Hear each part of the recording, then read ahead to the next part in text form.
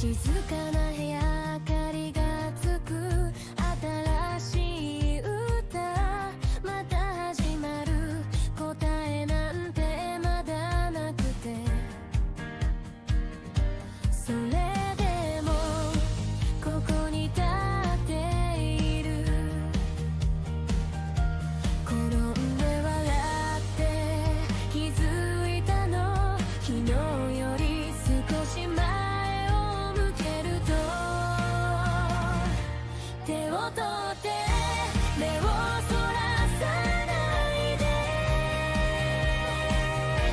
明日へ一緒に歩いてゆこう一人じゃないこの輝き声が勇気に変わってく少しずつでも信じたい今の私をこのままで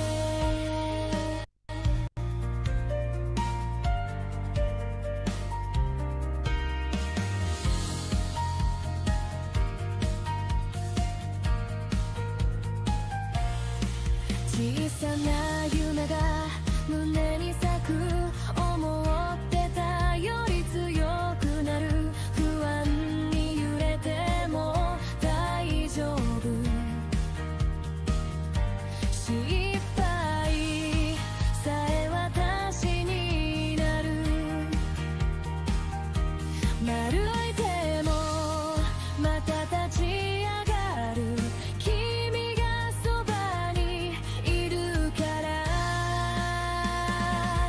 手を取って目をそらさないで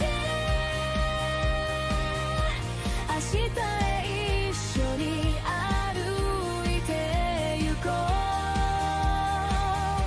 一人じゃないこの輝き声が勇気に変わってく少しずつでも信じたい今の私をこのままで未来がまだ見えなくても一歩ずつでいいんだよ君となら進めるからなりたい私に近づける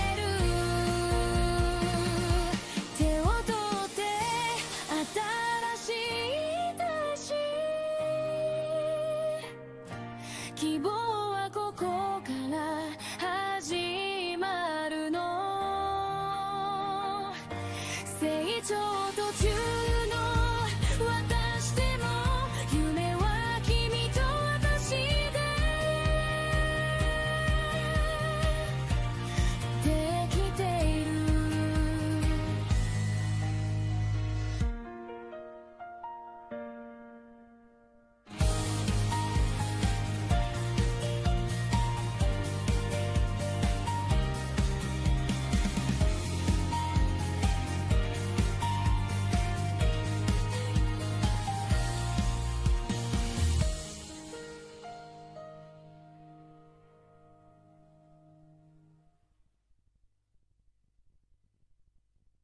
Hello everyone.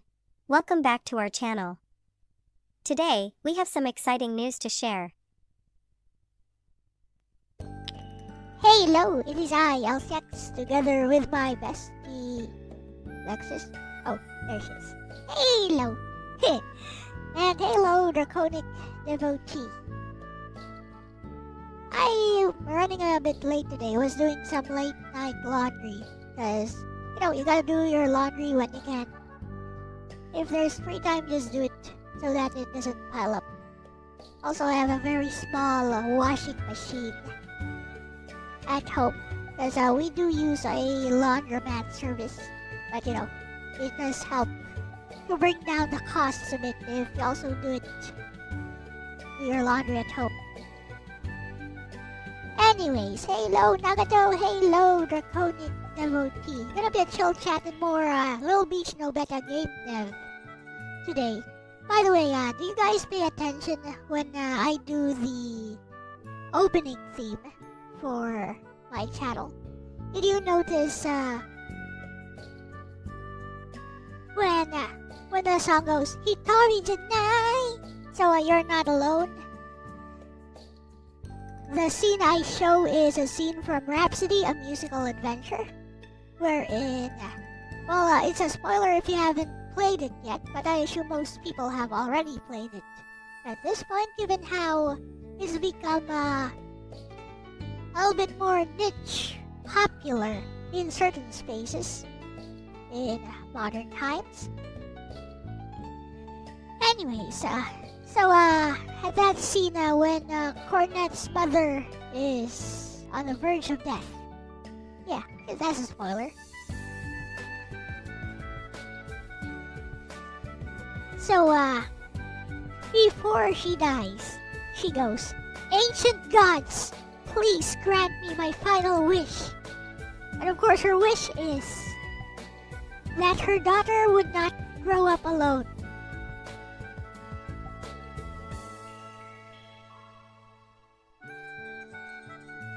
And of course, the rest is a giant spoiler. Such an amazing little JRPG. As far as gameplay goes, it's okay. I mean, it's not the best as far as gameplay goes. But I never play these JRPGs for the gameplay in the first place. Like, when people say they play JRPGs for the story, I would be one of those people, but not one of those people who you know, like to max out stats, go for these builds or that build, or, you know, just go through the game as fast as possible just to say, oh, I beat this game in 2025, 2026. Stuff like that.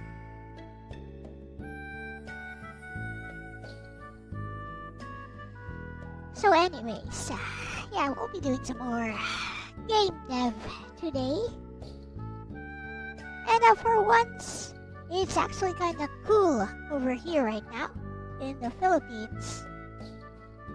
Which reminds me, you know, when we describe places here in the Philippines like Baguio City or even Tagaytay as cold, foreigners who live in, you know, places with below zero freezing temperatures would laugh and say, oh, that kind of temperature, just around 13 degrees, 16 degrees Celsius, you already call that cold?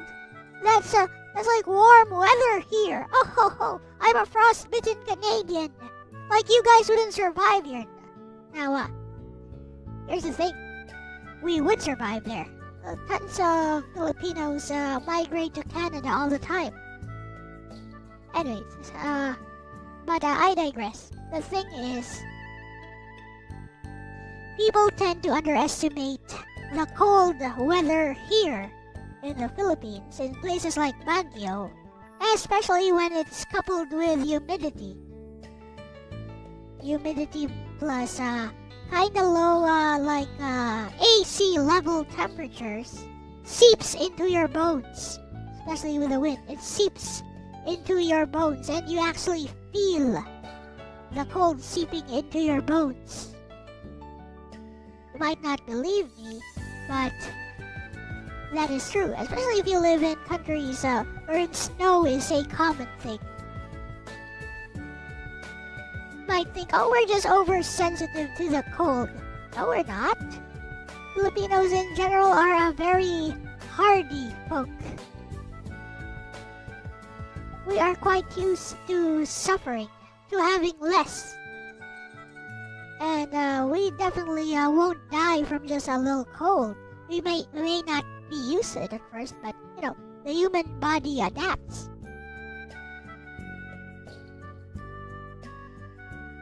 Anyways, just a little bit of a chill chat.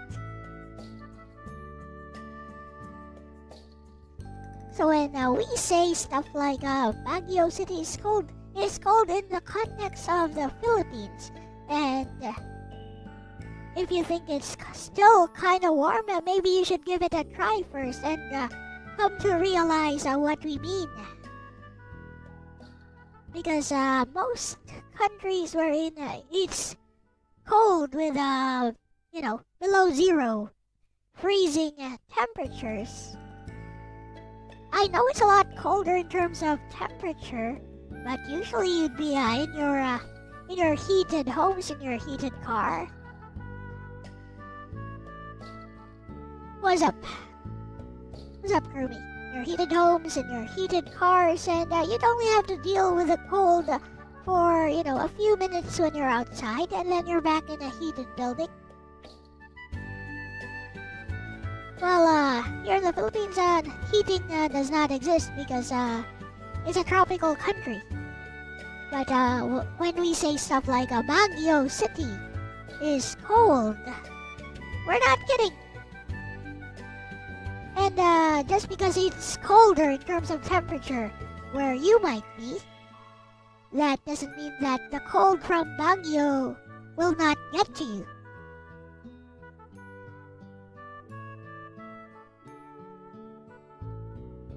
In fact, now I can talk to Bessie about this and she could explain better.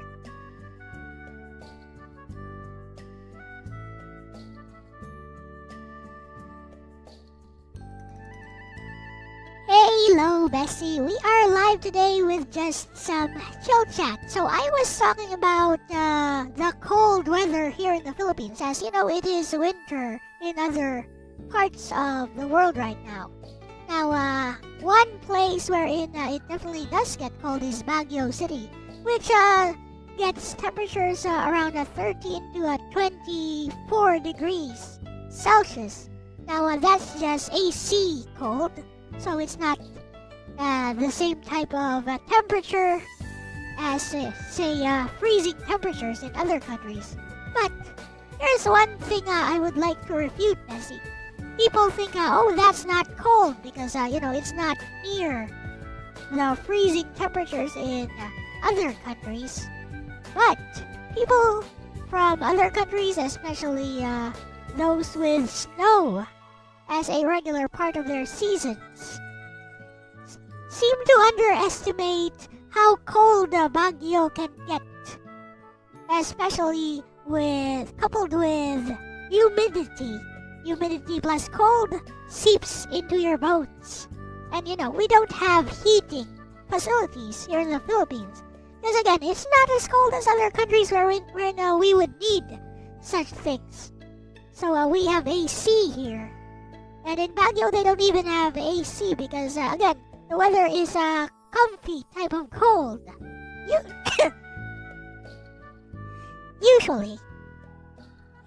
But yeah, people tend to underestimate the type of cold that a place like Baguio, like Tagaytay City, can generate, Bessie. And that it can affect even people who live in countries wherein snow is a common occurrence. Would you like to elaborate further on this, Bessie?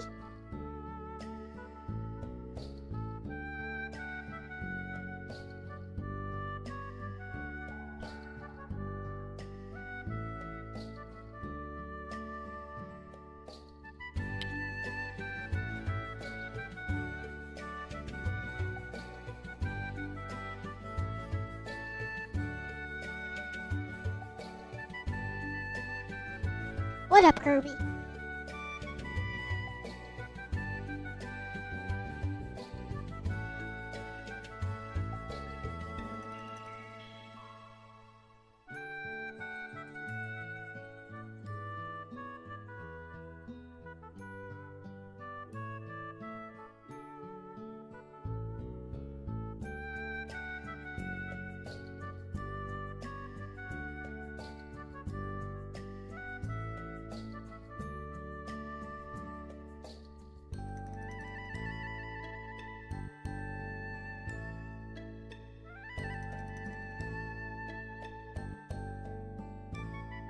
Hey, bestie, yeah, this is one of those if you know topics, and people who don't live in it really do underestimate it.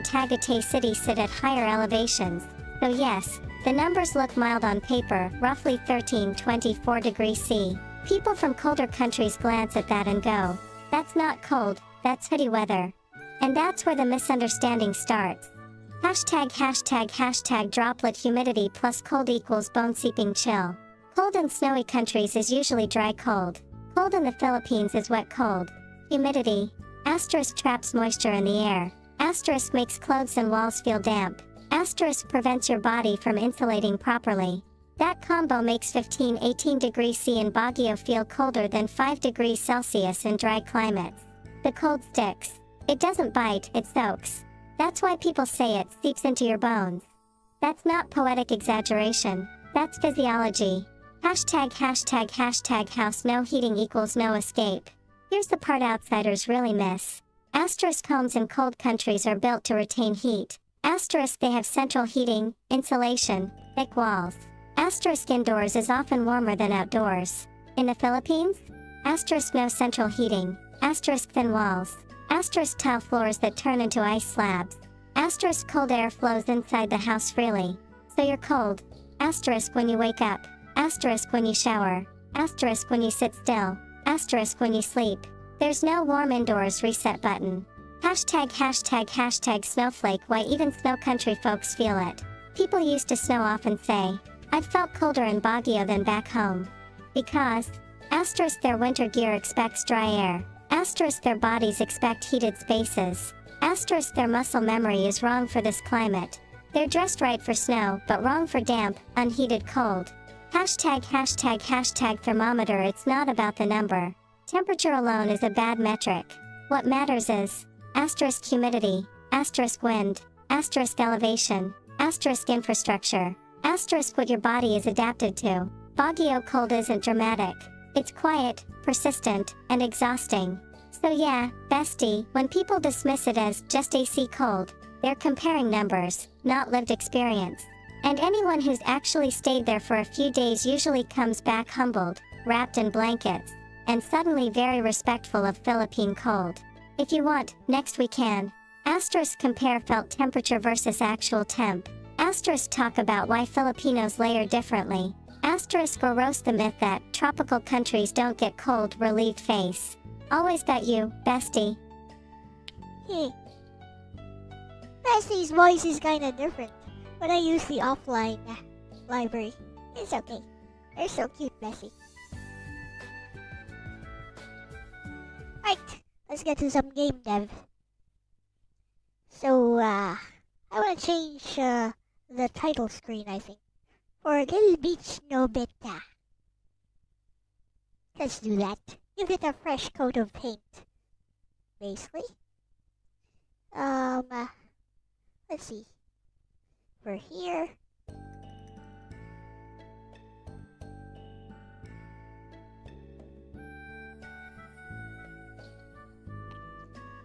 Move this here, and we good.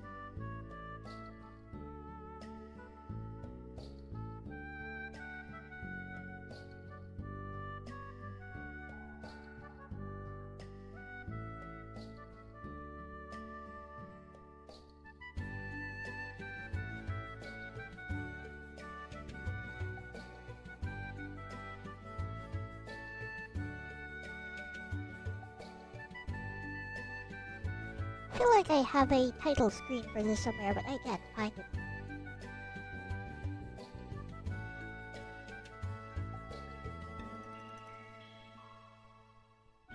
So yeah, whatever.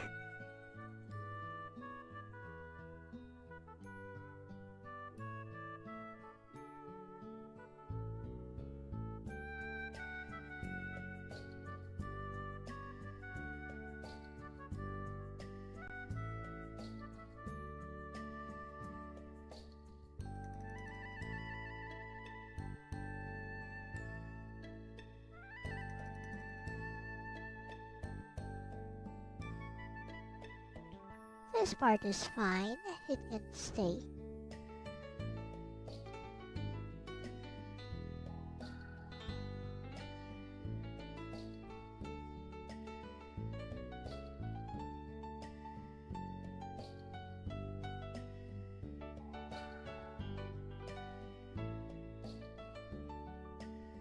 Yep, that's perfect. Now for the Nobeta. Put Nobeta there. This one is my art, by the way. I really need to make a serious drawing of Nobeta someday. Maybe when I have some free time.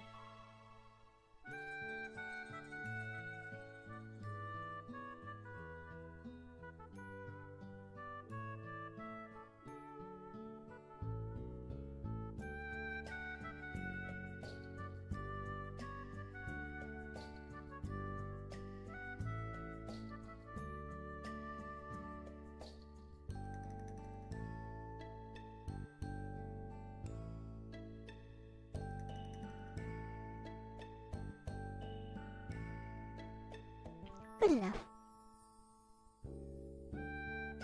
Okay. Now, what's important is the title screen. Yes.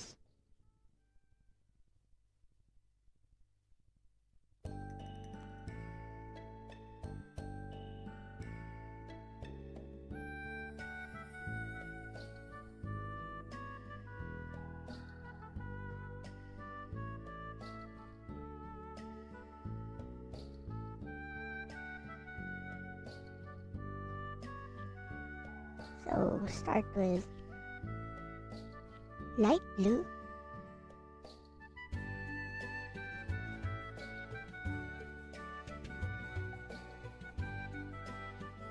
With a layer of white. Actually that will do too, but this would, yeah, black will do. Around 5 pixels.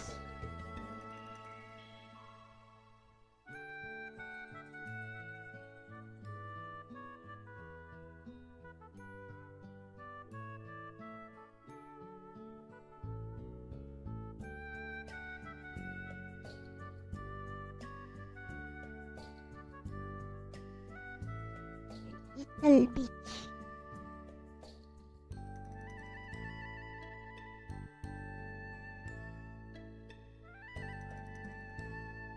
There we go.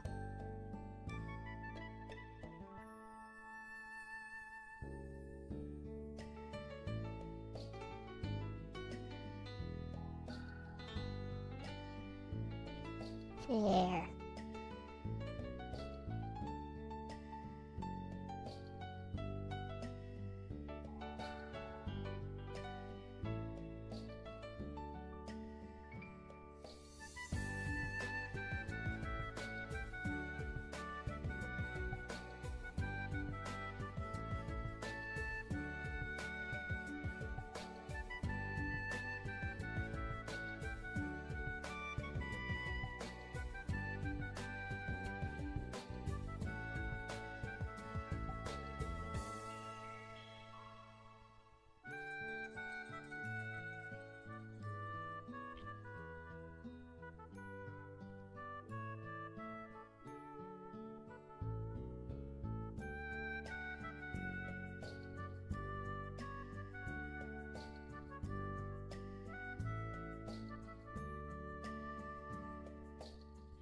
Hehe.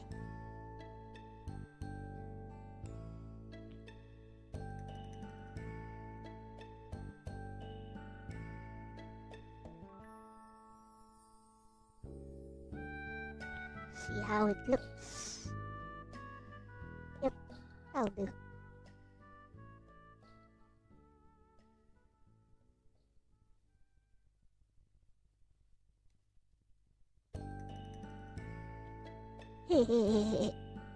Hello, Sherlock.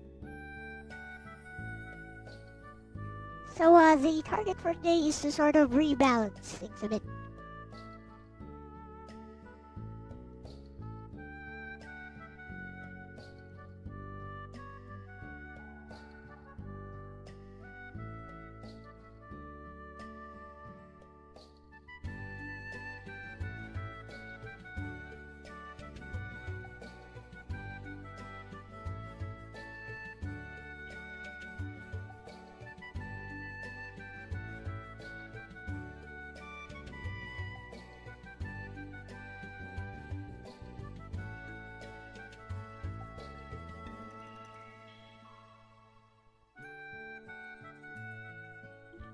Hey, hey, oops, thank you.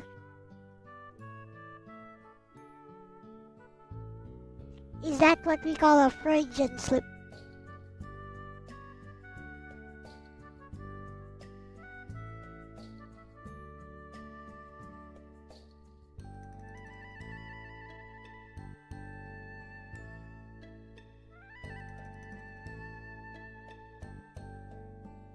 Initial.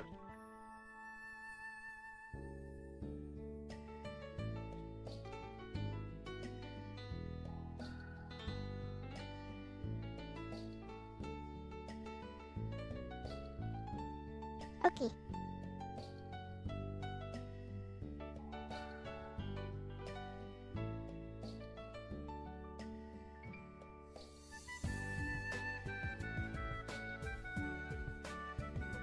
Gotta make some wrench. Okay, later, Shurlan.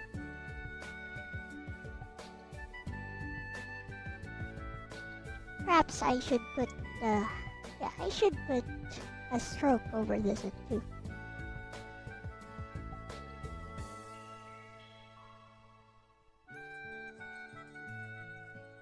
Actually, no, it doesn't look very good. Okay, never mind. Actually, it looks fine. Hehe.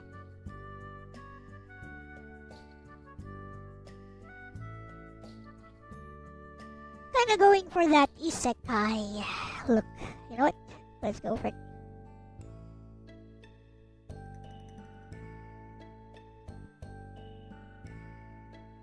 That isekai title look.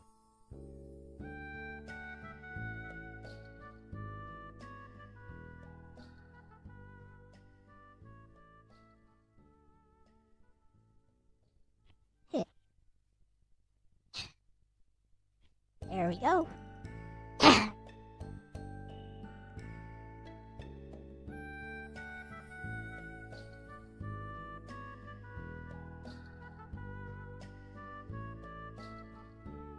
Now I'm gonna save this as title.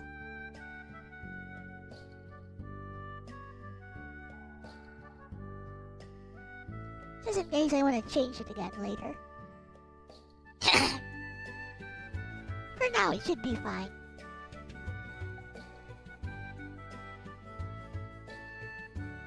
Then I'm gonna address a few things.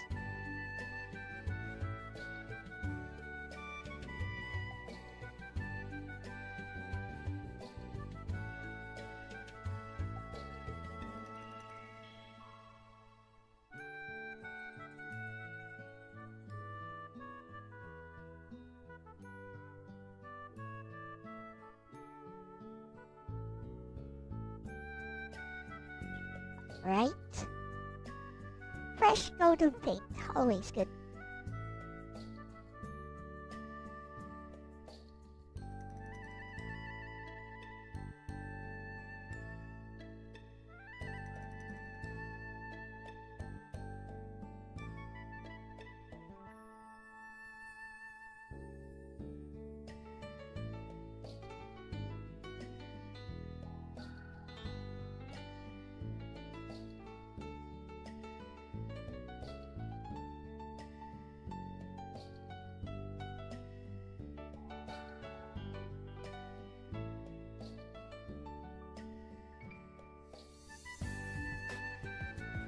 What if I made this plain? Let me just make this nice and plain.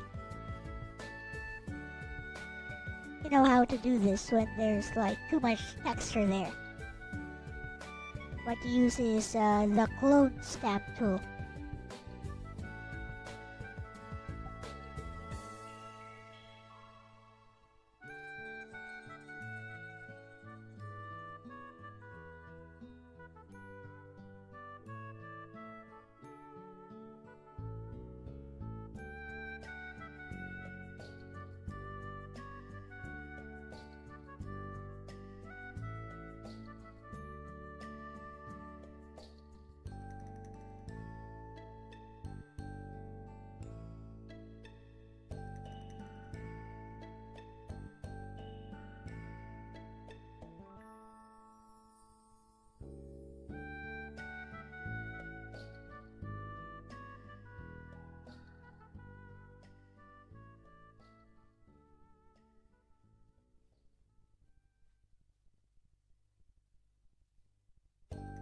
Okay.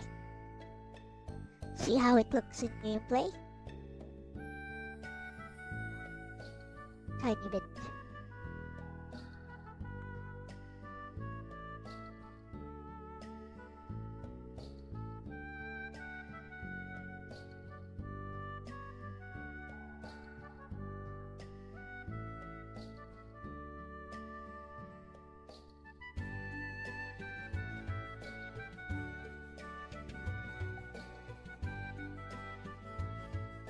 And we switch to this. It doesn't look too bad. Yep, looks okay.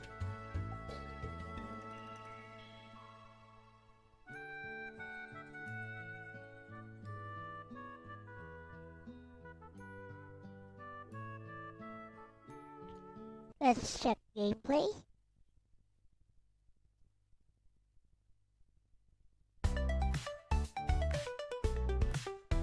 Yep, that looks much cleaner. I like it.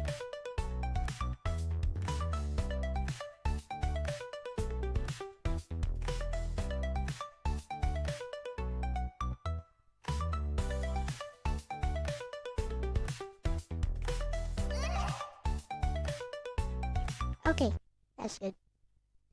Now we're gonna go under the hood a bit.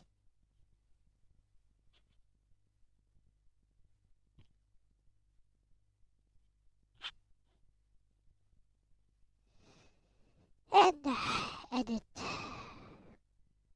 in Notepad. Plus, plus, plus, plus. Notepad, plus, plus. Okay.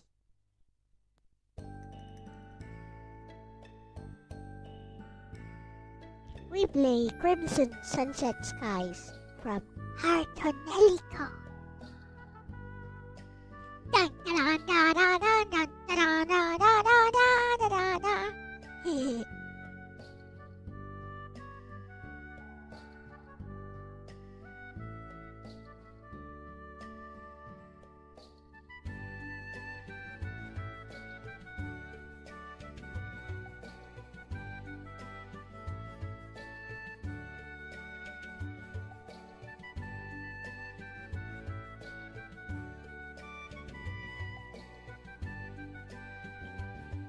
Yes. Dancing guy was late. Dancing guy bides his time. It's okay. I'll be trying this game again soon.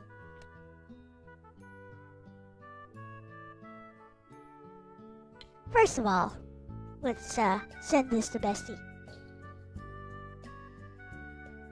What's the name of this guy here? Actually, I'll just send the entire file to Bessie. That should work.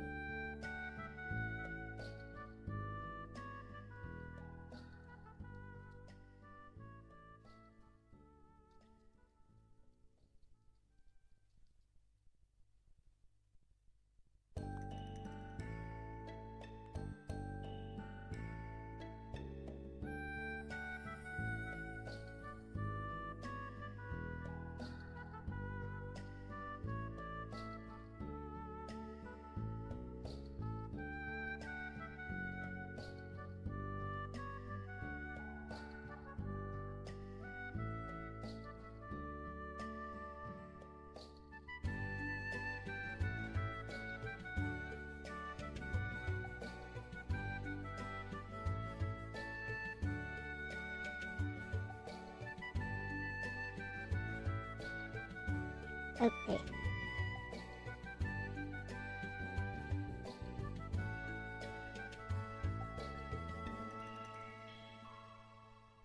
Huh.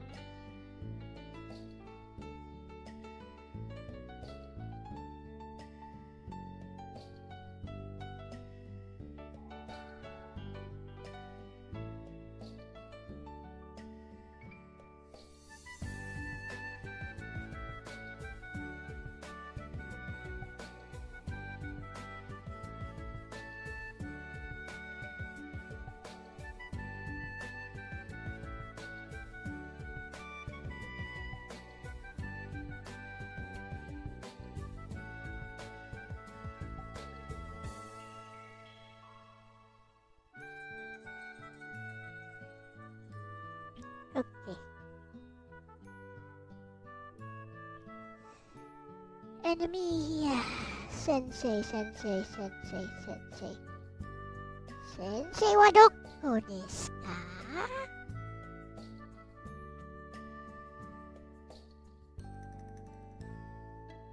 No, that's the image for Sensei.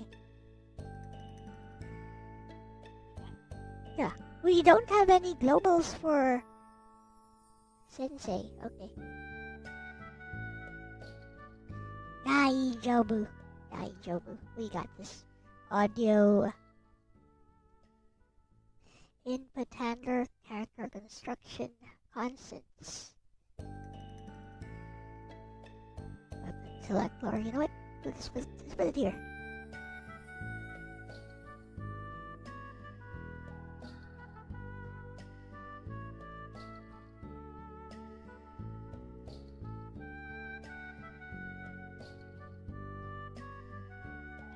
Alright. Okay, no syntax error. Of course not, but you know.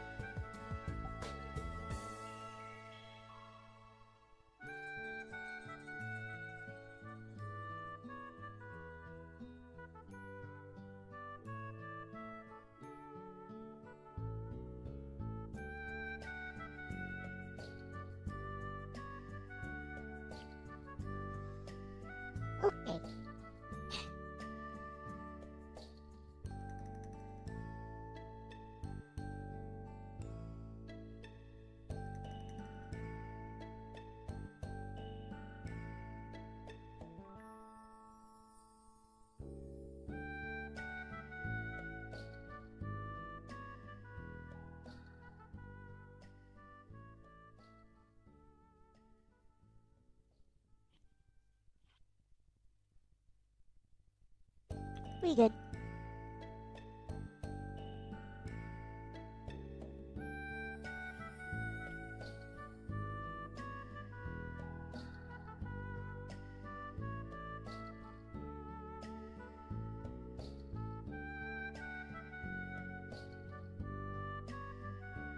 Sup, Neo Tengu?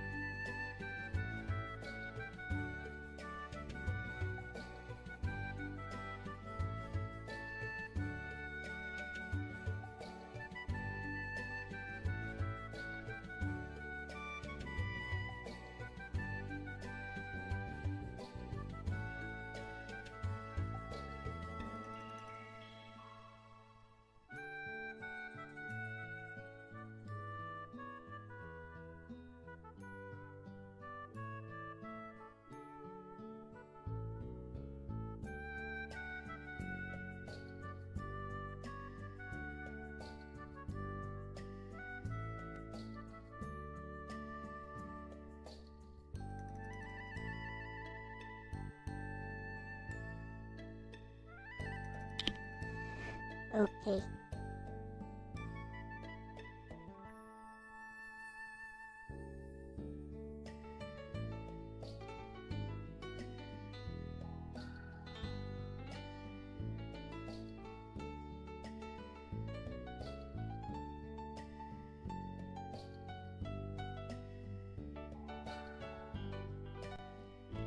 Okay.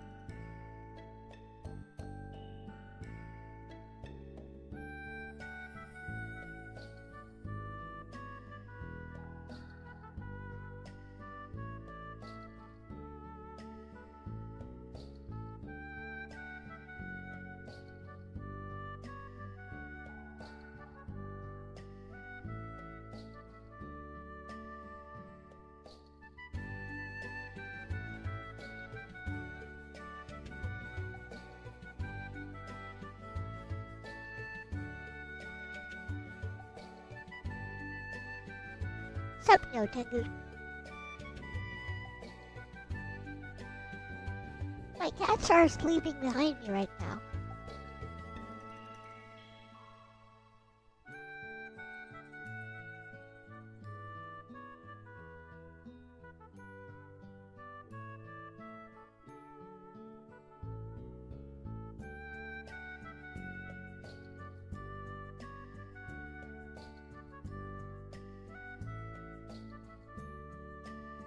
Yeah.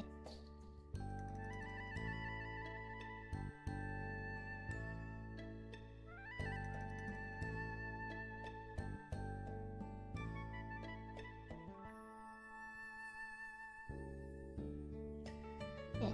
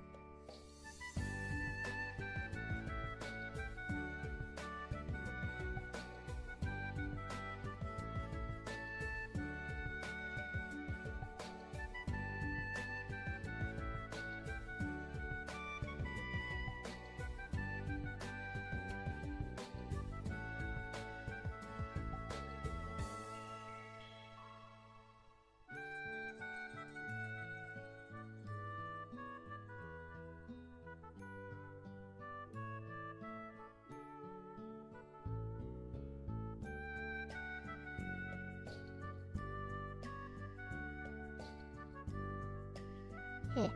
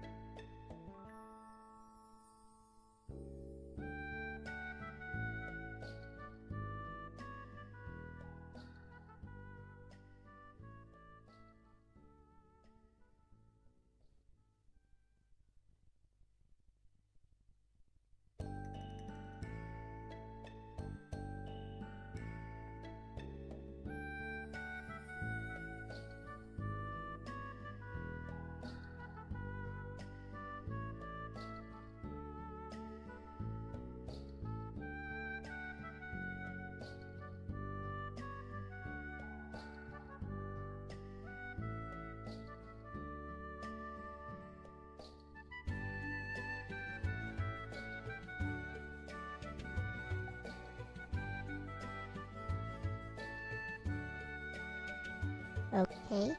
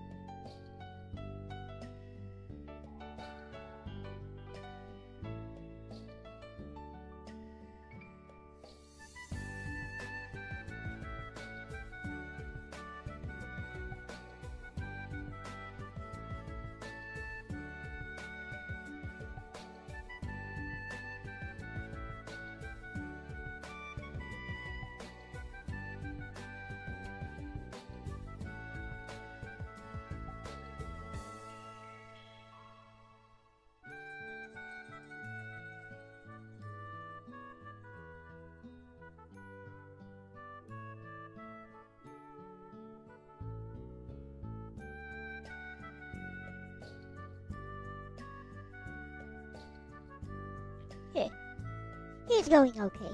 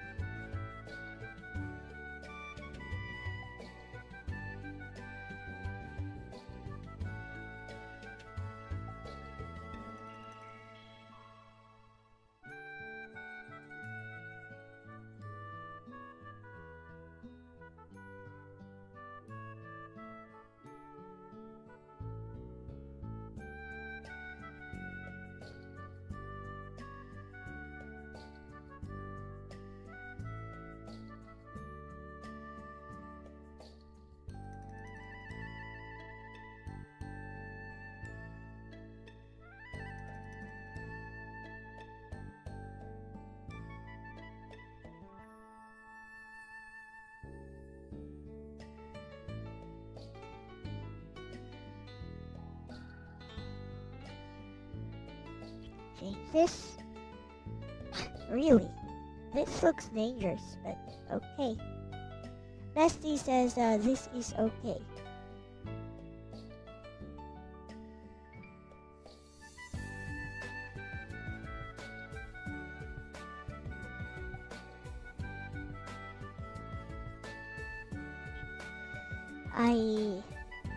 I'm not sure about this.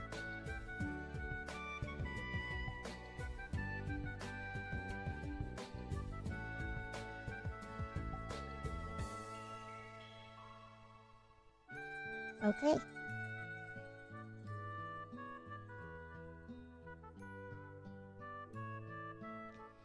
This looks dangerous. Thought so. I knew it. But wait, maybe it's just missing a bracket somewhere down there.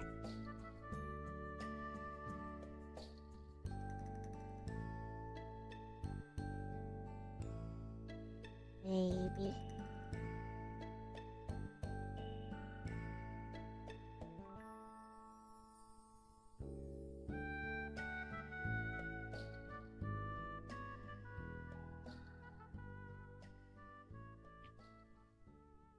Dada? No. I don't think so.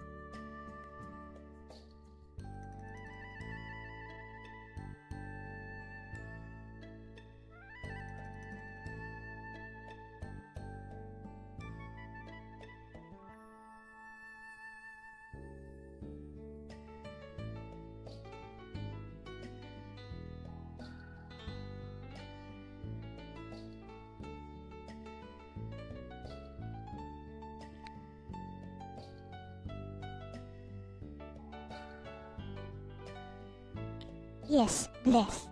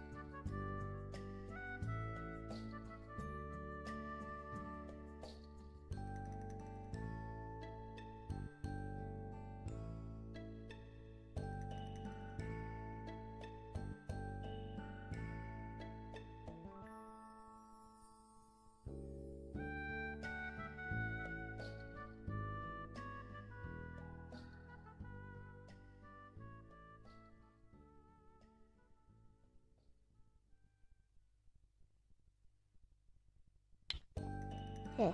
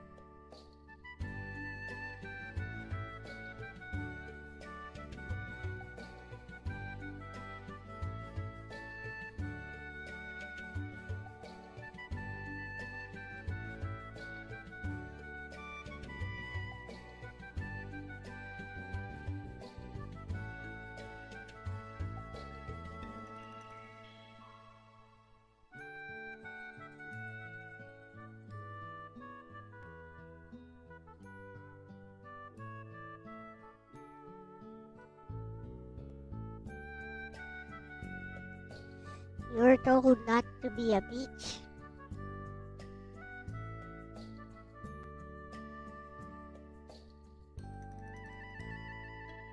Okay.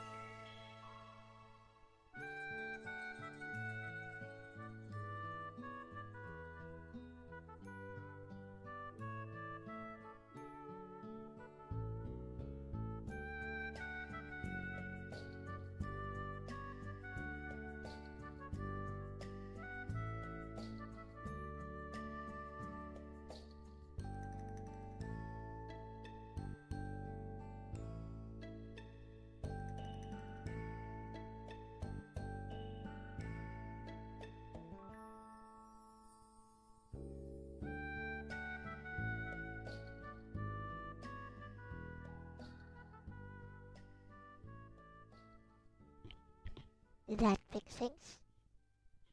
Heh. It did not.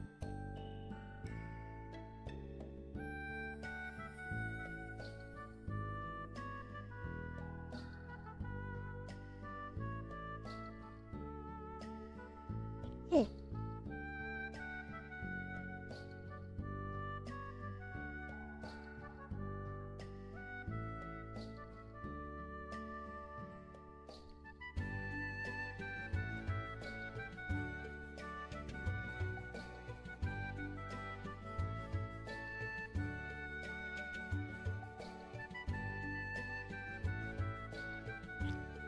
This, maybe? Yep. That fixes it.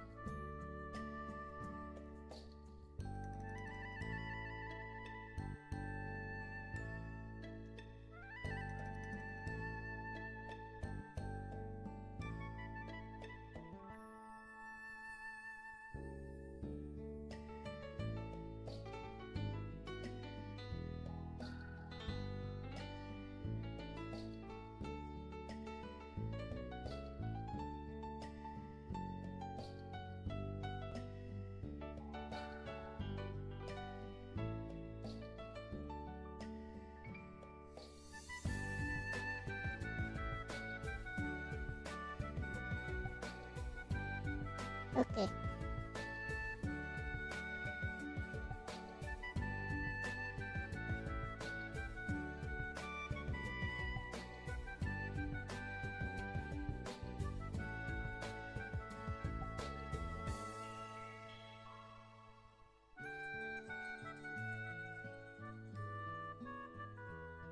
Missing a function.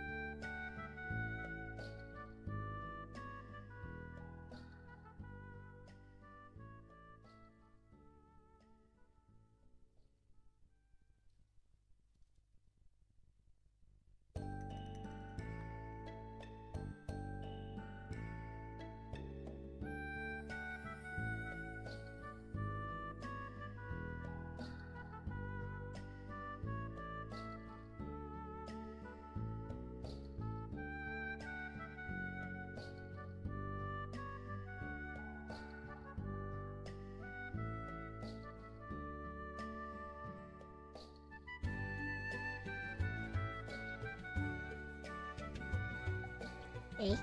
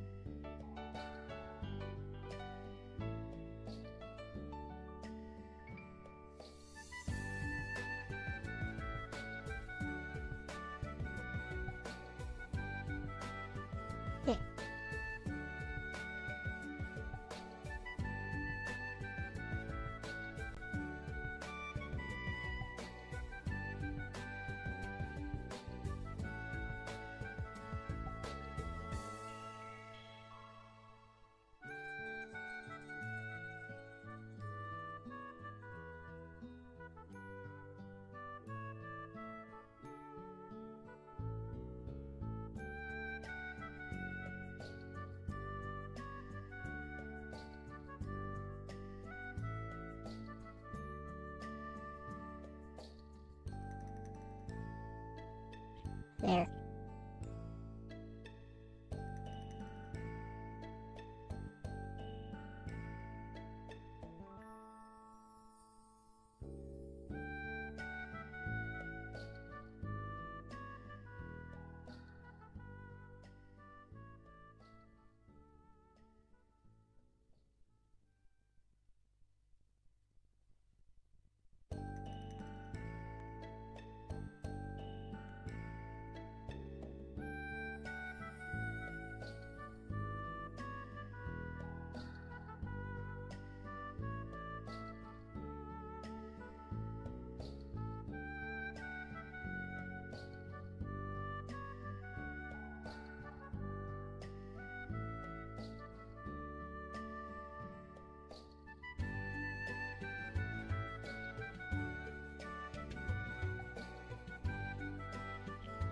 Okay.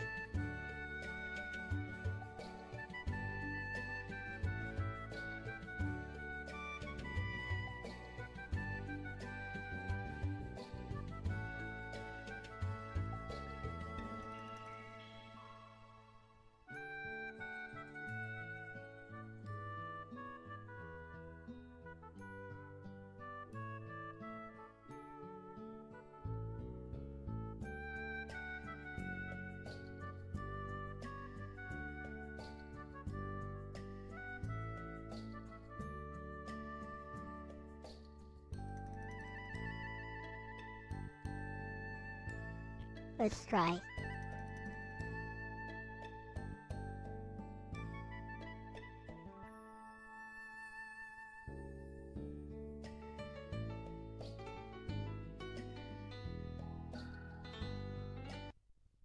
Okay, here we go.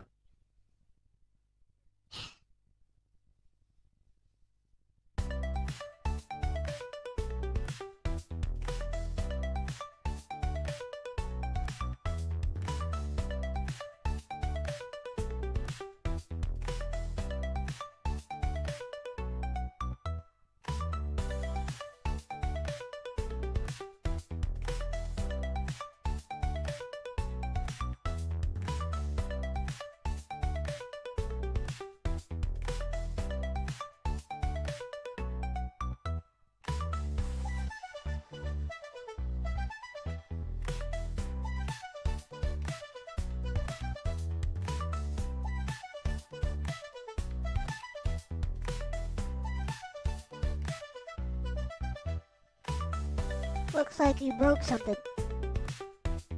Yeah. I'm going to revert to a previous build. I just wanted to fix Sensei, not...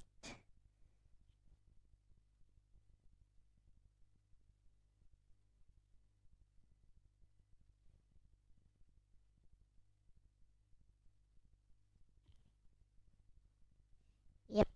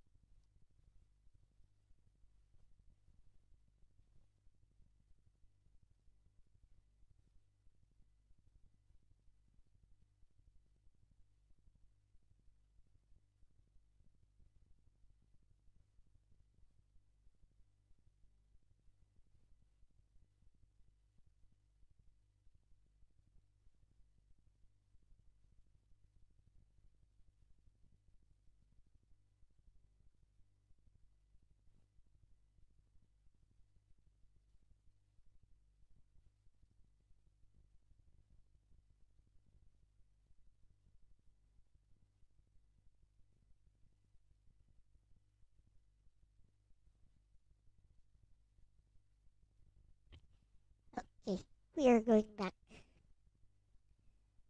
to an older version. It's okay.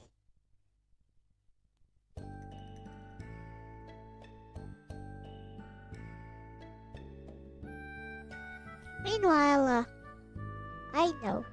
Why don't we talk about some martial law stuff? Philippine martial law stuff. Of course,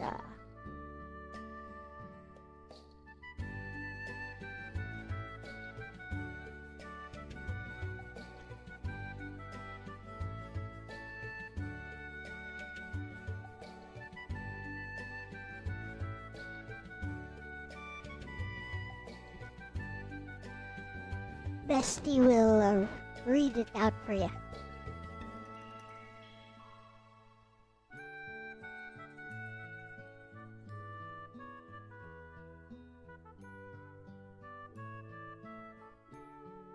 Here we go.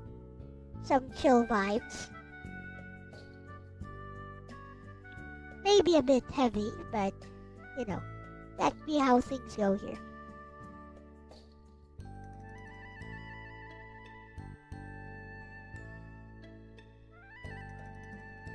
Daddy Pylai's A Tale of Childhood Trauma, Oppression, and Optimism. If there is one thing in this world that is infinitely clear to my siblings and I, it would be the fact that our father was definitely far from perfect. We called him Judas, after the much-hated and in recent times, seemingly misunderstood biblical figure. In fact, one of my sisters put it quite bluntly that, Kanai rating sa pinyake maayo na mga tatay, last gid nisi daddy ya. If we were to rate who the best fathers are, Daddy would come dead last. Most of the time, our daddy's idea of parental care consisted of literally and begrudgingly throwing money at our mother and then scooting off somewhere else to find a drink or two. Who am I kidding? He was an alcoholic who finished an entire case of beer in a single drinking session, and that's when he doesn't want to get drunk. Sometimes, I chuckle in hindsight thinking about the special snowflakes of today's generation and imagining how they would, or wouldn't, deal with this world of apparent, toxic masculinity. Also, to say that our daddy was abusive would be putting it mildly.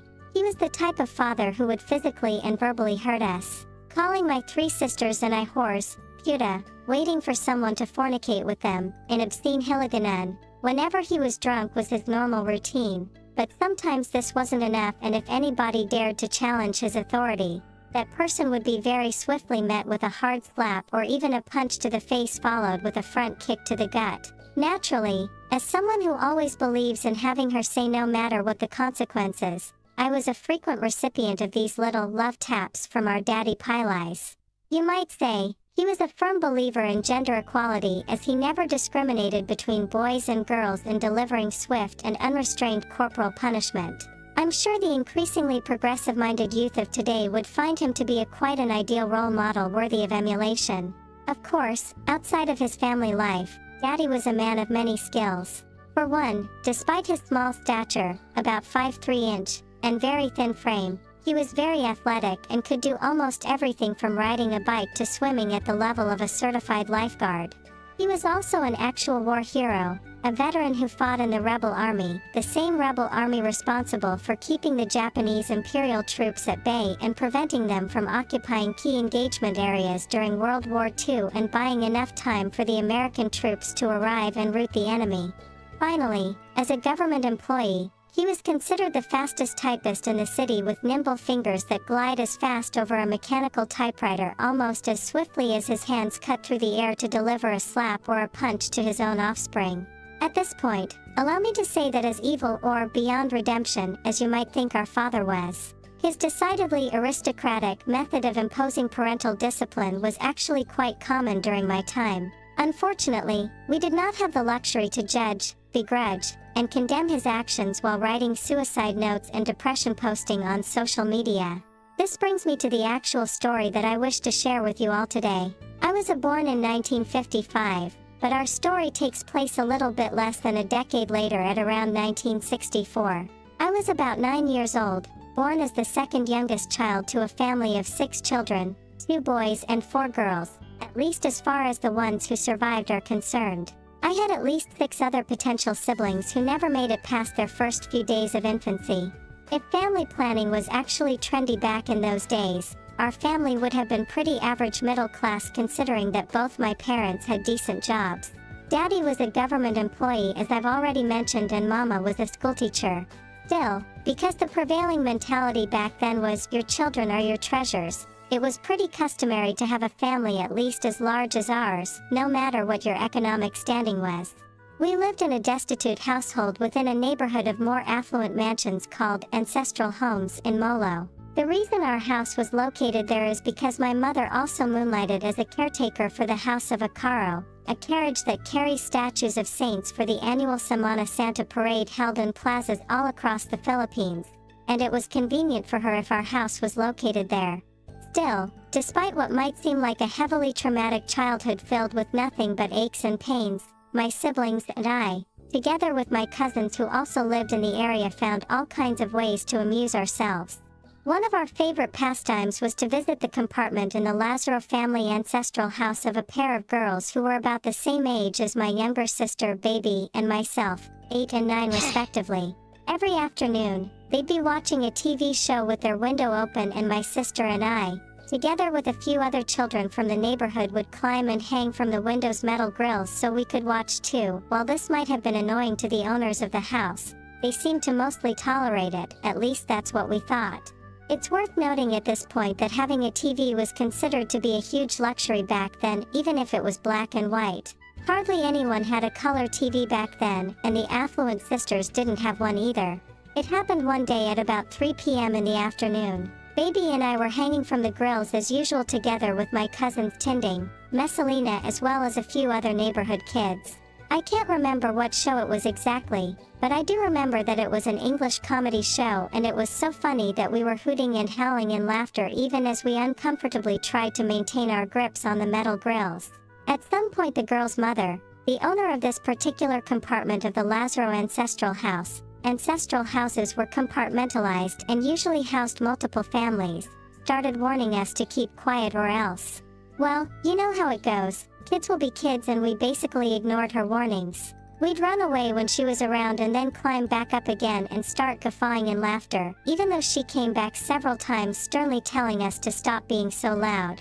Then it happened, suddenly, without warning. She came right up to the window with an urinola, urinal pot, and splashed the contents over all of us. In the next instant, we found ourselves totally drenched in what smelled like day-old urine. We were gagging, retching, and sobbing from the humiliation as we scattered about in all directions and promptly ran all the way home. When we got home, Daddy greeted us with a skeptical, "Ano Gina Hibinyo? What are you crying for?" And, even though we knew he'd never take our side, we told him the whole story. After this, I'm not sure why he did it, but it was at this instance, for just this one particular minuscule, invisible dot in the history of space-time, that Daddy became an actual dad for us in his own unique way. That night, he drank himself into a near-delirious state and then fearlessly marched on over to the Lazaro family's ancestral house, the culprits who splashed urine on us, and hurled all kinds of expletives at them while challenging anyone from the household to come out and fight him. Most of all, what I remember most vividly is his declaration that, "Indi ni mga kasilyas mga bata ko. My children are not toilets." Of course, no one from the Lazaro family ever took him up on his challenge. Certainly, I realized even back then that Daddy was still a long way from truly redeeming himself with us as a father, and I am unsure if he ever did redeem himself. But Baby and I simply took solace in the fact that he tried. He definitely tried. For once, during those brief periods of drunken lucidity, in our eyes, he was shining. In hindsight, I realize that the trauma of our childhood has definitely left me and my surviving family members just a little bit broken, each of us nurturing these unhealing scars in our own ways as we fumbled our way into adulthood. In the end, Daddy was definitely true to his nickname. Hoodus ended his life as the same ornery soul we'd always known him to be, ever hateful and cursing his own condition to the very end. He was a man of many faults, but at the end of the day, he was always true to himself, even in the face of death. His indomitable will, his uncompromising attitude, his resilience, that is at least something that we will always fondly remember him by, and a trait that I will always proudly emulate. Alright.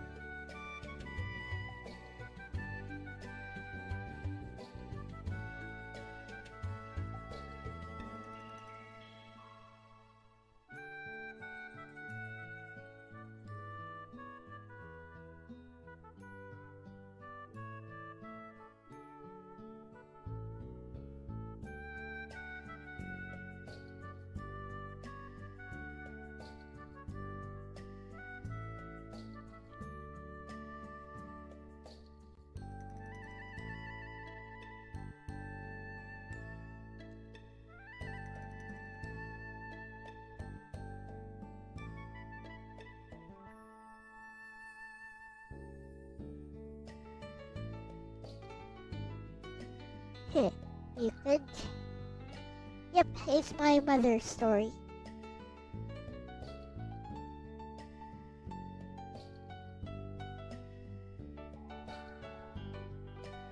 There are tons of stories like that. Here's one.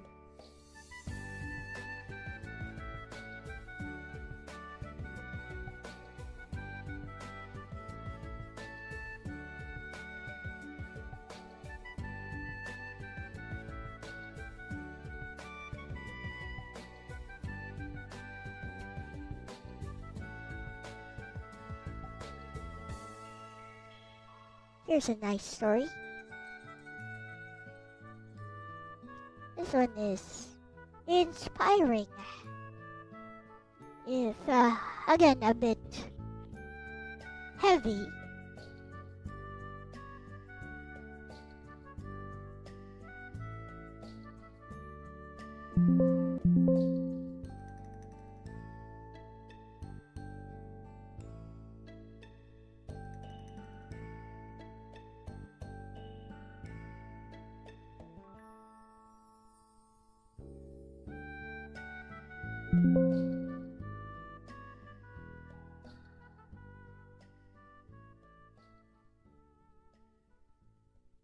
Victim? A story of injustice. I am sorry to tell you this, but your assumptions about me are incorrect. Yes, it is true that I was often a victim of circumstances during my younger days, but allow me to tell you that in many cases, I was not a helpless damsel in distress. In fact, I have never once pictured myself as the miserable tragic heroine in my own life story, because, as you are about to find out, I wasn't exactly a little angel and I was often the one doing the victimizing rather than the other way around. In the family, we were each known for our own unique personality quirks, every one of us at least, except for me, Cynia. I was simply the one with the most horrible personality. Our grandfather, called me a Catzilla, Spaniard. This was actually meant as a derogatory term for someone who is headstrong and cruel. Well, I wouldn't let this slide at all. Papa lived in a house not too far from ours. He had several fruit-bearing trees and vegetables growing on his property. So, whenever we paid him a visit, I'd steal all the ripe fruits and fresh vegetables I could find from his harvest. Sure, I wasn't alone, my cousins did it too, but I was usually the leader, the only female among my male cousins. Growing up, I had always dreamed of someday telling this one big epic story about how I eventually overcame adversity on my way to success, but alas, life just doesn't happen that way, no matter how we wish it to be so. In fact, rather than being condensed into one coherent story, I find that the most memorable moments of my existence came in short, amusing vignettes. If there is one person who could truly attest to my sometimes downright villainous nature, it would actually be the youngest in the family, the one who was born just after me, everyone's beloved baby. With only a 3 to 4 year gap between us, we grew up very close to each other. We were good friends with each other for the most part, but being the elder sibling, I always felt this compelling need to assert my dominance over my sister. Being the youngest, baby was a very submissive child. She tagged along with me everywhere, and whenever we would play together, she followed my instructions whether she liked it or not, or else. Sometimes, I would ask her to demean herself before me for no particular reason except my own personal satisfaction. For example, one time, I told her to pick up a piece of trash from the sidewalk, and of course, she had no choice but to comply, knowing fully well that there would be dire consequences for disobedience. Sometimes, even as an adult, I tend to forget that we're now living separate lives and that I no longer hold any moral ascendancy over my younger sister. When we were kids though, I was not beyond punching, kicking, slapping, as well as pinching baby just to show her who was the boss here. She would break down into tears and cry at the top of her lungs every single time. Naturally, if my parents overheard the crying, then I would be on the receiving end of a very hard swat with a leather belt or some other torture device of choice from Dear Daddy Pile-Eyes. This was not the end of it, though, because after I'd been punished for my actions, I would once again threaten baby verbally and I would make sure to find some way to get back at her next time. My mean streak was not limited to only family members, however. If you believe in political theories about the inherent need for violence and dominance in human nature, I would probably make for a prime example. In school, there was this one girl who was naturally much prettier and had nicer clothes than me because she came from a rich family. She looked like a little doll, a pampered little princess in my eyes, and oh how I admired her. Therefore, what did I do? Why, I grabbed her by the cuff, threatened her with bodily harm and promptly told her to kiss my feet whenever she saw me, and she did so without complaint or else. For a while, this became the norm. Whenever my pretty princess of a classmate and I crossed paths, she would immediately kneel down on the ground and kiss my feet. Ah yes, the feeling of dominance and superiority I felt at that time was beyond compare.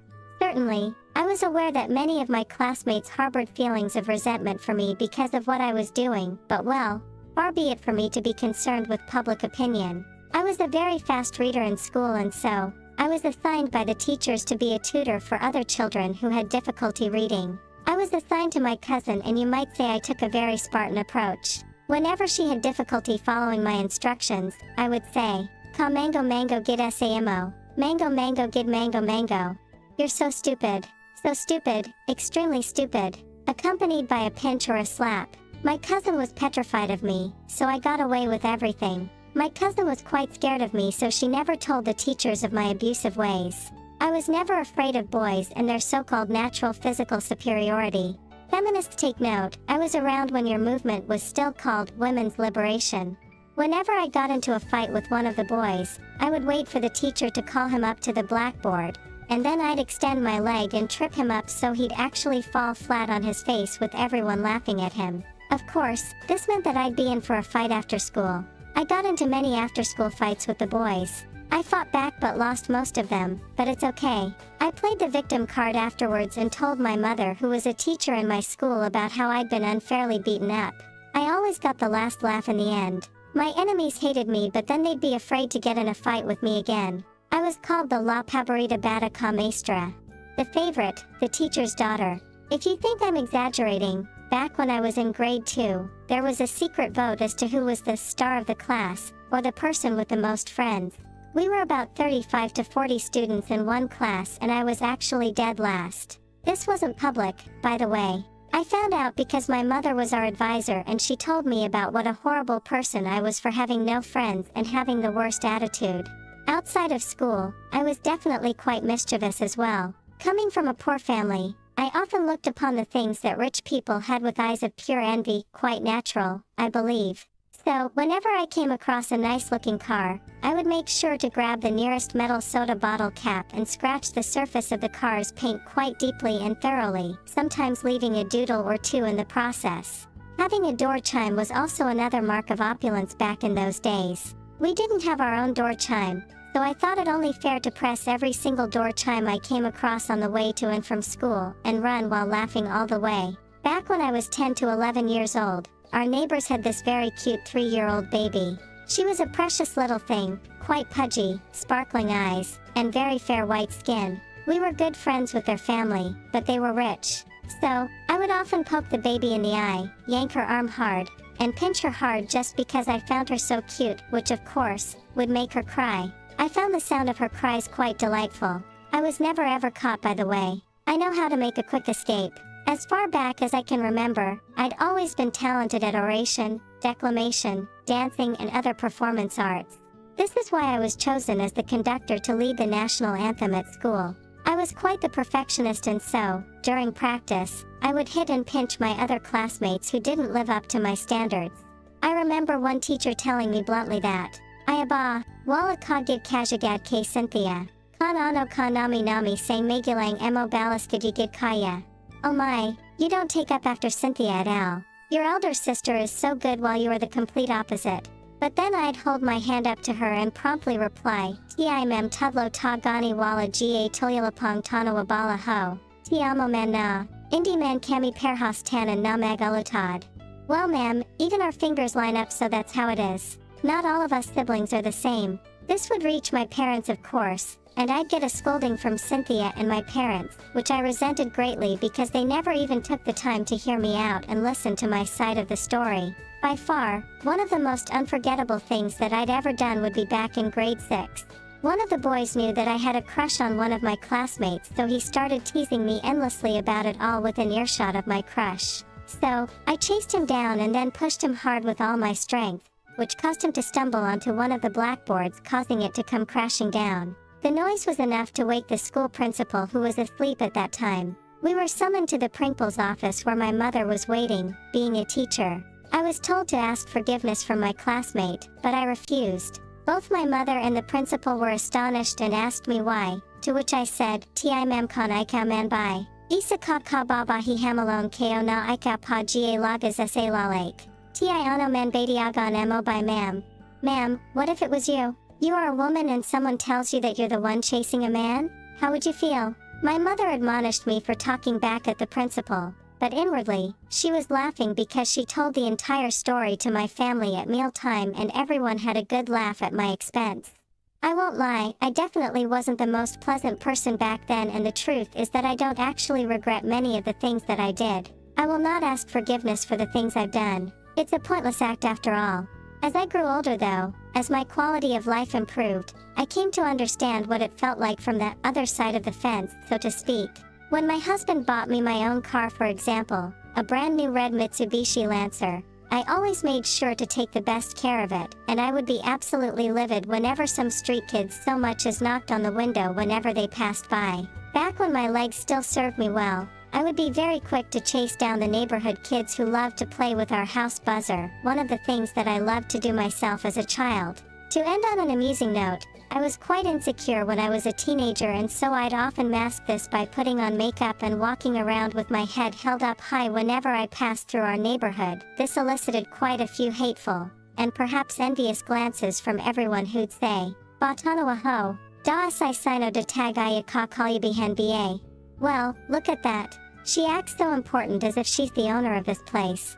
Funnily enough, in my professional life, one of my students in San Agustin left this glowing evaluation of me. I hate Mrs. Cinia because she walks as if she owns the University of... Hey yo, what up? San Agustin. At least that part of me hasn't changed. Let's call it walking with the dignity of a woman. It's funny how life comes full circle eventually. The ideals that you held onto so strongly when you were younger can feel so wrong as you start to get up there in age. At least this much is true for me. But if there is one thing that I am definitely proud of from then till now, it would be the fact that I have never lived my life on borrowed ideals and philosophies from long-dead authors who can never know of the circumstances of my own existence. I cry foul at injustice, but with my own voice and not through parroting the words of some ideology. Cinia has always been Cinia. That is all I am and all that I always will be. Alright, I think we're ready to test this out.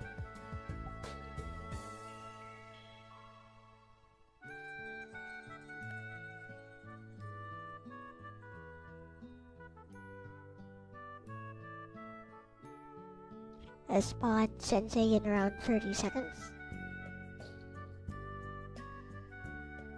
Let's say 10 seconds. Much faster.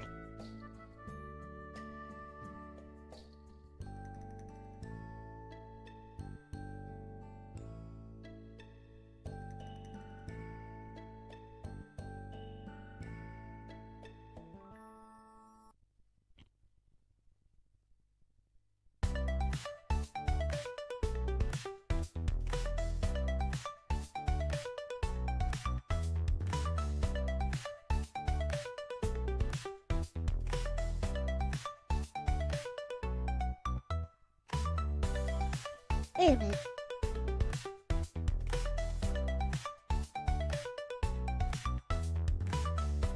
He truly does pause. Weird. Okay. Okay, let's see if Sensei spawns in.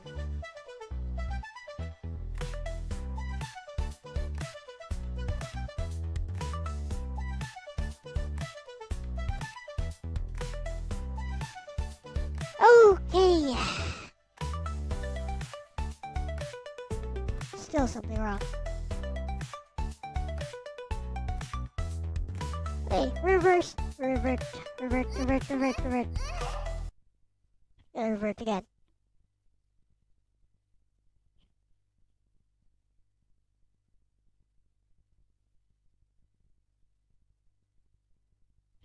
Revert to the last safe one. See, I just want to, right now, I just want to clean up the game a bit.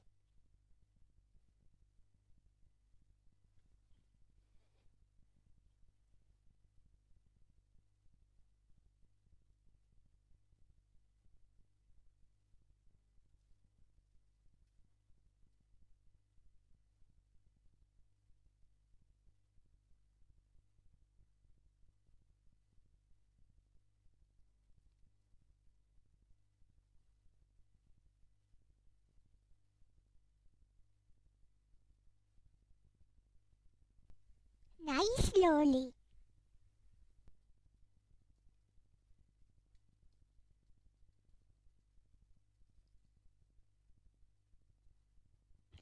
First of all, let's see if that happens when I do revert. We have reverted, let's see.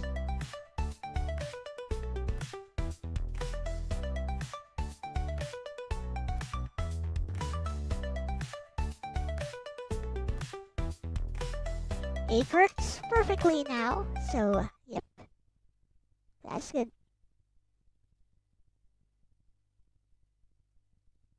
I'm going to isolate some code and have Bestie optimize it for me.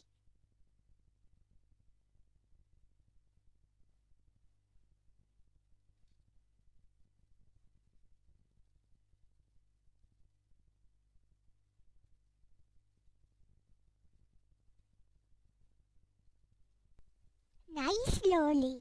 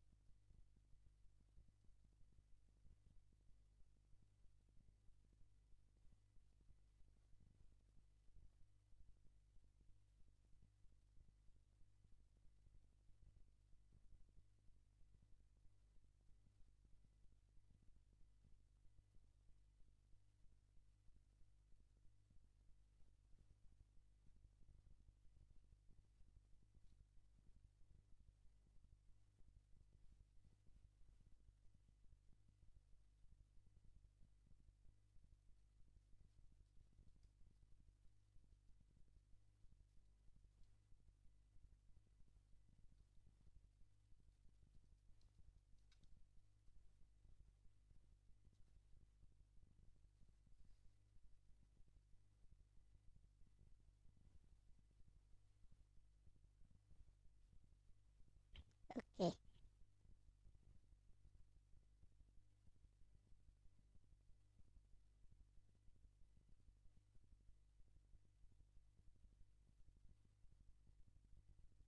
Okay, got it.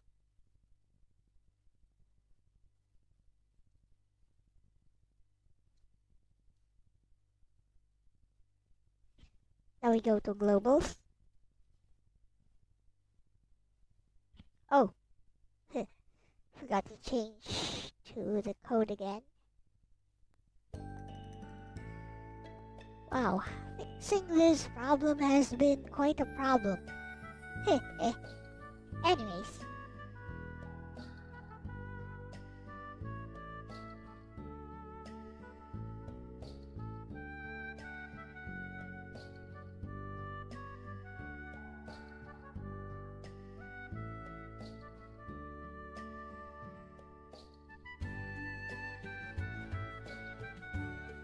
Okay.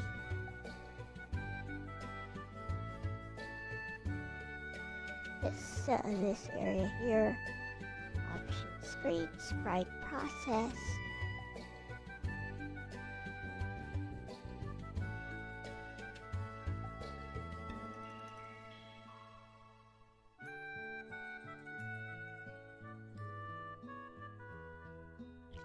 Okay.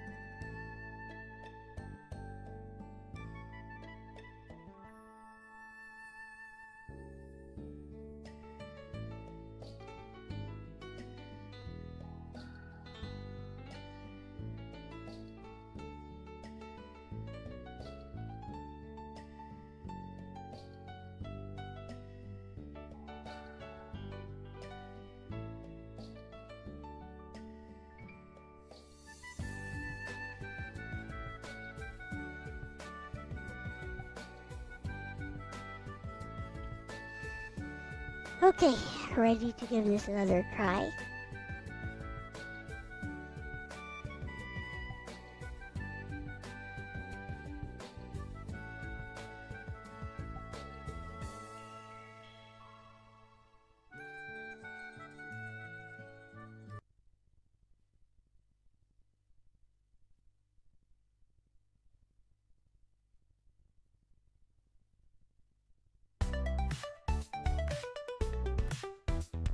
Sensei comes in 10 seconds. Let's see.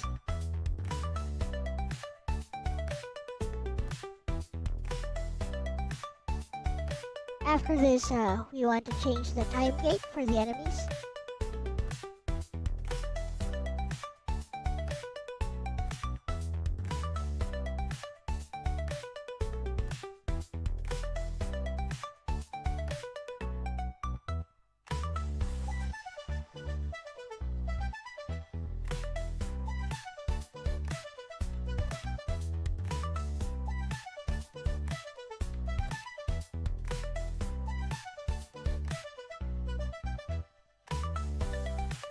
Did I not change the time gate for the enemies? Let me see. I guess I did not. Wait.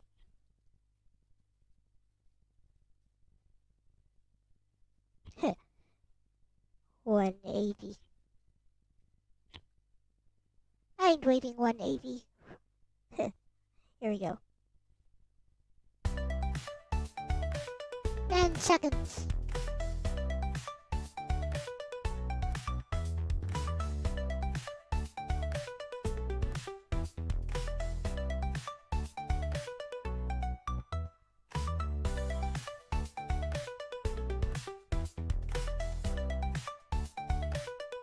Okay, where is Sensei?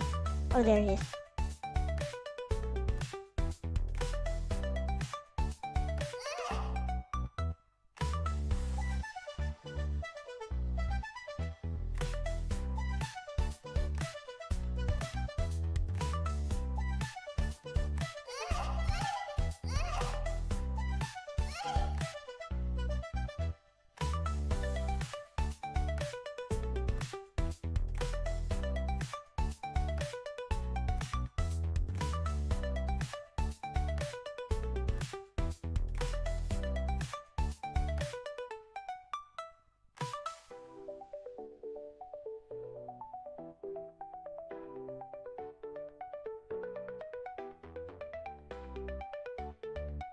Yeah, although I don't think it's very fair.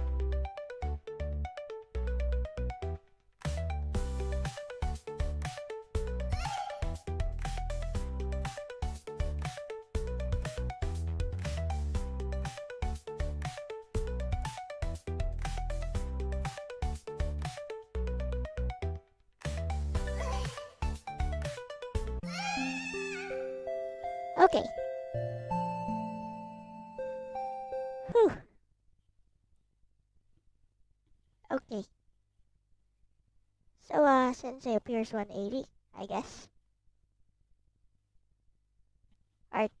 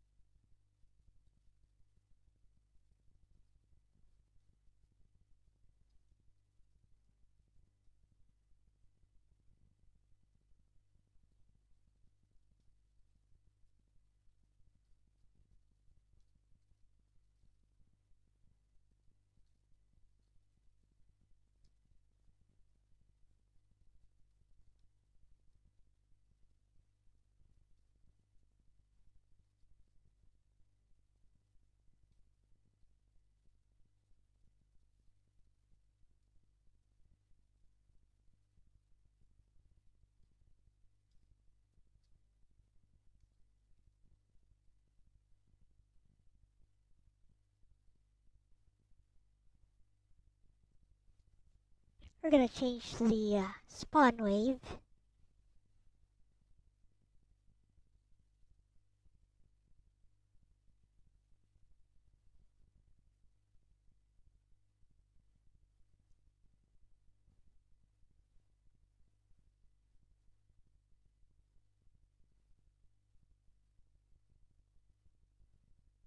Hehe.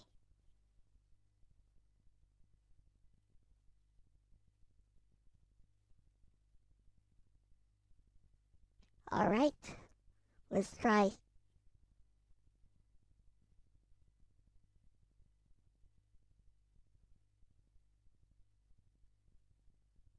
We're gonna change the spawn waves.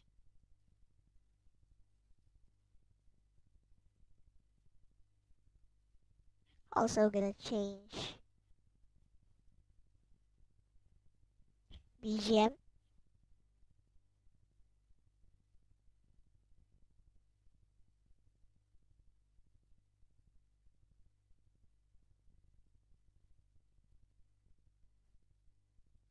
Heh.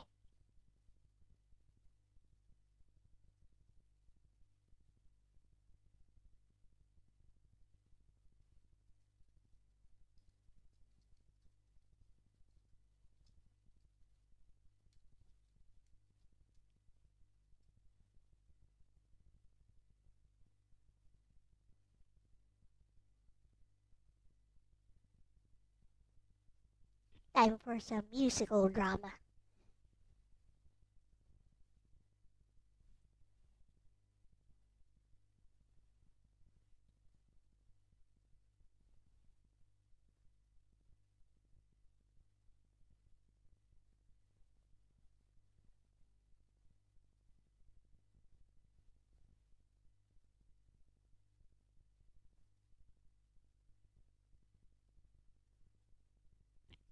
Okay, here we go.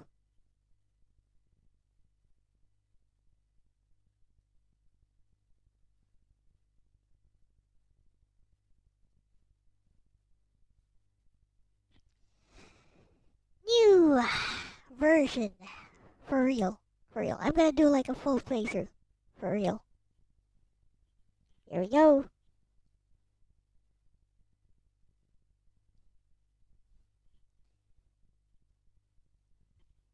I'll go with no beta, I guess. Let's try fire.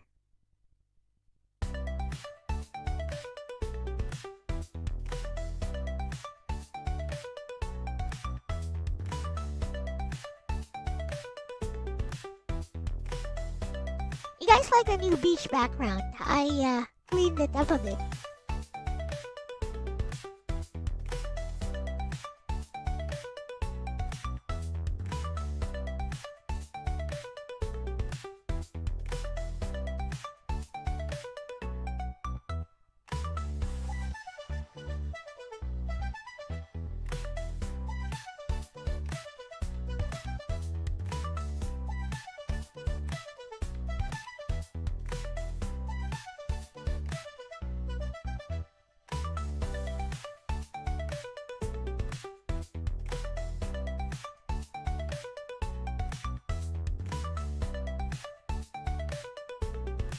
Yes, a witch of fire and ice.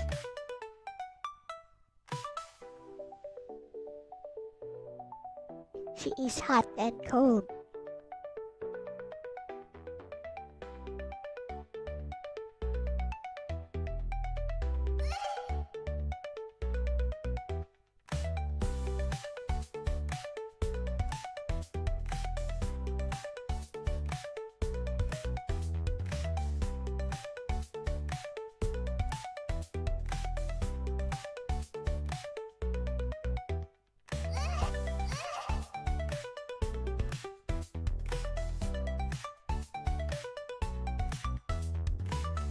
Such tiny amounts of damage will not hurt me.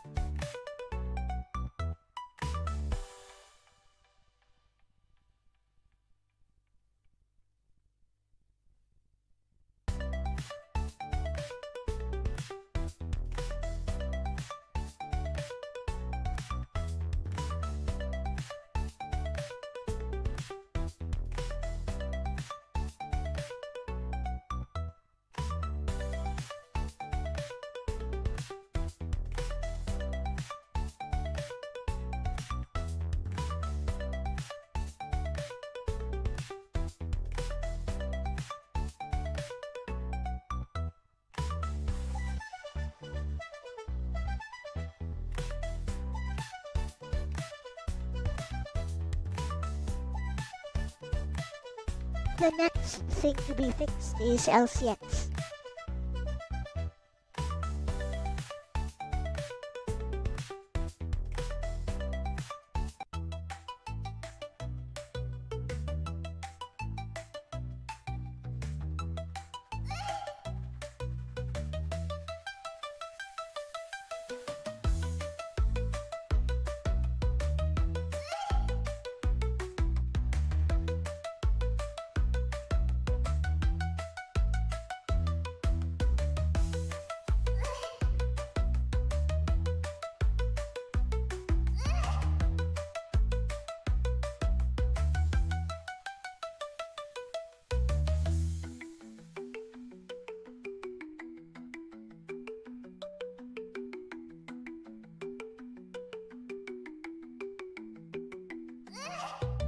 Oh yeah, the knight has been replaced long ago, Srulan.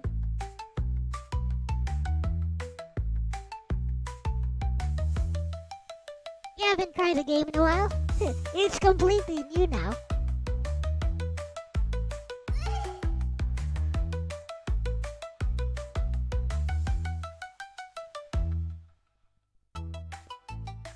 Look, even the descriptions of the spells are new.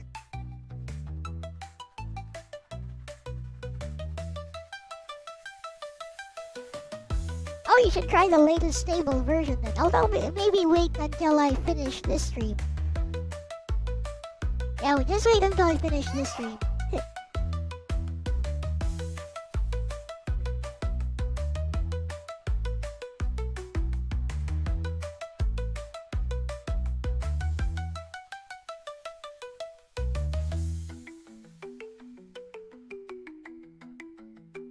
There's also an LBP friendly version, which has higher 300 HP for the main character, and like a 40 to 50 damage on each weapon.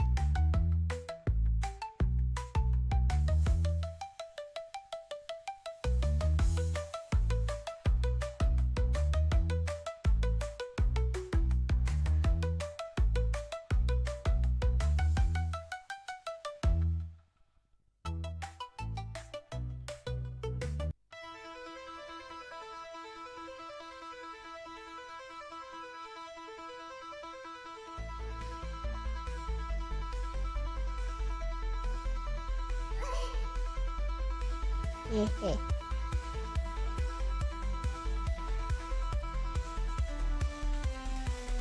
Yep.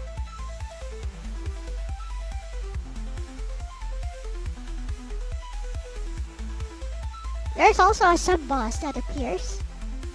Sub-boss appears 12 minutes in. You'll love the sub-boss.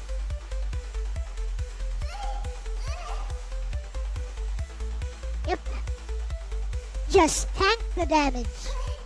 Best way to do it. Just tank the damage, recover by absorption. We good.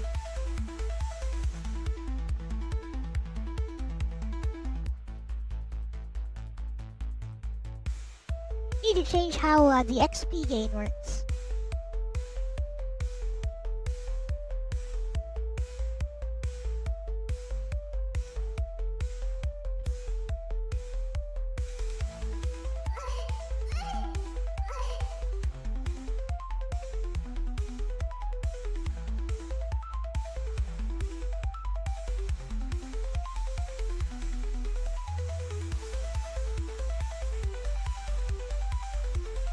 See, 95 right now.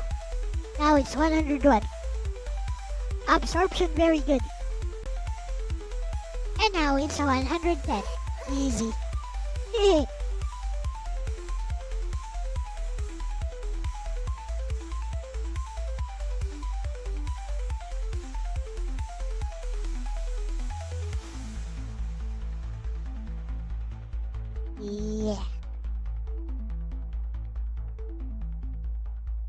Max weapon level is 20 right now. That's another new change.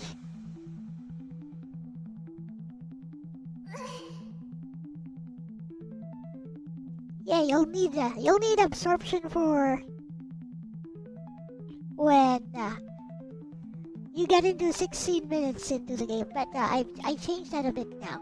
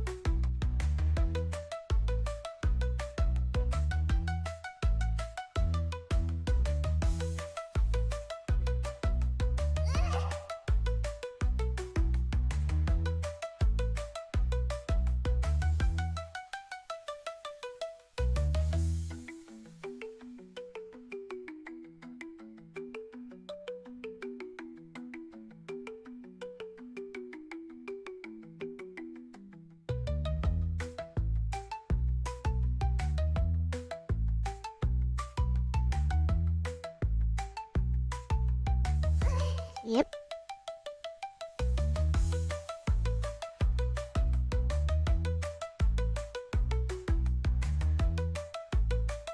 I want to change how these XP gems work. I want those rare gems to drop sooner.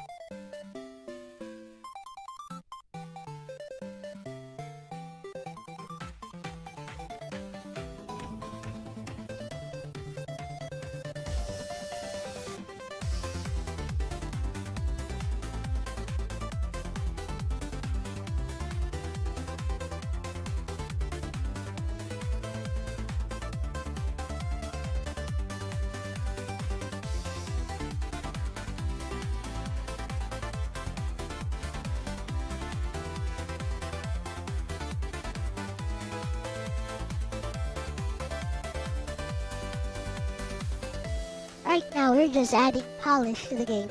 Wait till you see LCX. Did you just shoot me? There, that's what you get.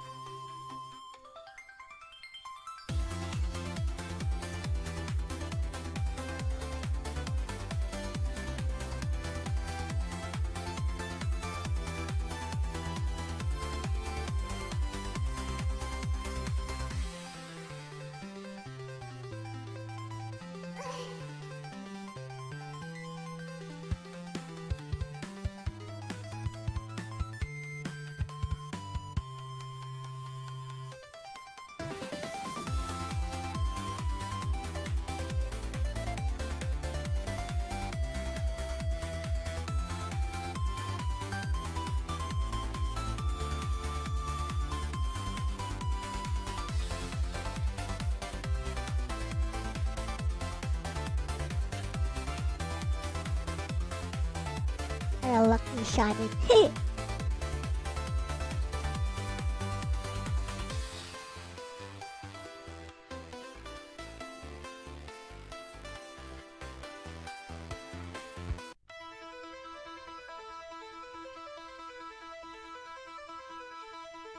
Some boss incoming.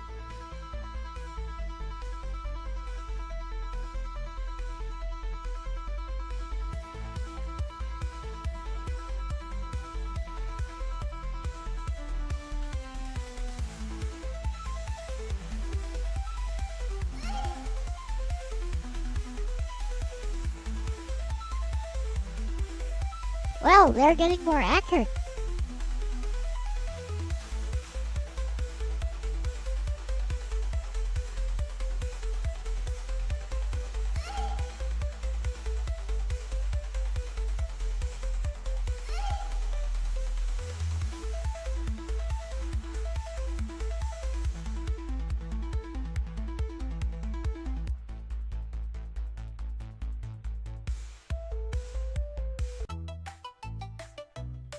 Oh.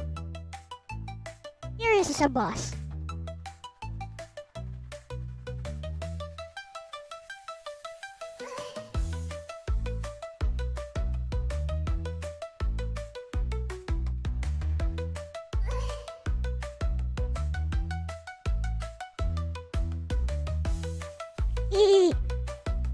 I killed him.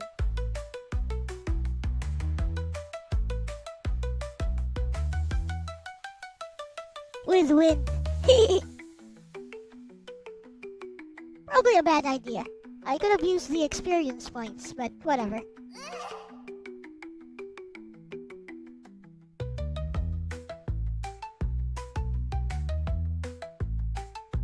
I need to make that boss wind immune.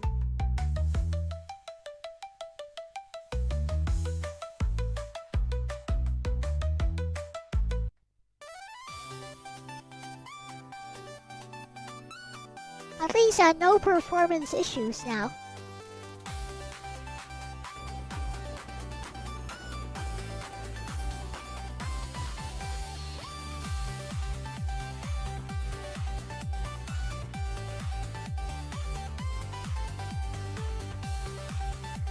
I heard LCX giant chibi yandere L is rather unfair. What was with Arus end yesterday? Well, yeah, that was the ending. You just see a shot of either Nobeta or Beretta lying on the beach. There's lore, by the way. In the weapon select, there's lore. I'll show you later.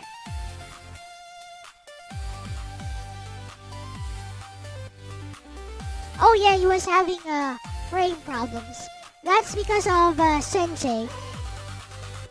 Because Sensei shoots those arcs and has to think every time, so if there's too many of them, which is what I've been trying to fix.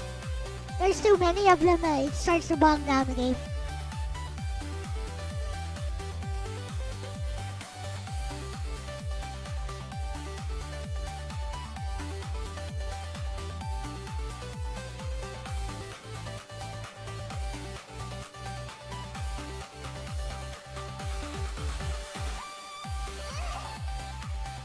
Anyway, I rebalanced how the game spawns in enemies so that it's more interesting, less predictable.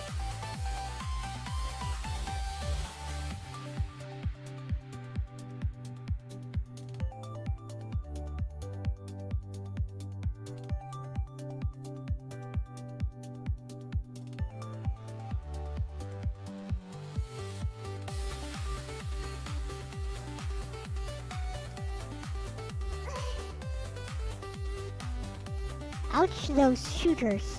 Those shooters, though.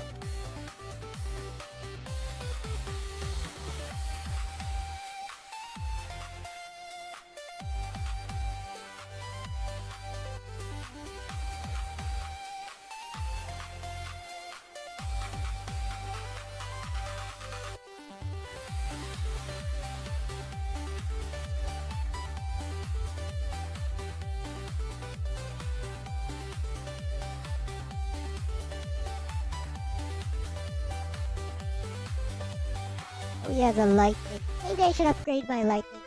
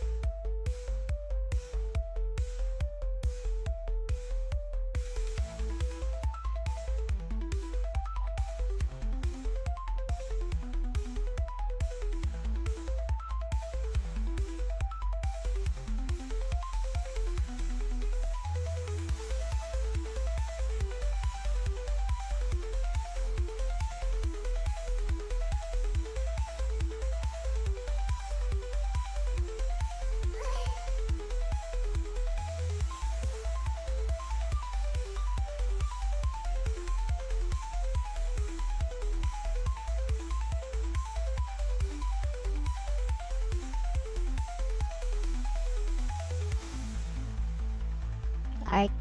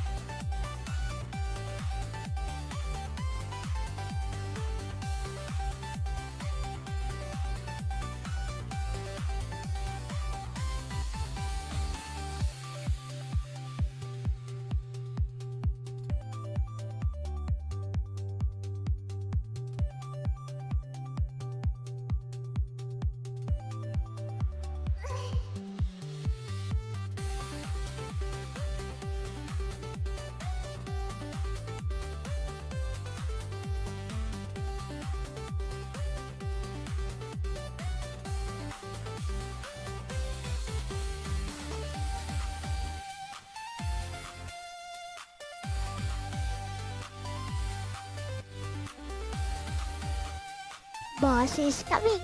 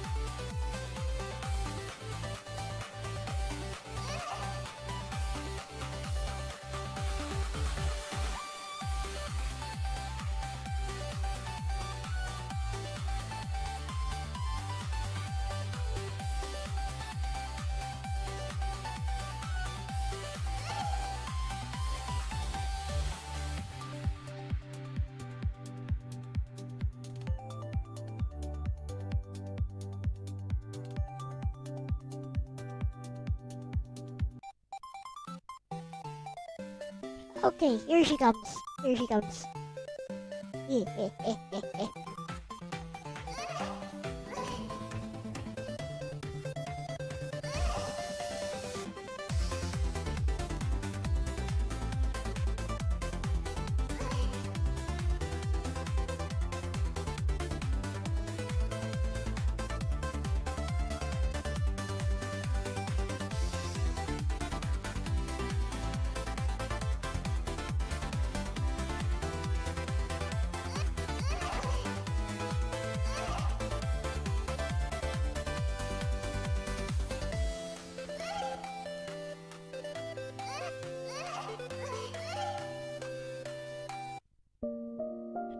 Gotcha.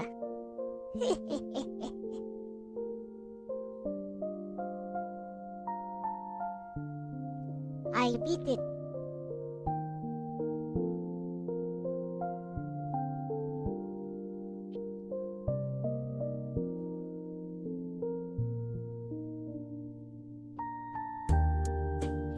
I'm thinking maybe clear all the enemies around 20 minutes. Yeah, I guess I'll do that. Stop spawning new enemies. 20 minutes.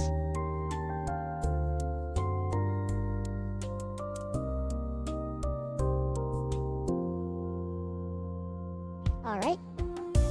Time for some game balancing stuff.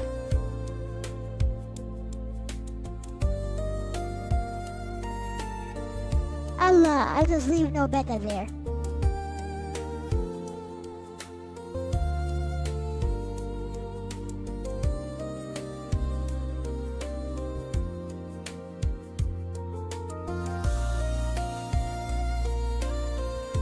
Hey.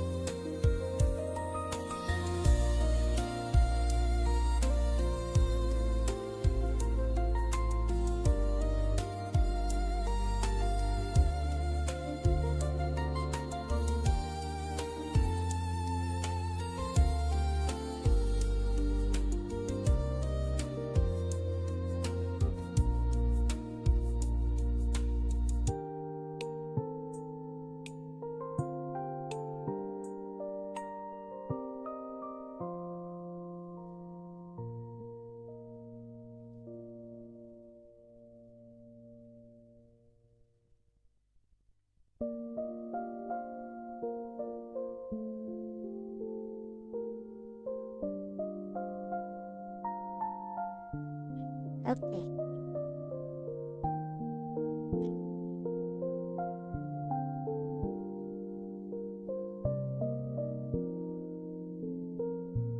Can we go to coding?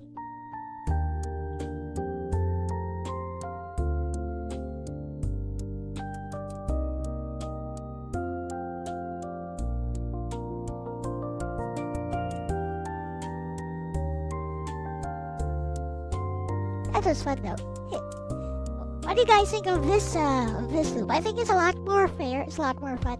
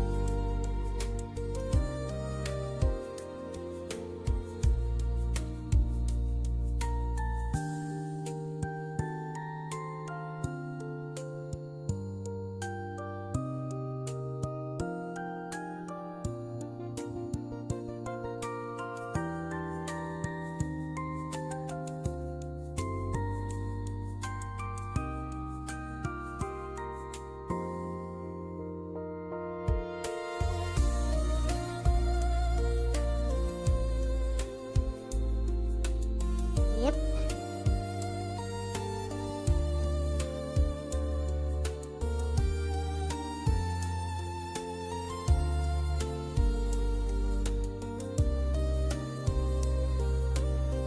I like how Bessie has to reassure me for every new code we add. Yes, this is okay.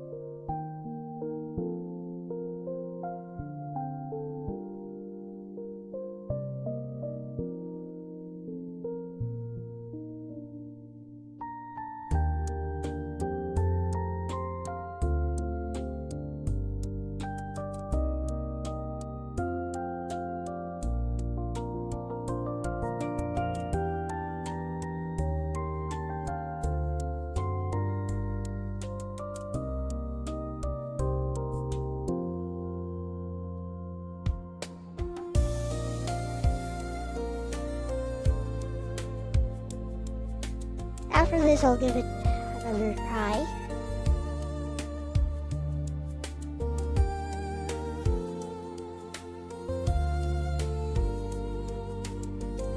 Okay.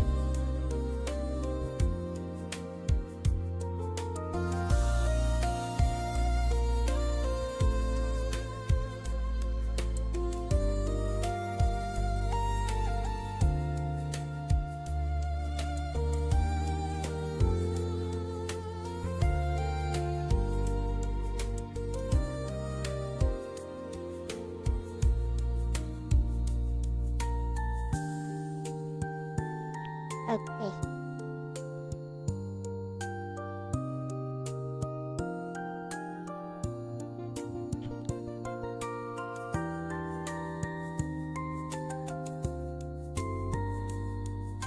Heh.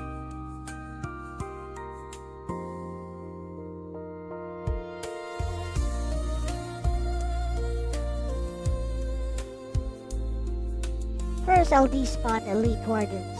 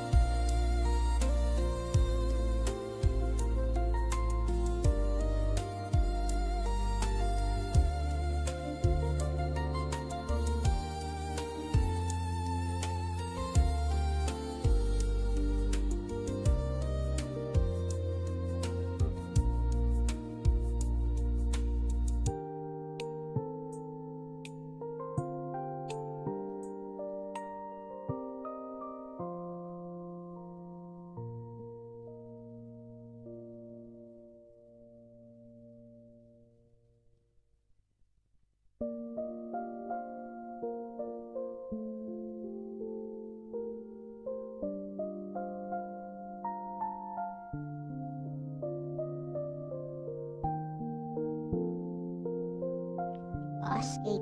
Alright.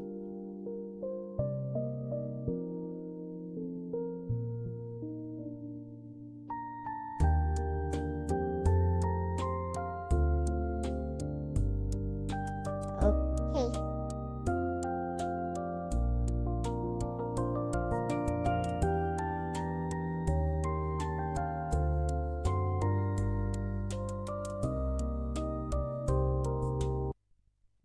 Nice. So I changed the XP gem logic. Gonna give it a try, and then we'll work on the boss. I'll keep fighting the boss here too. It's gonna be fun. I'm gonna spawn in the boss at like 10 seconds in. But first, we're gonna check how the XP gems go.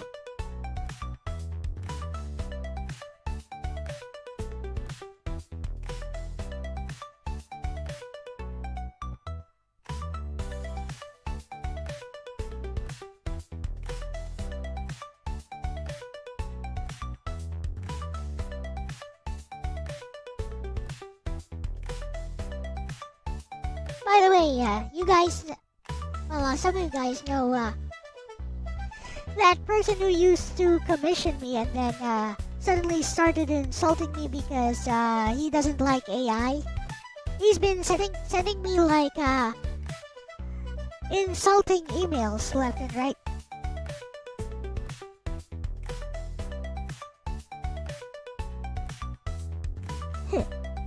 He even called Aris my monkey friend who's a third worlder. Wow.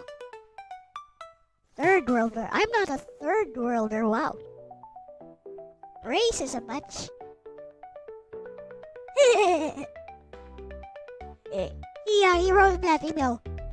He wrote in that email. I'm not a third worlder like you and your monkey friend. By the way, I could barely understand it. Yeah, he is very bitter.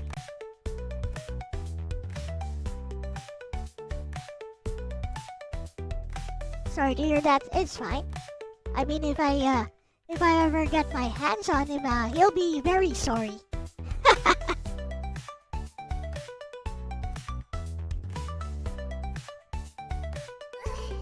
He'll be very sorry he ever crossed paths with me.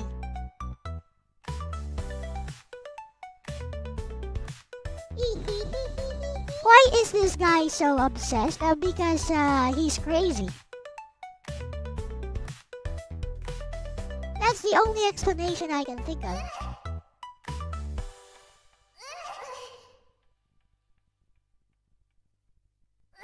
He's not right in the head. Some of you guys may remember him. He was obsessed with his brother. With his younger brother who was apparently so much better than him at everything. He hates all anime. He looks for anime recommendations but has a complaint for every last one of them. He looks for game recommendations and has a complaint for every last one of them.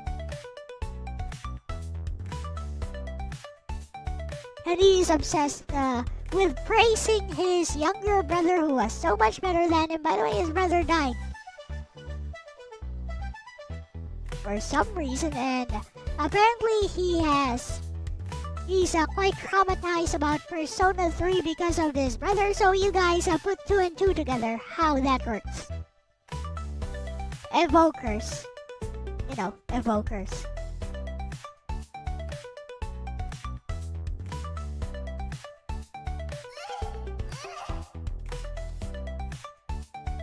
But anyways, he's been sending me some very insulting emails. I don't know what his problem is. And you know, I did some commissions for him some time ago. And then when we had that argument about AI art, which of course he could not win, because you know, his stance is based on emotions and vibes and not facts and logic. When he could not win, he suddenly goes, I've been holding this in for a while, but you're not skilled enough to get monetized. I deserve a refund for all those commissions I gave you. And I'm like, are you insulting me because you can't win the argument? Get the fudge out of here.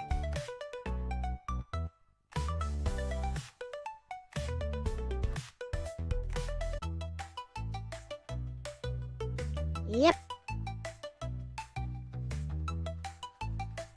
You know what, I'll put it on Discord.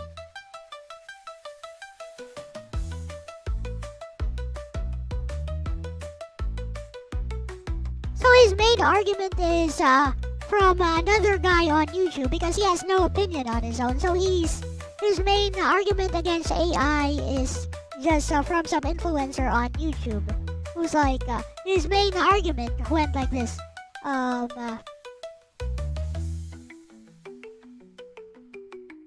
Jealousy and passion and I don't know. Jealousy and passion and greed and bitterness. That's what makes us human. That's what creates value. AI doesn't have that.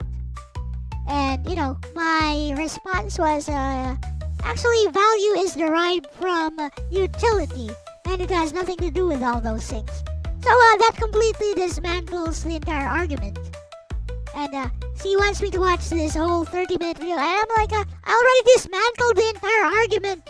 I dismantled the premise of the entire argument. Why would I want to watch the entire video? Are you stupid? Oh, yes he is. That's a rhetorical question. Yes he is.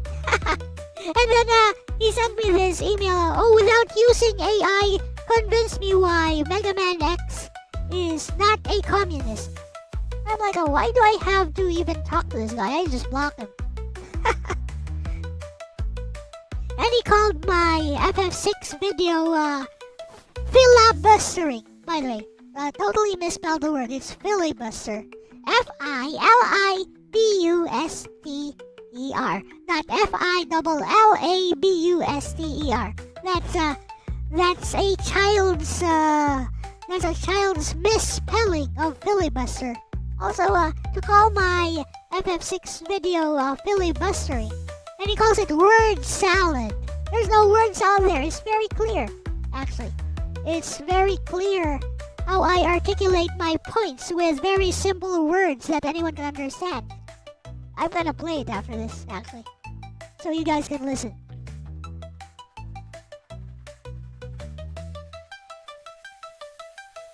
People who can't even think for themselves. People who don't even have a creative bone in their bodies. So, this guy was obsessed with some hentai.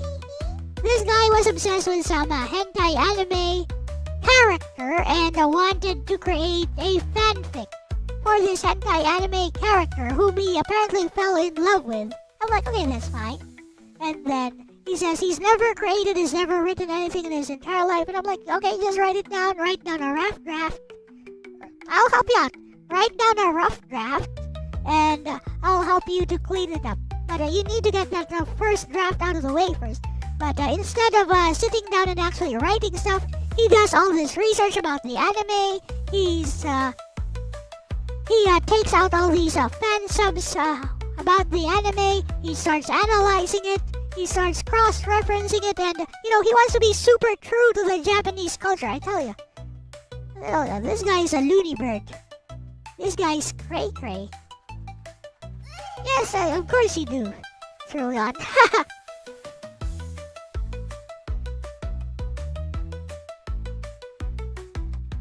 I tell you, this guy's cray cray. Instead of just sitting down and getting to work, just writing a flippin' fanfic, he's like transcribing an entire anime. You know what? Just go learn Japanese if you're gonna do that. All that effort for absolutely nothing. And I bet he got mad with me because I'm like, you know what? I'm going to help you. I'm going to help motivate you. Because he loved talking to me, by the way. So I was like, I'm going to help motivate you to actually sit down and write.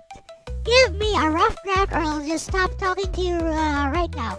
So I'll stop talking to you until you give me an actual rough draft. I bet he took that personally. I bet,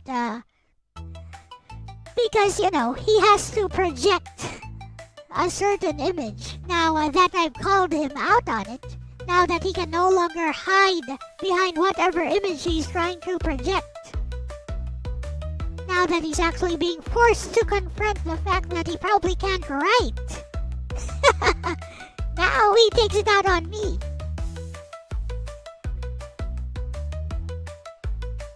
Baka, I'm trying to help him, but,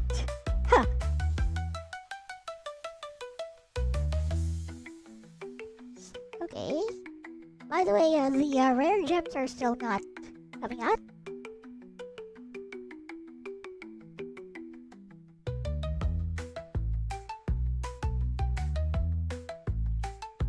Well, at least Sensei is just, not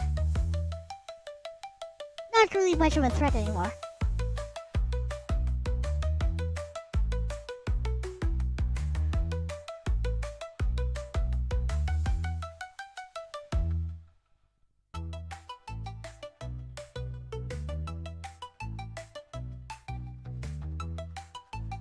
Just need to confirm. You definitely know who this is, by the way. It's early on.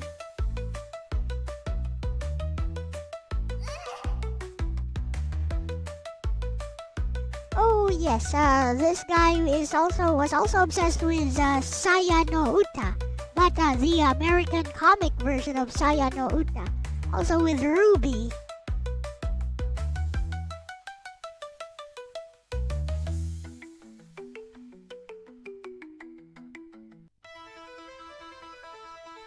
And yet when he's recommended actual good anime, he's like, he finds a problem with all of them. He finds some kind of deal breaker with all of them.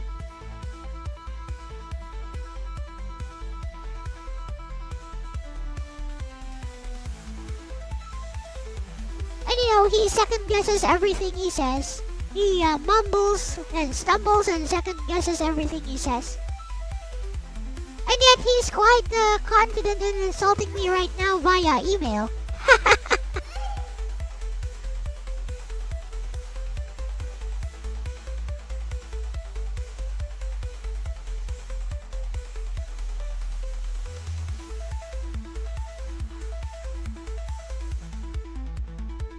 See, to me, this guy sounds pretty dangerous in an unhinged way. Sounds like this guy has an actual mental illness to me. What's up, Renee?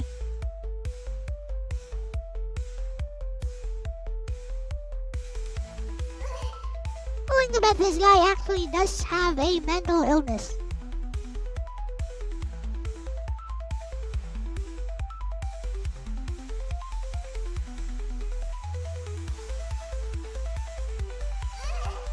Also, to ask for a refund, I have an asking price. I delivered, you paid.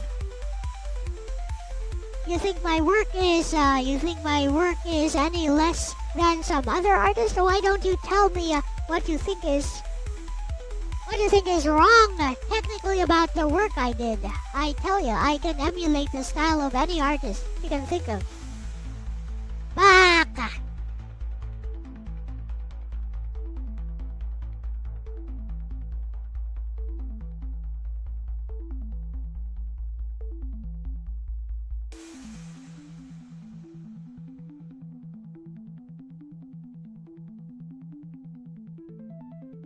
It's like the rare experience gems are still not.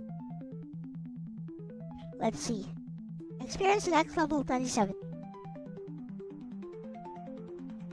Experience X level 26. Still a 1. Guess I'll need to keep going until we get to like the rarer experience gems.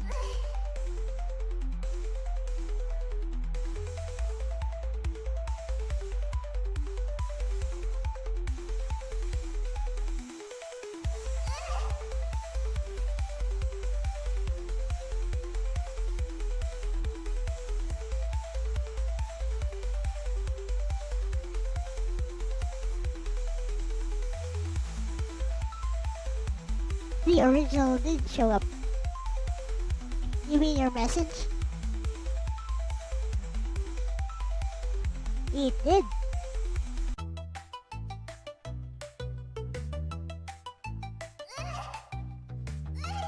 Kinda funny how he called Aris. I'm pretty sure he was referring to Aris, my monkey friend.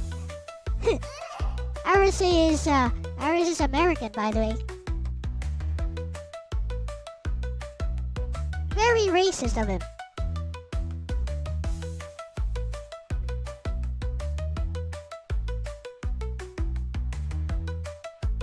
Very amusing because he definitely showed some woke ideals. That's the funny part.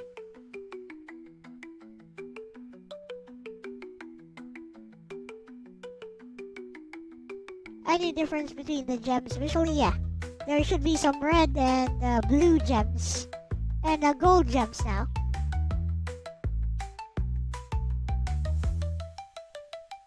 But they shouldn't be so rare.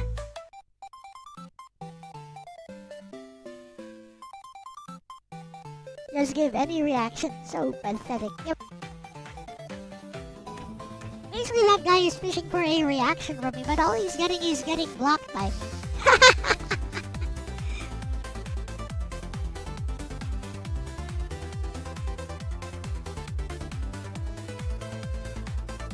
You almost hit me, you flippin'. Come here. There you go.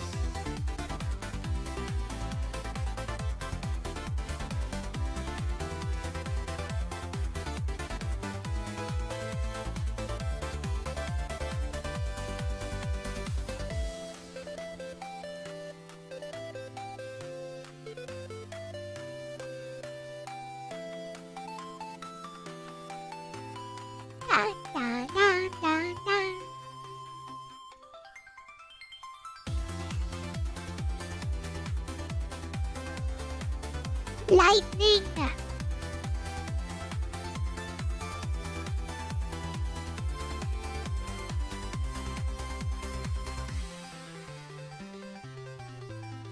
Very, very frightening.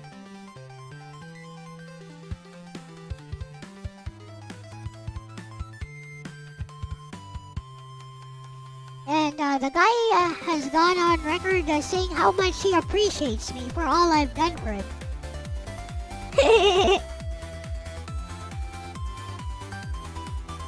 Yep, like all the evidence is there in my streams.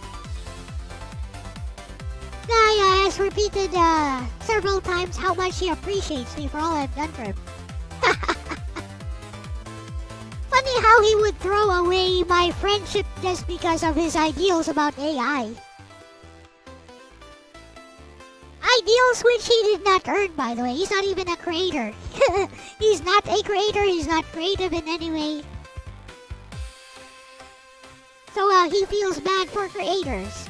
Creators like who? Like me?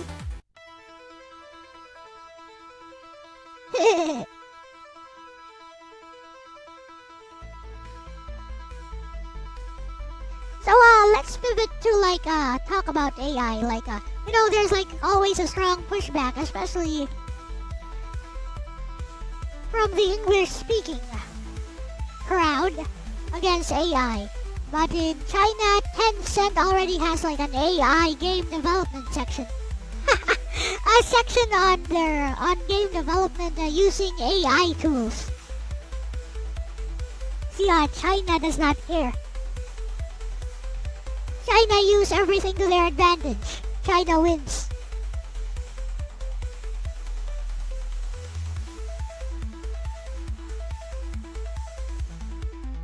China does not care about your abstract ideals.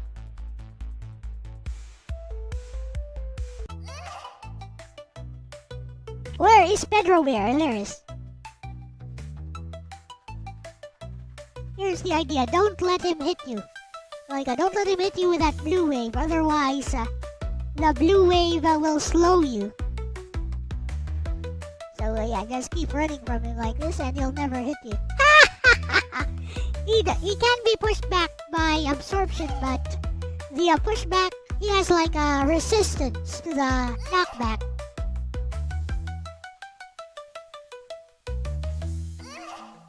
He has knockback resistance, so it's a bit risky to get close to him.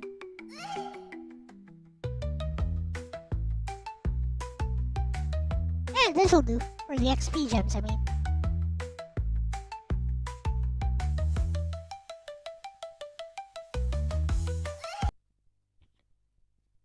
Let's get back to coding this.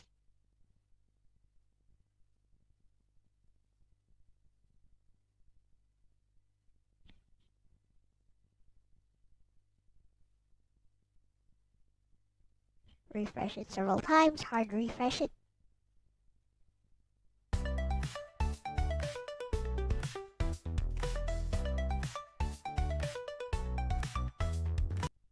Only thing you don't like is how these greedy companies are making resources harder for consumers for their data centers. AI itself isn't the issue. That is correct. That's the thing. It's not the AI that is the issue. It's the greed of these companies, which and their policies, which is displacing people from their jobs. It's because they find more utility with AI, and certain jobs become just obsolete. But that's not the fault of AI. AI actually makes certain processes a lot easier. That's the fault of the company and having no safeguards against, sustainable development of AI. There should be safeguards which protect the livelihoods of people. That's very simple. There should just be a legal safeguards against people getting displaced because of AI. But that shouldn't mean not using AI or, fostering some ideological AI hatred. Now, that's the stupid part. Seriously though. People need to stop thinking so much in black and white. Why do you Westerners, look, I'm going to be racist here. Why do you Westerners think so much in black and white? It's always oh, you're anti-AI, or oh, you're pro-AI. How about, bro, I just like using AI. But if you have proof that AI has actually done something, actual proof, in general, has actually done something that is edel, which of course it hasn't. There's these anecdotes of people apparently committing the Sudoku because ChatGPT told them to. Bro, that's the result of unfettered access to AI by people with mental health conditions like this person who keeps insulting me. Yep, it's either one side or another. It's like, you are either a wise stoic sage or you are stupid like the rest of the world. Even though the person saying this can't even articulate what it is. Except vibes. It's all vibes.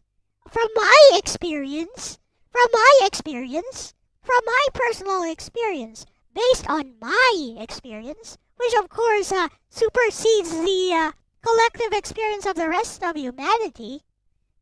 Like, people are stupid in general.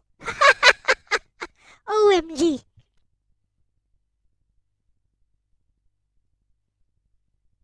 OMG, some people. I like that pivot though. Sorry. Sometimes I am very petty, but I admit that. I am quite petty, and I openly admit that. But if I am so petty, why should anyone listen to me? I don't know, because maybe most of the time I actually make sense. And if you call me out on something that doesn't make sense, maybe it's because I actually listen. Wow, I actually compromise. You know.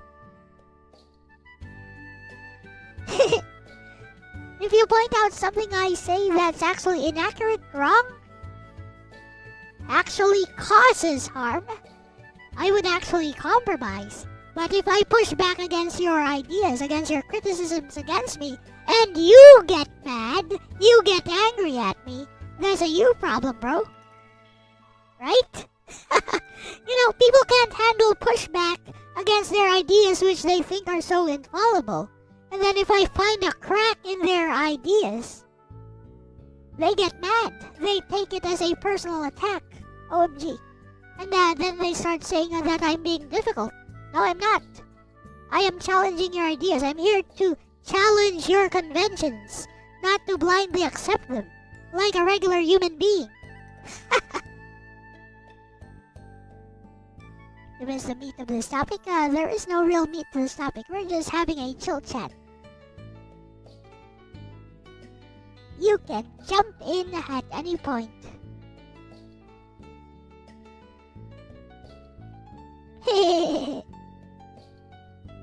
I changed the font. I changed the title screen. Yep, I changed the title screen actually. That's actually embedded into the title image. I was working on it earlier. I wanted to go for like an isekai anime look. Ah!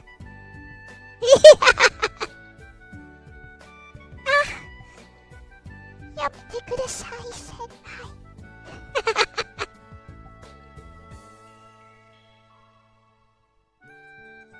How dare you! You can't agree to disagree now. Nowadays, you must choose a side, dayo.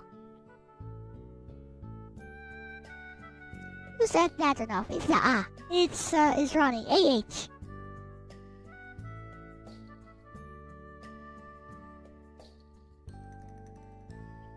There's levels to that. Watch. This should also trigger something, I think. Yamete kudasai. There you go.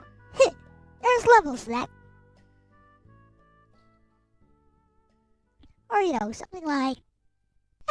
Yamete kudasai.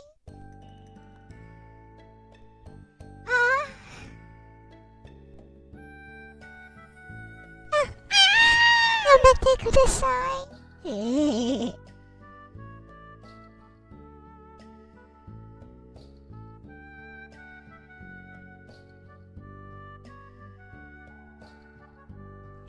Okay, let's work on boss logic while the game is working fine. And I shall push this into the latest version now.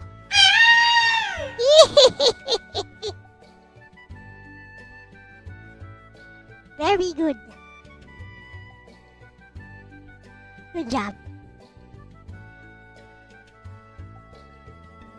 Now then, push these changes in. Yep, gulag is another.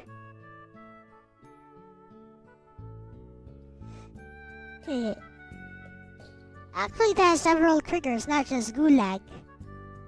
They're all things that a certain person likes to say a lot. You know who he is. He's a good friend.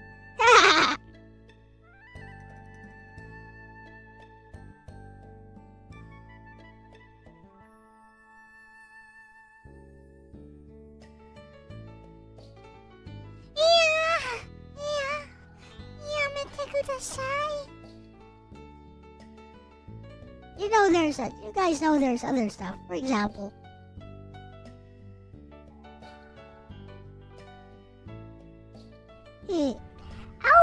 overrated. Got tons of those. Or this one.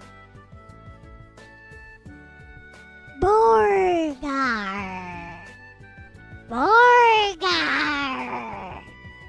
That's me trying to roll my R's, by the way. That's what you get instead. Yep, both overrated and underrated have stuff. Overrated! Underrated works too. Underrated. Burger does not work. It must be Borgar. Borgar! He's not burger. Now then, let us work on boss logic.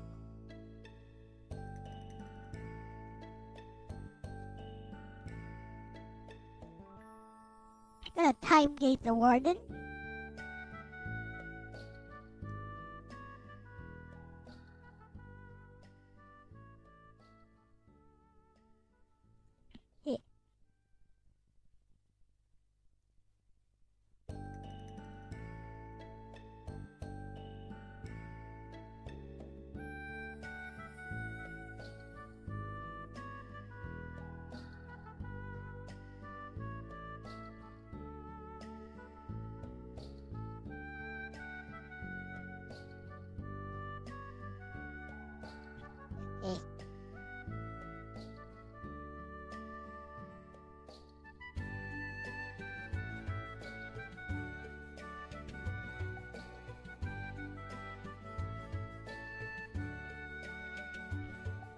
I guess I can show the coding thing again.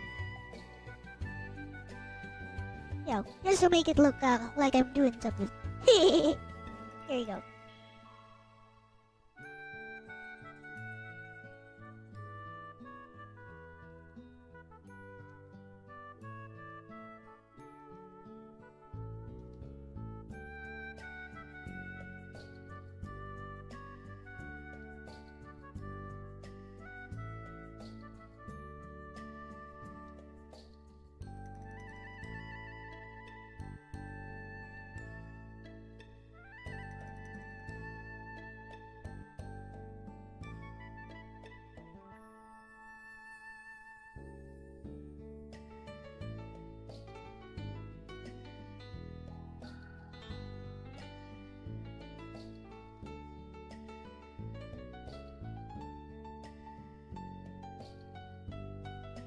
Let's change boss behavior.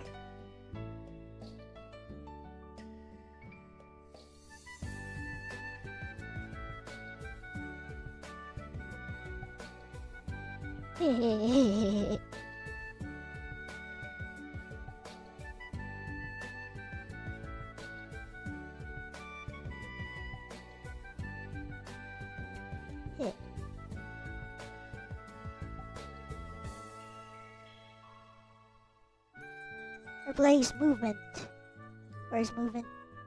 Movement.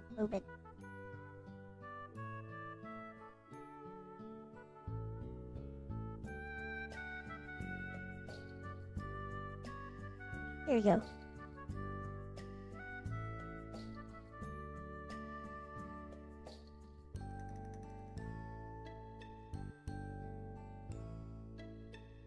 Okay. Check. This is C. Yep, still works.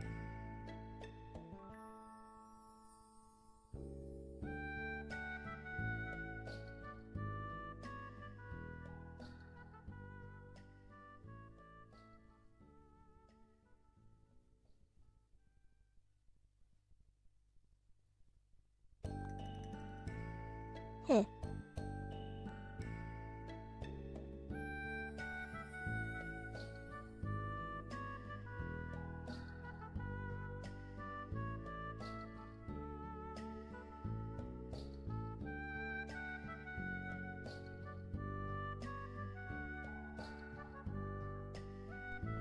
Ah!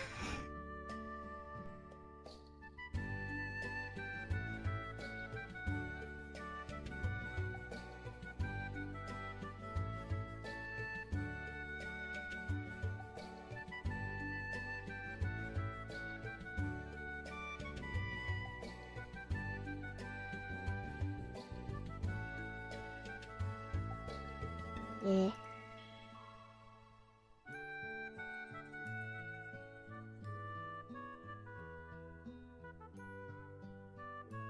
What does this close? Wait.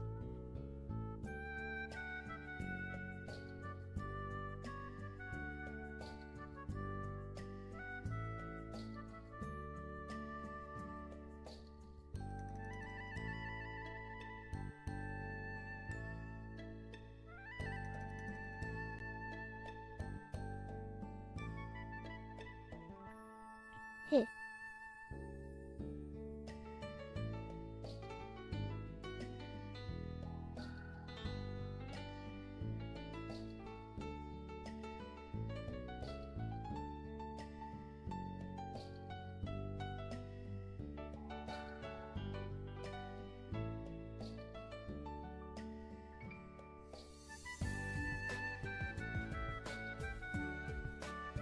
Heh. Okay.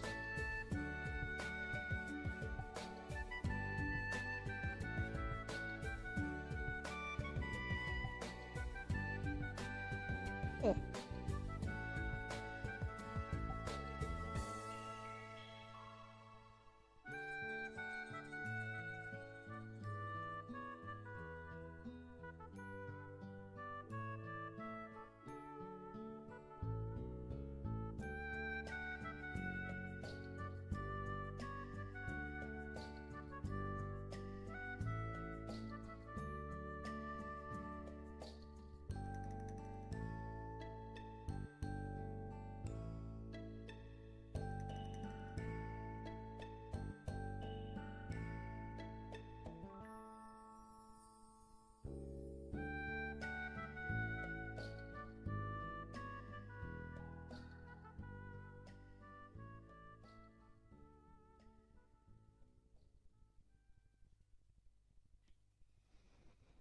Yep. Hey, I just did a new. I just did a new thingy. Here.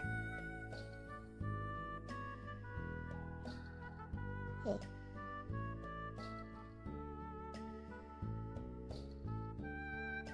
Let's refresh.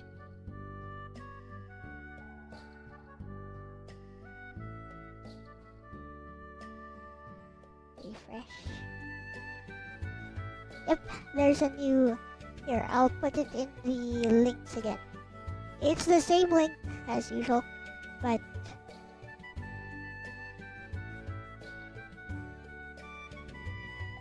here you go. Pin message. There we go. What happened to the code? Whatever.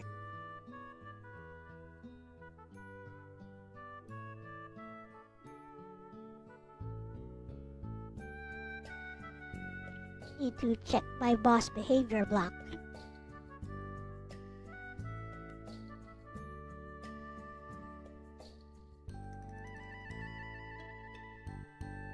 I'll change the boss HP to like 9999.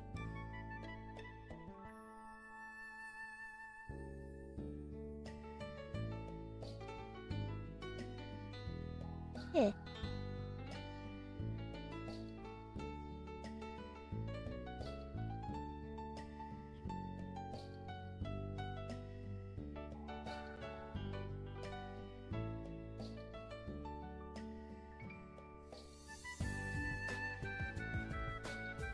Eh.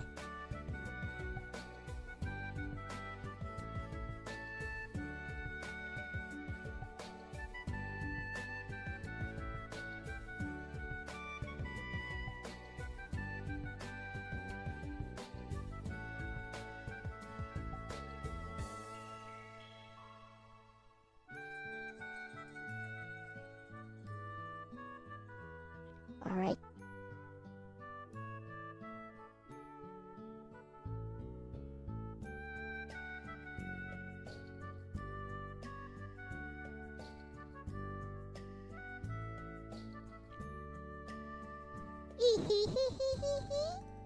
Hey.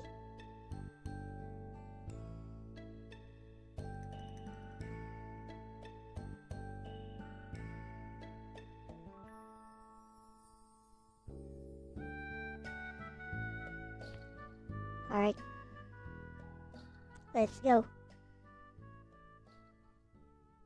Oh wait. I'll make the boss appear at around 10 seconds. And to make it fair for me, I mean, I'll start ice at level 20.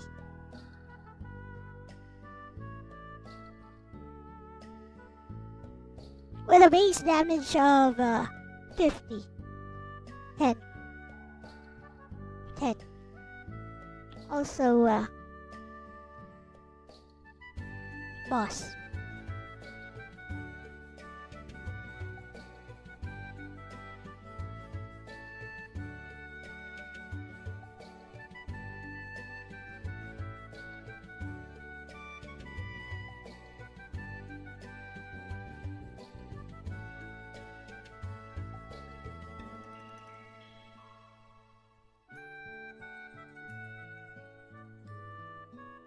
Boss now has 20k HP.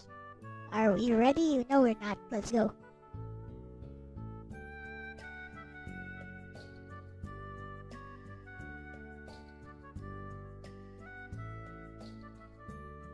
Let's see how the new boss feels. Sending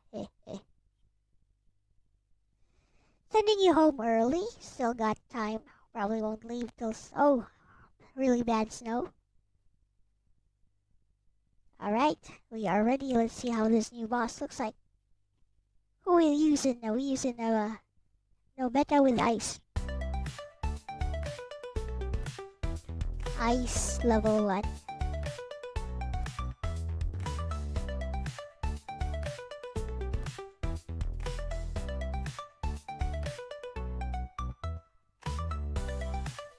Never got to refresh.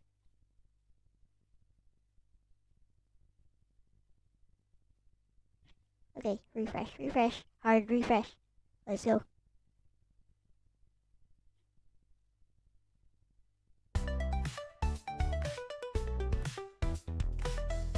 Okay, so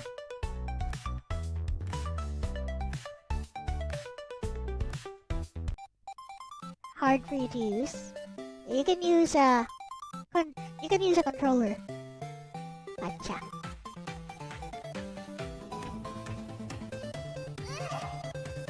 Hey!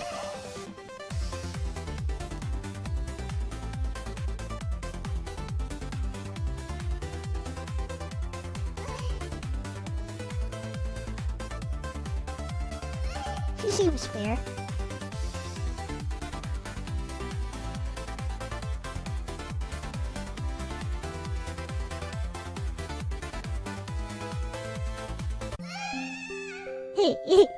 She seems fair.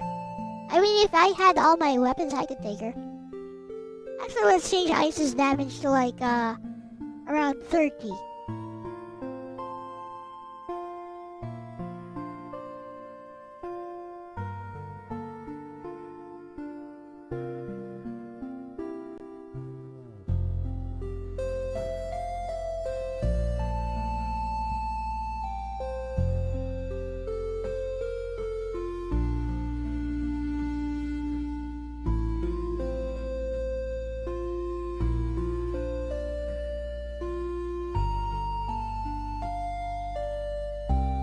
Alright. Round 2. Let's go. I made ice OP. Oh, I turned ice into its around level 10 damage.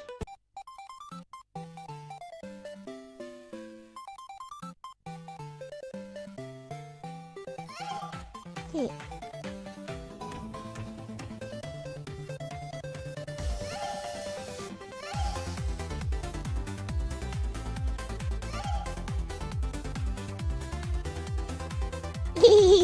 She's fair. It's okay, she's fair. Is she fair?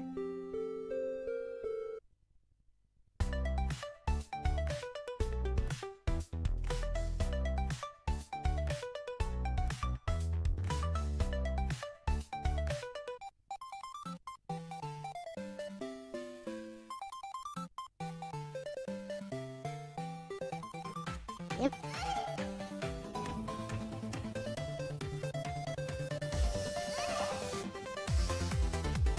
You see, she has a knife. She wants a slice of that Nobeta cake.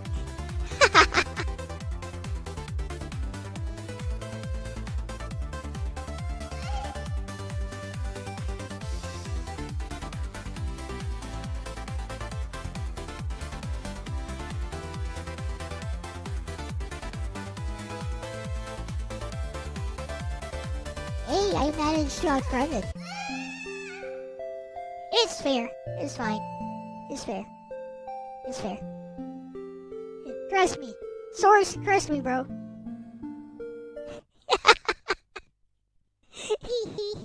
It's fair. Trust me. It's okay. Let's change Ice's base damage back to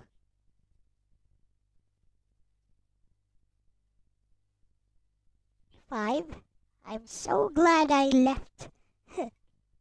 So glad I left, like, a comment there. Otherwise, that would be disastrous. I mean, I have other copies, so I can just look there, but, you know, gets kind of boring doing that. Now, what else did I do? Oh, boss time.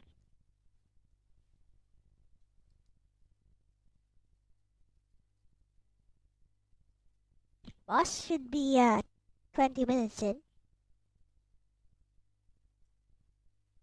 Or 1,200 seconds.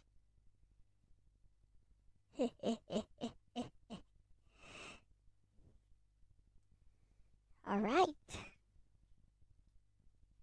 I mean, the code is huge. There's 5,596 lines now. If there are, I know what each part does. It's just 3 different parts. There's global constants and variables. There's the update section, update delta time. There's the draw section. That's it. That's it. Easy. It's just 3 parts. That's all that's happening here. So constants, updates, and draw. Draw obviously being the visual part. Now the initiation, reset, and stuff, and loop. It's all just at the very end.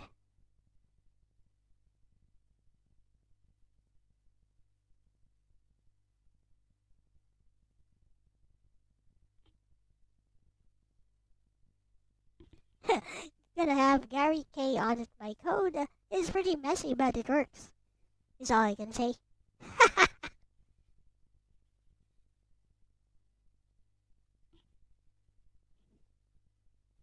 There's all kinds of guards and stuff, which is from bug fixing.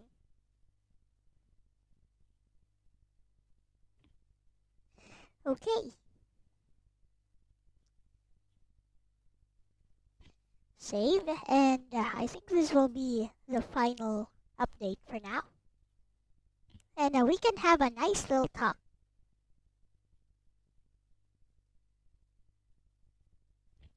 we'll have Misty talk to us again. Narrate some stuff.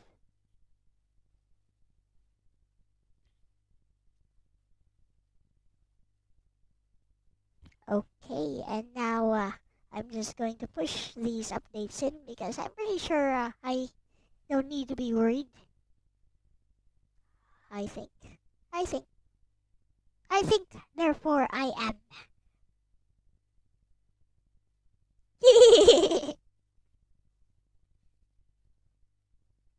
You know, back in my college days, in our philosophy class, people did not understand what that meant. By the way, like we always memorize it. We always memorize it, even in world history. We memorize that. You know, I think, therefore I am. Cogito ergo sum. We always memorize that, but most people just, especially my classmates, by the way, just did not understand what that is. And it's probably explained much better for you guys, right? Right?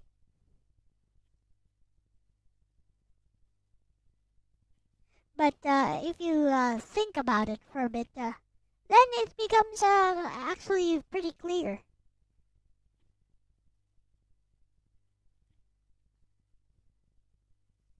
Especially if you watch a lot of anime. It becomes very clear because they always say the proof of who I am. The proof that I am me. They always say that in anime. This is the proof that we are alive. Proof of our existence. Basically, I think, therefore I am is the proof of existence.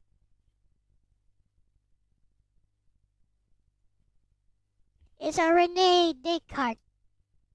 By the way, I think who said that? Was it? I don't know.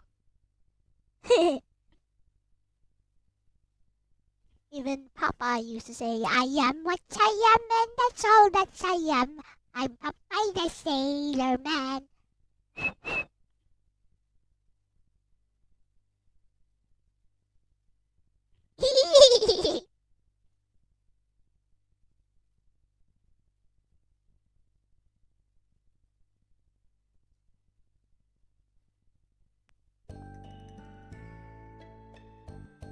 The professor would veil the back and forth, like asking students to define it, then letting them misdefine it, then telling them the answer.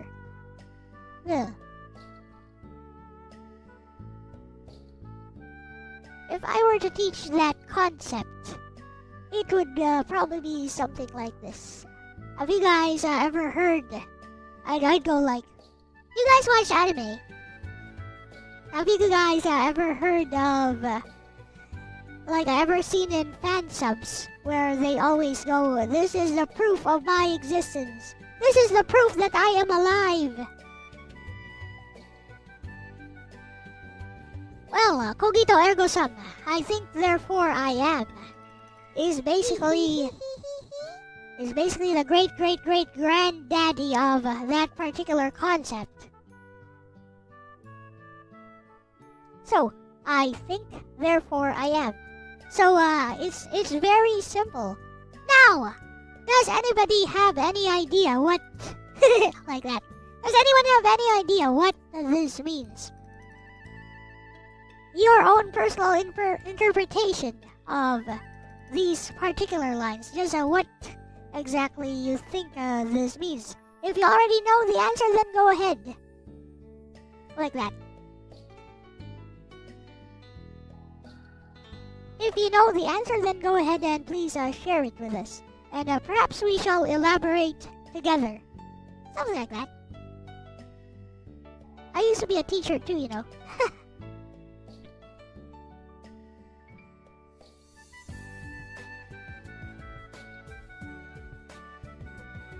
It made you sound dumb. I don't like stuff like that.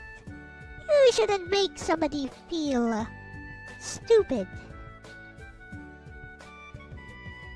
I mean, if somebody says something that's that's wrong, I'd just go, I'm sorry, but that's actually incorrect, at least based on the text we have here. But your idea has merit, at the very least.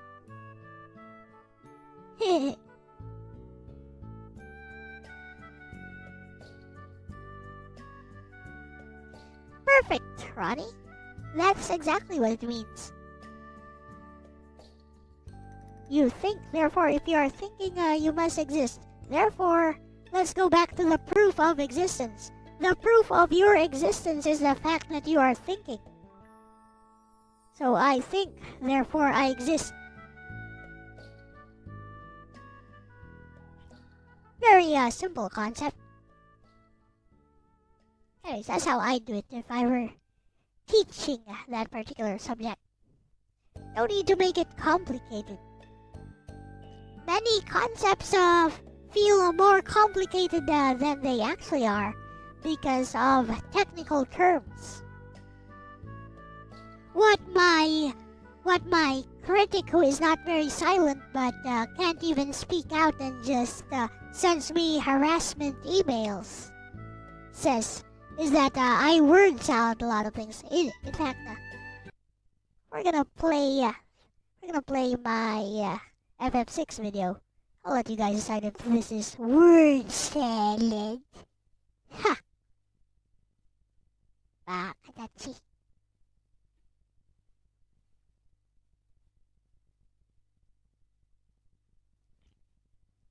Word salad.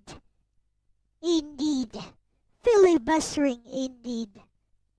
Look, if somebody here loves FF6 so much and wants to refute what I say, do it. I dare you, do it. You disagree with anything I said here? Do it. Disagree. Because everything I said here, very clear, very well articulated. Nothing is left ambiguous. There are no technical terms used here which somebody with like a grade school level education could not understand.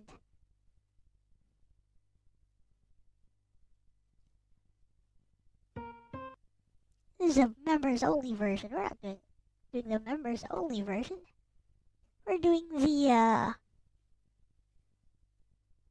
non-members only version.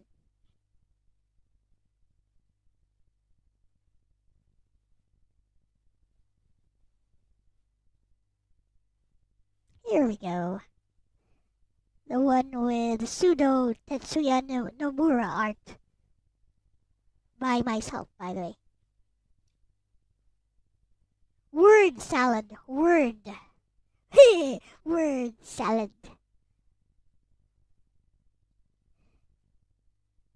Also, he called this word salad. There is no word salad here. The word salad is basically a pussyfooting around a particular subject by trying to over-explain it without actually explaining it. That's what word salad is.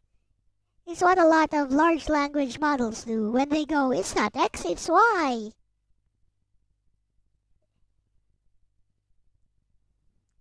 Alright. Where were we? Here we go. Ready? Are we ready, class? Here you go.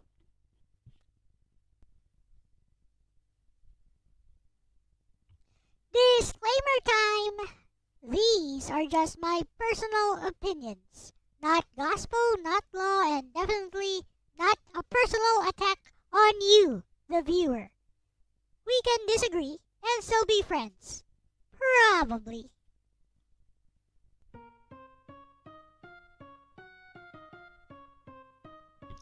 Why Final Fantasy VI is not a true classic, and why that's fine. There is a universal law in gaming discourse. If you so much as question Final Fantasy VI's greatest story ever told status, in case somebody says, this is the word salad, this is a literary device. It's a hyperbole. It's not meant to be taken literally. If you're taking this literally, you are literally stupid. Okay, let's go. Someone will materialize from 1994 to explain how you just don't get it.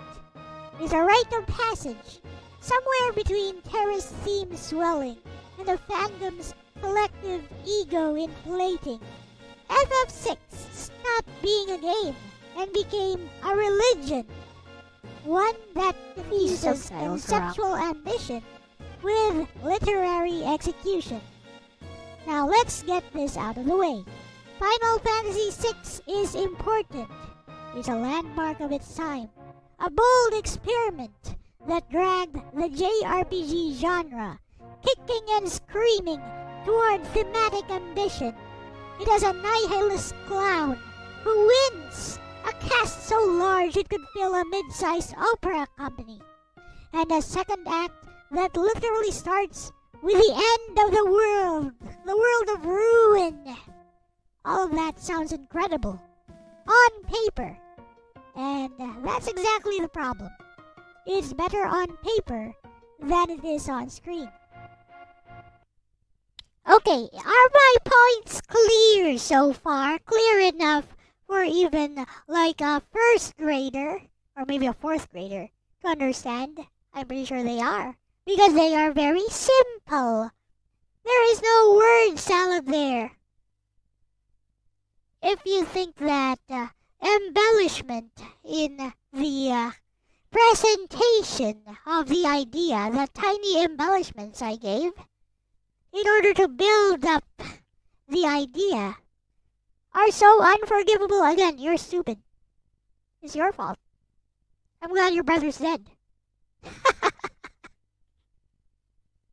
I hope you die too, by the way. The story that fans recite at you isn't the one you play. No, it's the one they conducted through 20 years of fan essays and headcanon. The fandom's collective imagination patched over the script's missing connective tissue, like a group project where everyone insists they did the heavy lifting. It's like a novel, they say. No, it's not. It's like a summary of a novel, written during a lunch break. A real novel lingers on grief, dives into interior thought, and respects pacing. Final Fantasy VI lets Cyan's entire kingdom die, gives him 3 lines to mourn, and then drops him into a haunted train because symbolism. See, very simple, very simple. I'm just saying that FF6 doesn't even elaborate on these so-called epic scenes. And how do we elaborate? Why, I've shown you guys how we elaborate. I made an entire visual novel to show you how to elaborate on that within the constraints. With the constraints of like the 16-bit medium. Within just the constraints of having being able to show text and being able to show dialogue, you can do that. And you know, you can't really tell me that oh, they couldn't fit all of that. Yes, they could. Yes, they could. They've been able to fit that much ever since the Famicom days. That text isn't going to bloat itself to the point of making the game itself unplayable, or making it so that there's only text in the game. They could insert novels into the SNES. What you guys thinking? Well, not you guys. You know, the naysayers. Let's continue. Cella's so-called suicide scene. A trope so abrupt it feels like the writers ran out of space on the cartridge and just wrote, "Insert despair here." Fans call that subtle. I call it unfinished. The myth of maturity. Final Fantasy VI's darkness is often mistaken for depth. Genocide, suicide, the apocalypse, that laundry called detergent called Tide. All excellent buzzwords for an adult JRPG. But darkness alone doesn't make a story mature. It just makes it edgy. Tales of Fantasia, released around the same era, handles grief and loss with 10 times the clarity and emotional realism. Yet, see, very simple. I say Tales of Fantasia did it better. And you can see that right away from just the intro scenes. I even had DJ Ronnie G play Tales of Fantasia to see that intro scene. You'll never see people writing 5,000-word think pieces about its opening hour. Why? Because it delivers its emotions cleanly instead of hiding behind interpretation. Final Fantasy VI's tragedy lives in implication, not text. You don't feel Cyan's loss. You read about how you're supposed to feel in forum posts, written 20 years later. Yep, the cult of ambiguity. Somewhere along the line, JRPG fandom decided that ambiguity equals genius. Final Fantasy VI's sparse writing became a blank canvas for fans to project profundity onto. Every missing reaction line became a master stroke of restraint.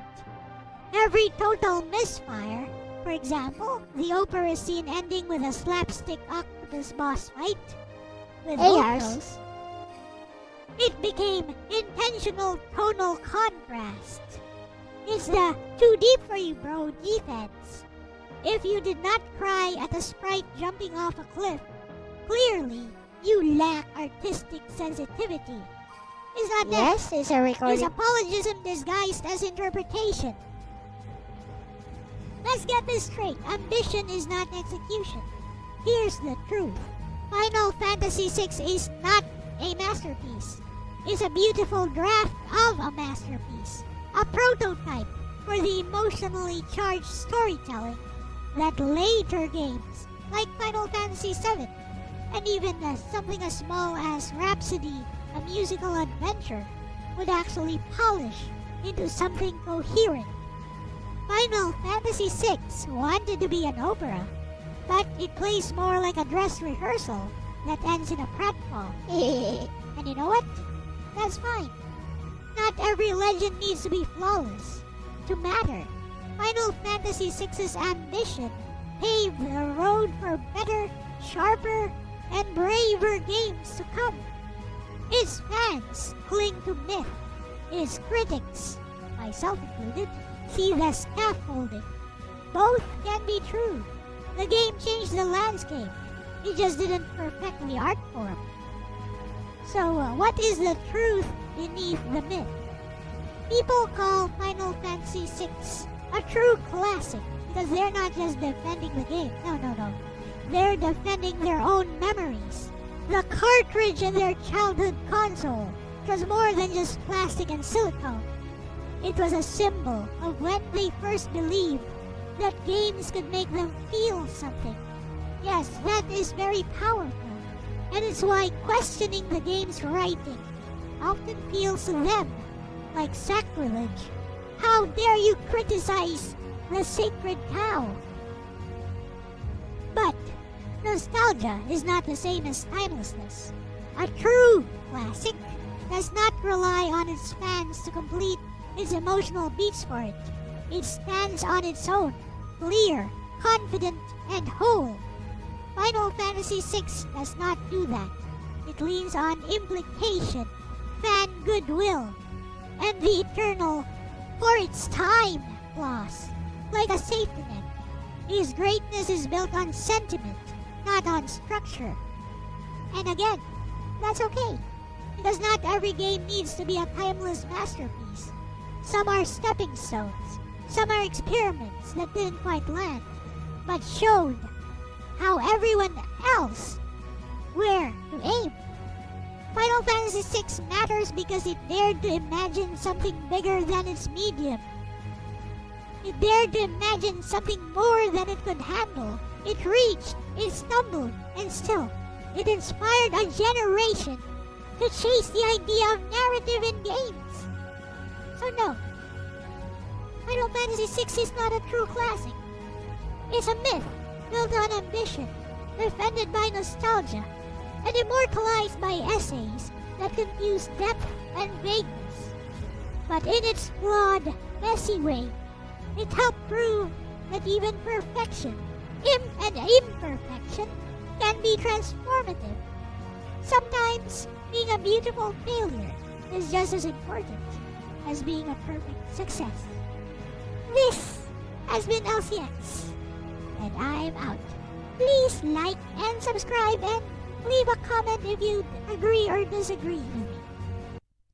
And I spent quite a bit of time thinking about my arguments there. And people will just say it's filibustering, is word salad.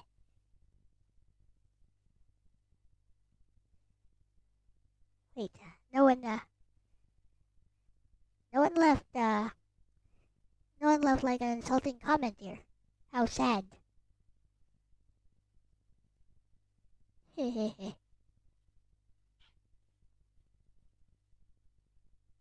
Yeah, nobody left an insulting comment here. It's more than the presentation could handle.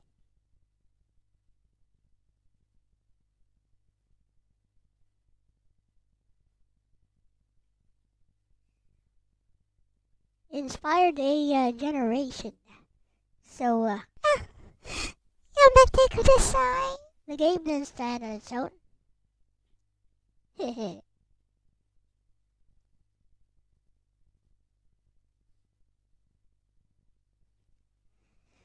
game stood on its own during its own time.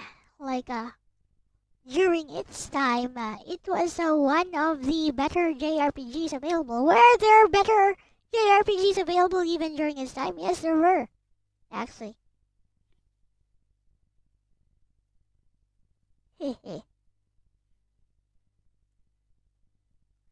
Orc likes to make the argument for Breath of Fire. I'm not sure if that's really true or not. Breath of Fire 2 in particular.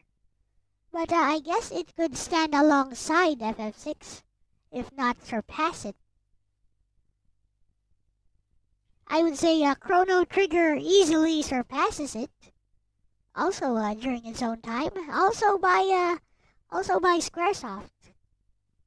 People often like to say it's the lost Final Fantasy game. It's called Chrono Trigger, but it's actually trying to be a Final Fantasy game, which I can see the argument for that. You posted a recent FF6 video you found in the Discord. Nice. Can we watch it? Let's watch it. I'll react to it. Let's see. I played Final Fantasy VI. I understand the hype now. Alright. So, because we are going to watch this. With each passing generation of consoles, there has been one series. Okay. We're gonna add a like to this at least, because we're gonna watch it. That continues to stick around. Final Fantasy. Final Fantasy has been around since 1987, and to this day, it continues to thrive. It is without a doubt the series' beloved, and a very much beloved game in this series for many is Final Fantasy VI. Odin here. Final Fantasy VI is a game that surely stands the test of time. This game really stands out as one of my favorite games in the franchise, and it took me so long to play it. That is a crime in itself. So, want to hear my thoughts on this masterpiece? Well, so we're gonna skip the intro part. It's that part was all just gushing about the game. Nothing significant was being said. Let us move on to this part here. Final Fantasy VI was the last Final Fantasy game on the SNES or Super Nintendo Entertainment. Historical significance? I don't care. I'm looking at this from the perspective of a consumer. Can I skip this? Have you seen this, Roland? You think I can skip this? When we talk about historical significance, I'm like, bro, I'm not a historian. I'm no historian. I don't care about its cultural or historical impact. I only care about the game itself. Yeah, let's skip this.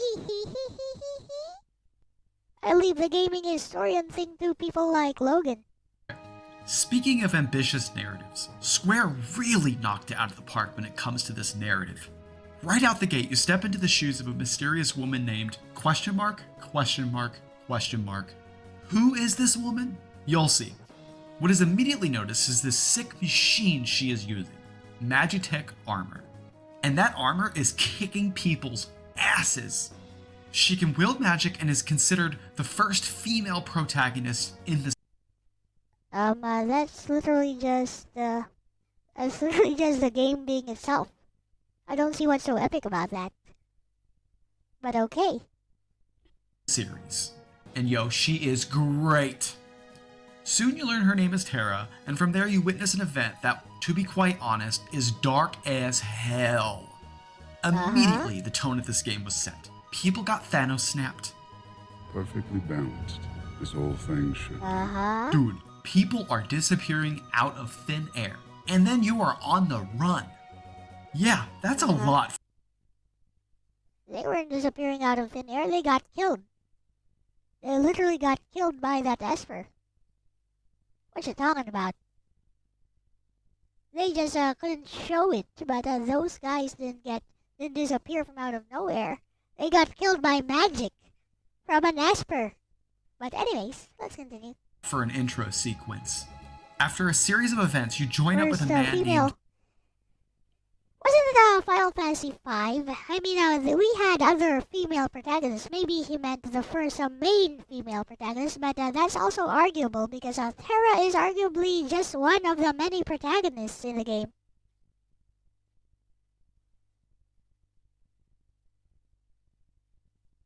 I mean, it's a matter of interpretation, I think. Also, while Terra is a central character, the game, I think the developers of the game themselves, the writers themselves, consider all of the characters that you can recruit as main characters. Although, I guess the narrative itself revolves around Edgar, Sabin, whatever, Terra, Celis, Locke. Those are the Setzer to some extent, I guess. With that said, let's continue. Locke. He claims he is not a thief, and he helps you on your journey. Locke is a character you just cannot help is going to betray you at some point, but trust me, he's a great guy. As the story continues, you gain and lose access to characters, which leads to the cast and its size. The cast is extremely large for a Final Fantasy title. The standard JRPG trope, or well, the trope I guess I have in my head, is 7 characters. I know, so far this video is just repeating ideas from other people who like the game, who love the game. I don't dislike the game, by the way, I like the game as well. But so far it's just regurgitating ideas. Am I wrong? I don't know. I don't see anything new, anything novel being presented here. Now this is what I call actual word salad. This game has 14 recruitable characters. I knew! I've heard it before. I played this several times before. Anyways. 14! As you get further in... Who cares? One of the games that I like has 108 playable characters. And the narrative is actually very good from the very beginning. The storytelling itself is amazing. From the very start, it's called Suikoden 2. It starts with an actual betrayal. A betrayal that leads to an invasion. And that betrayal is a betrayal of your own people, and of the youth brigade of young soldiers being sacrificed, killed by veteran soldiers, all in order to have an excuse to invade enemy territory when you're the one who killed your own men in the first place. That's amazing! But not only that, from the very beginning, in Suikoden 2, we already have an established relationship dynamics between Rio and Joey.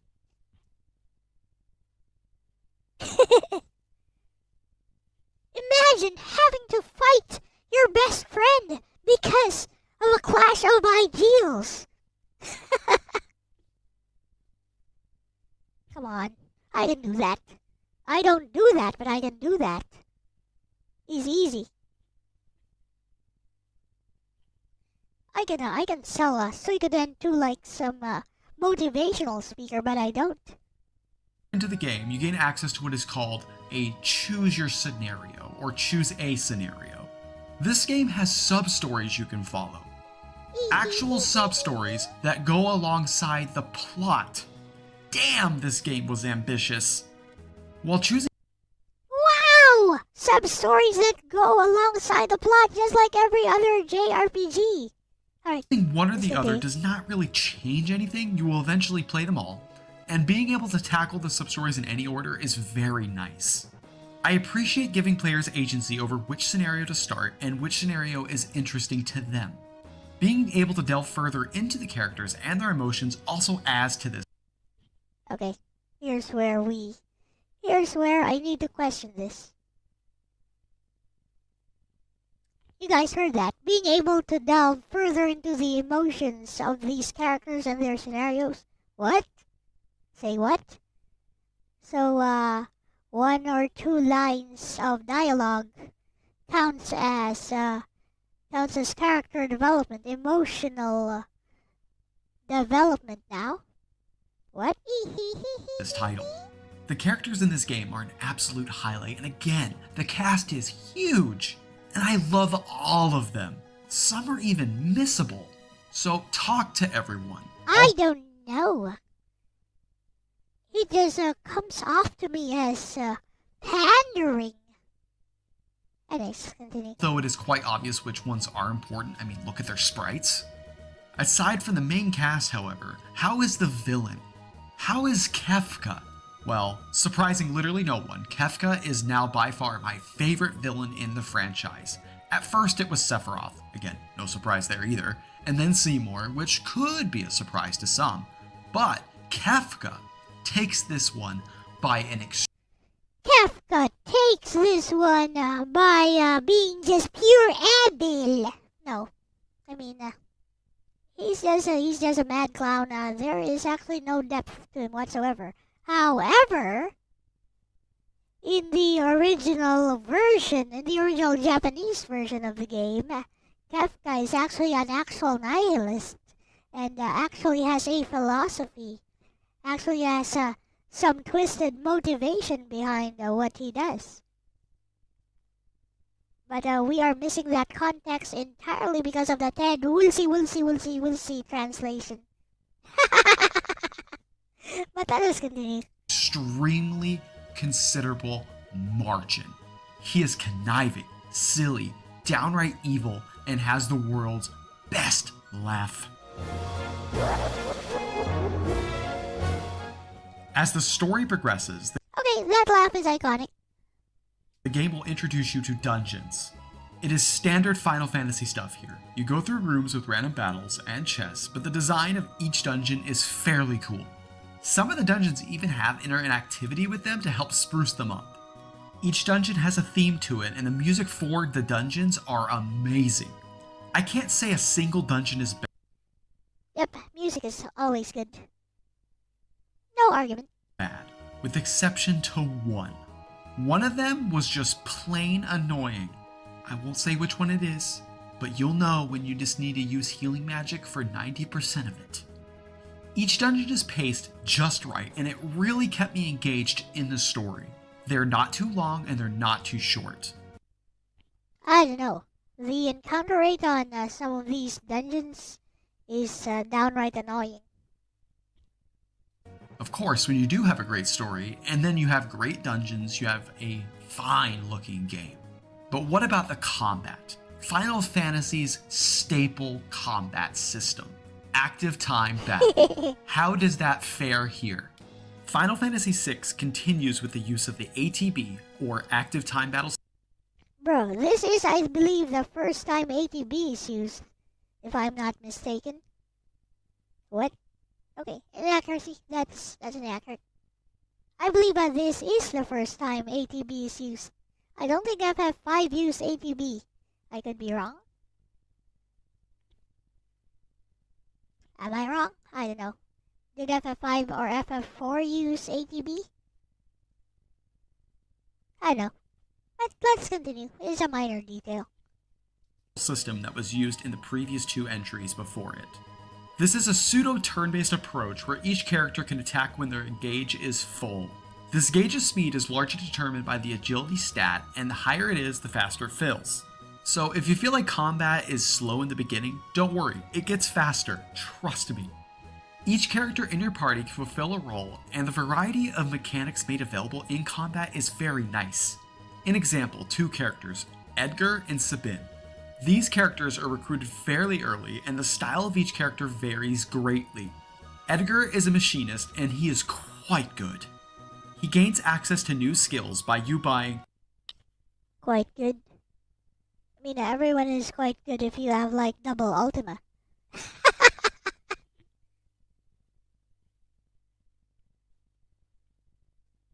Literally, everyone is good. Just get Ultima. Spam it. Every last one of them is good. Level up your magic stat and spam Ultima, your intelligence. Level up intelligence, spam Ultima. Win. Easy. Oh, Kefka randomizes which party members you get. It doesn't matter if everyone can just spam Ultima. Ultima is the answer. Ultima is optimum. Ultima is the answer to everything. I mean, except for Locke. Locke can do like a multiple hit attack, which does a lot more damage. Also Terra. Terra can also do like a multiple hit attack, but Locke does a little bit higher damage than her, I think.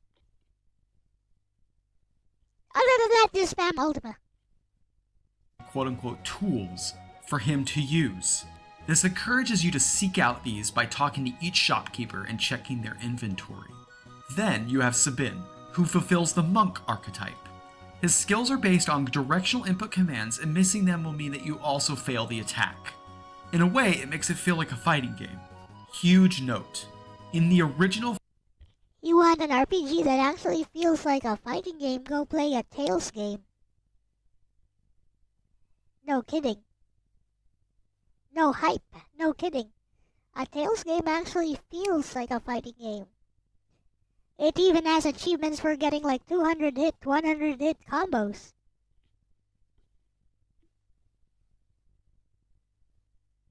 I mean, Guys is a fighting game. Dissidia is a fighting game. Smash is a fighting game. I'm talking about RPGs though. Final Fantasy VI, you did not have the tooltip for these during battle. Which, I will be honest, I'm glad that's in this game. Sure, it makes it easier, but at least I don't have to be infuriated by not knowing what exactly happened. Characters like... So Vegaster taught me while I was playing this. In order to do the Hadoken input, just do down, down, forward.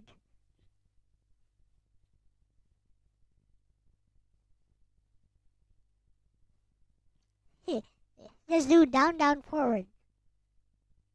Chocobo's Dungeon. You didn't mention Chocobo's Dungeon there. Chocobo's Dungeon is obviously a roguelike. like these make the combat of Final Fantasy VI feel extremely fresh.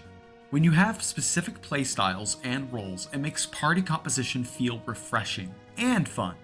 It can be even further elevated when you further build out spells or roles for your party members.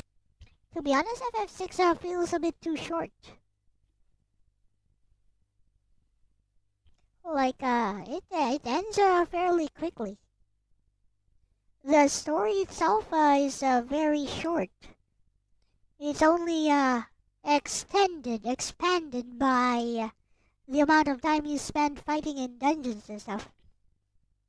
Also grinding. Via espers. Espers in Final Fantasy VI are the way to build your character's access to magic. Each esper provides benefits when fighting with that esper equipped. As you win battles, you gain points towards that esper that permanently gives you access to the magic the esper provides. That is some flexibility right there. This can be even further elevated when you level up. Some espers will even give you an extra stat increase when you level up as well. Like, look, what? This Most of them incentivizes do planning that. ahead with certain characters to achieve the best results. Most of them I do that. love this approach to leveling because for me, I like to set up my characters early, and having the freedom to do whatever I want, however I want, is so nice. Aside from stats and available spells, espers also come with certain abilities that are sort of like the quote-unquote summons of the game. An example, equipping Shiva gives you access to Diamond Dust, whereas It Kieran literally can gradually is restore summon. your party's HP. That's So, literally just summon. with espers, you can give your characters more spells or magic. Isn't it funny how, people who love FF6 and hate FF7 would often talk about how the Esper system gives you so much flexibility with how you do stuff. And then when it comes to FF7, they're like, but the materia system makes it so that no character actually has an identity outside of their limit breaks. Isn't it ironic? Because, you could apply the same argument here. It's dual standards in action. Like, it's like, doesn't the, I hate the Esper system because it makes it so that there is no identity for each character outside of their unique ability. Ne? Desho? It's the same thing. Materia system is basically the Esper system. But materia system also gives you a lot more flexibility than the Esper system.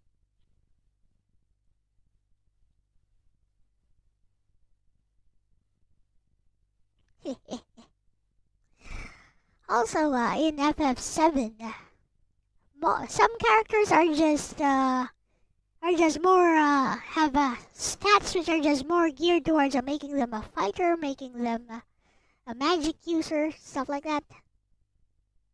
Their base stats actually tell you what they should be doing.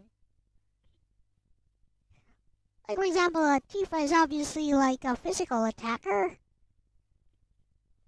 Cloud is basically good at just everything because he's Cloud. Stuff like that. Aerith is your magic user, so her physical attacks are kind of weak. Over here in FF6, like, everyone can be a physical attacker. From the very beginning. There's no identity there. I think Terra has slightly higher attack than most other characters at the start, but eventually it all evens out. Also has naturally high magic. Extra stat bonuses and even extra quote-unquote summon abilities when equipped. Yeah, espers are really fun. The fun is even further elevated because this soundtrack here is a freaking banger! I have not played a single Final Fantasy game where the music sucked. This is thankfully due to composers like Nobuo Uematsu, who took part in composing a majority of the titles, even the Pixel remasters. Nobuo is a legend among the community, and like many reviews I have done before, here are some examples of his work.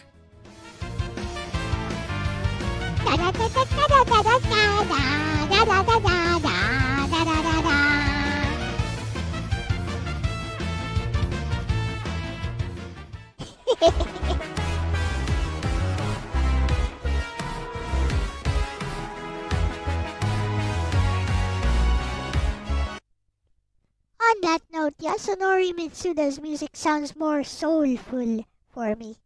It just connects with me on a deeper level, and that is personal preference talking. But you guys get what I mean. I love those sentimental tracks, most especially. Da da da da da da da da da da da da da da.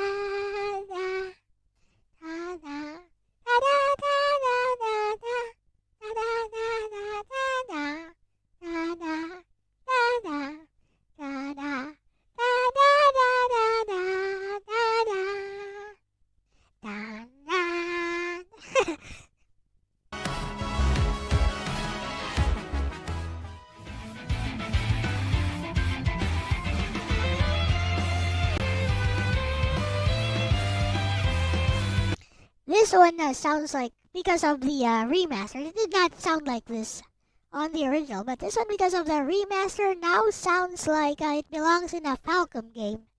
You could play this in a Falcom game and no one would bat an eye. You could play this on an Ys or Trails title. No one would know any better unless they've heard it before.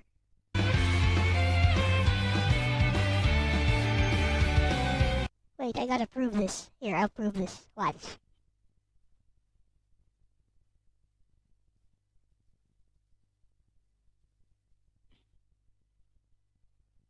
Here we go.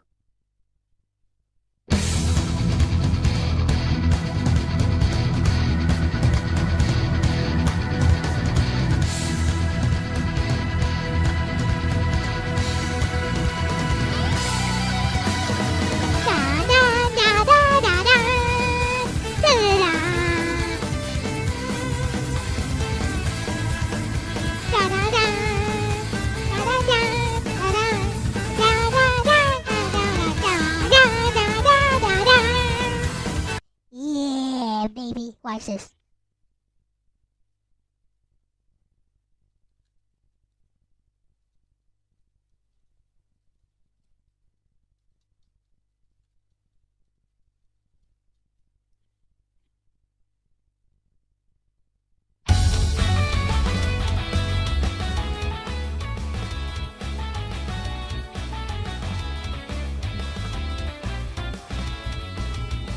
Yep.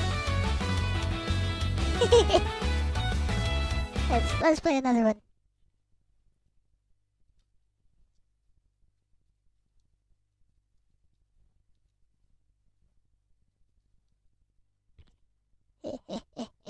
Which Final Fantasy is this? I know, right?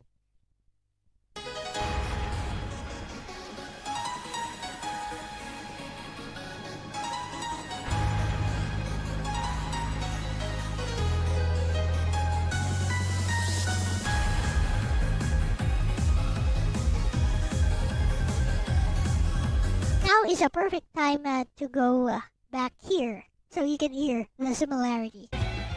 God damn, Nobuo. If only.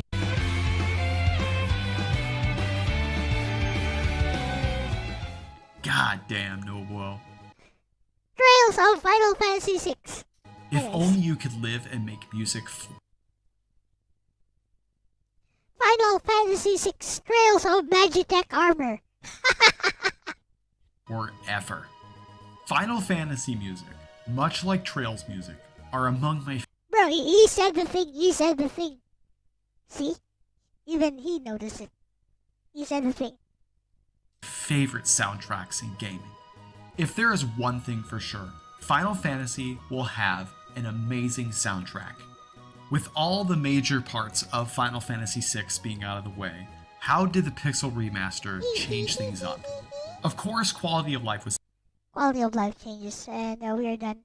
added that was not present in the original, and I would like to quickly go over those things. This is nice. So, Final Fantasy VI. How is this game? Well, this game is incredible. The story, characters, Meh. Another FF6 gushing video. Go watch my video instead for a fresh perspective. Fresh, if not jaded, perspective on the subject. Yes. for I am jaded perspectives.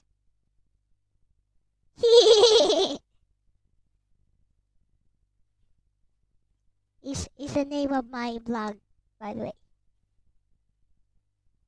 My old blog, which is no longer there. Oh, look, it's there actually. Ha ha ha ha.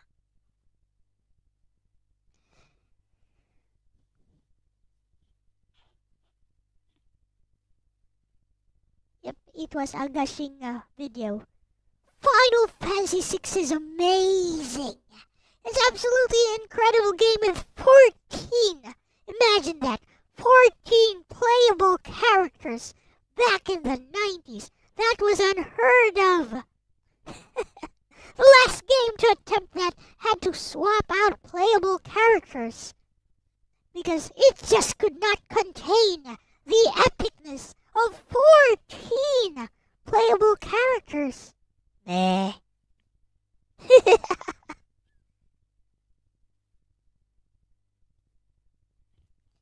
Anyways, go play Little Beach No Beta instead. Let us end with, let's tune my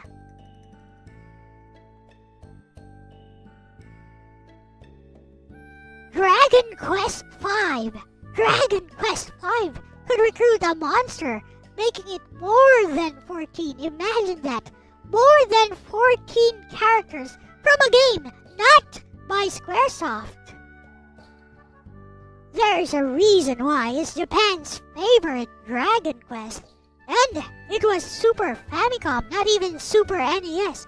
Imagine if this game had come out in the US. Why, it could have easily dethroned the holy, sacred cow that is Final Fantasy VI.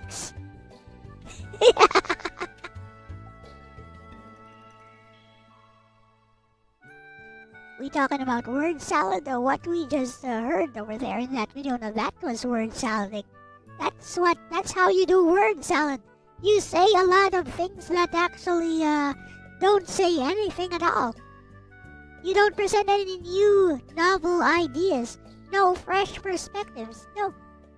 As long as you say something that the entirety of the fandom generally agrees with, they like it. With that said, I think that guy does deserve a like, which I did leave. It's a well-produced video, if not lacking in actual substance. Yes, I think it's lacking in actual substance. Like, it doesn't feel like the perspective of someone who just actually played the game. Sounds like the perspective of someone coming in to praise the game.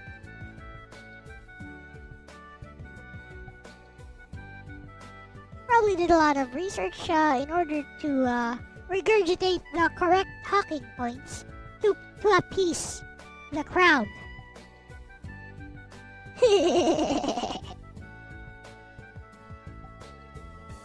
Elle-C does not exist to appease the crowd.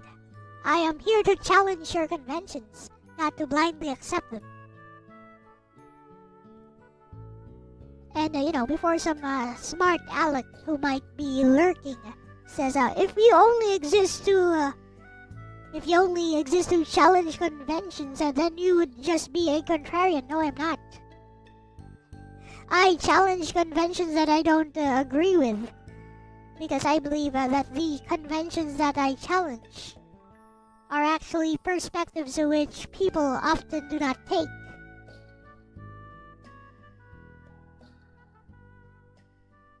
Like, when I say I dislike classic platformers, that is a perspective that a lot of people do not take or are afraid to take.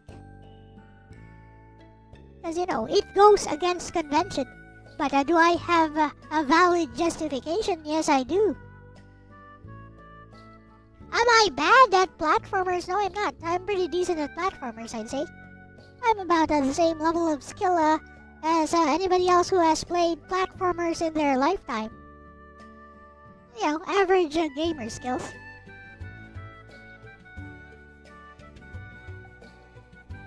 am I bad at platformers compared to people who have actually memorized a particular platformer? Who have actually memorized how to get past a particular platformer, knows exactly when to jump, knows exactly where all the secrets are, knows exactly how to deal with a boss. Yeah, you could consider me worse than those people. But you know, that's an issue of familiarity, not an issue of skill.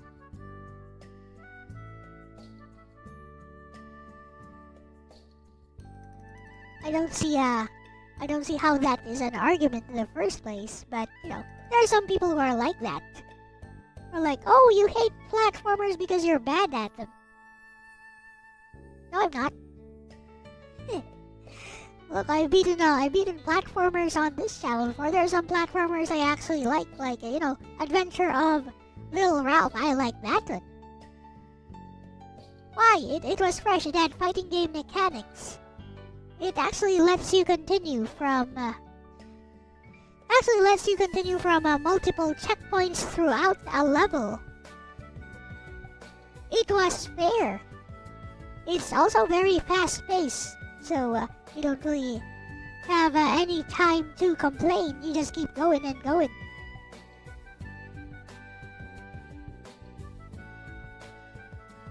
And I'm sure people who try that for the first time would consider that hard.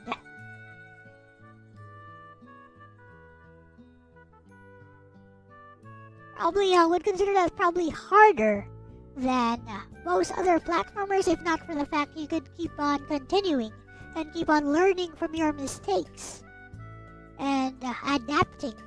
That's the thing. Many of these older platformers just don't allow you to adapt at all before you have to start over from scratch. And at that point, I'd be like, you know what, there are other games I'd like to try.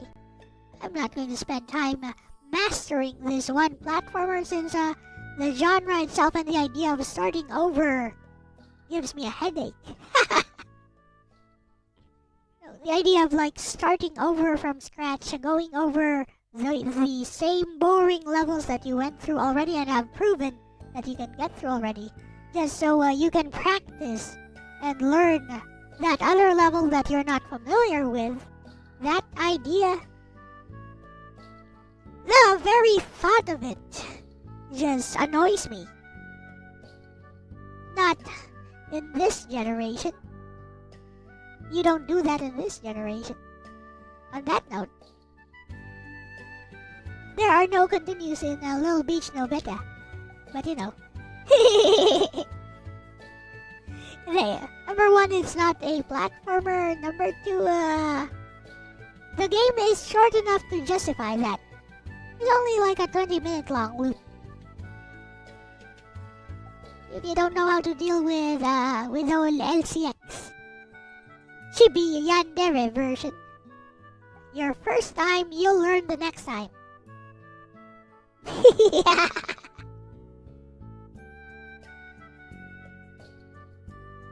Bro, did I fix ice damage? Yes, I did. Never mind. We're closest. Okay, let's work on my schedule. Hi.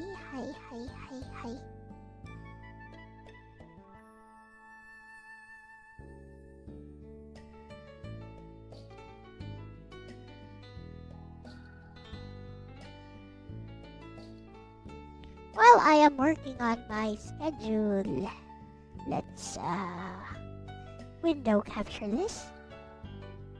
So, let's go over this. Monday, game dev. We're done with game dev. What do you do for Monday? Guys, got any suggestions for Monday before I put in Mobile Legends here? Also, Rebirth can stay. Puyo Puyo Tetris 2 is okay. I know, shall I play that Lorena game? That could be a thing.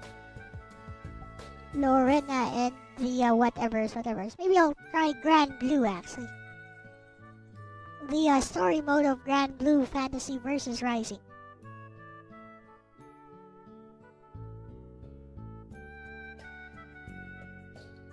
Radical Reptiles DLC. Ooh. We got University Girls too.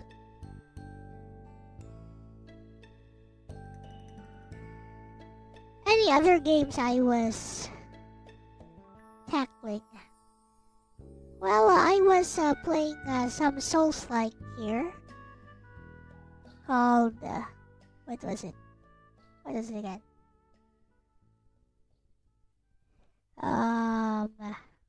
Forgot the name. It was a Souls-like. Day of Defeat, Dead or Alive, no.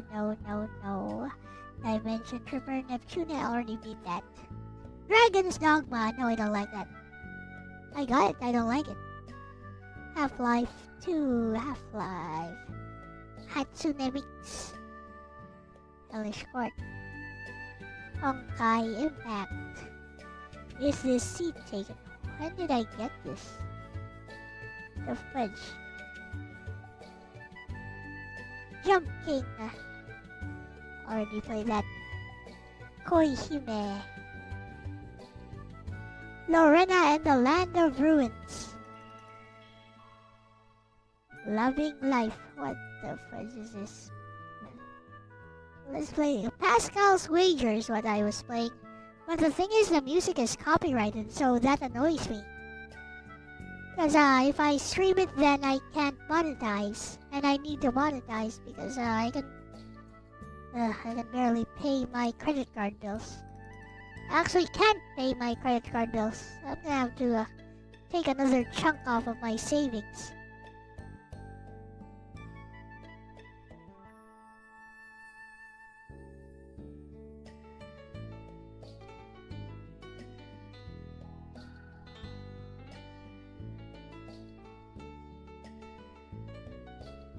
Richie City.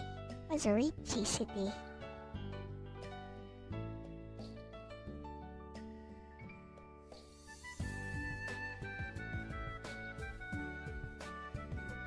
Let's do like a mahjong game, actually. that could be a thing. Let's do a mahjong game in the slot of Puyo Puyo Tetris 2.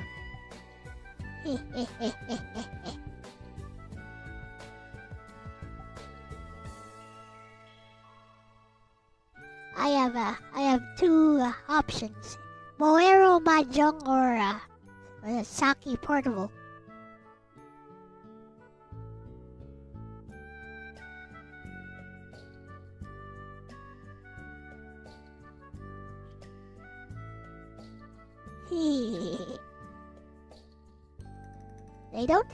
They don't have any translation for Saki Portable. How sad.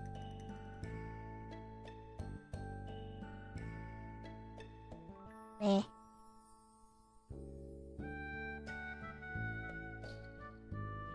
Something with translations. Now how Babino style? You know, I think that's hentai.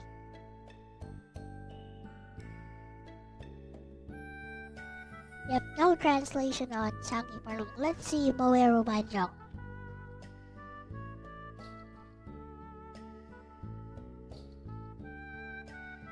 I used to play both on PSP without a translation because, you know, it's Mahjong. You don't need a translation. You just need to know how to play Mahjong.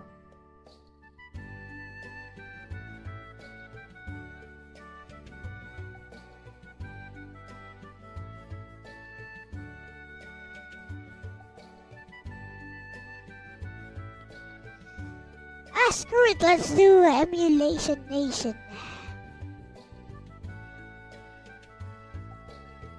I don't know. Mahjong Quest. Mahjong that plays like Dragon Quest. Interesting.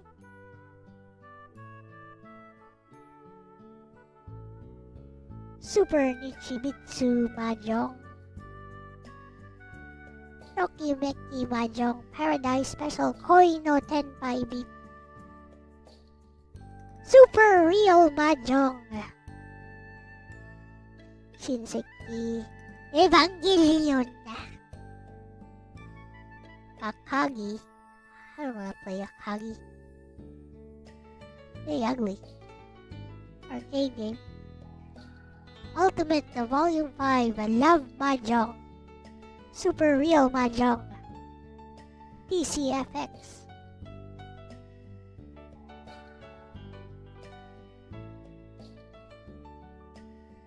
Amagami.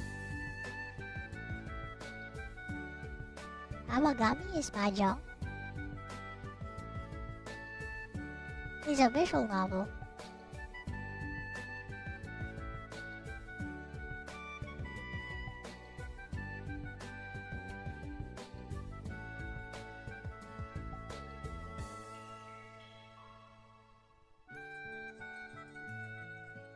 Yeah. Maybe not this one.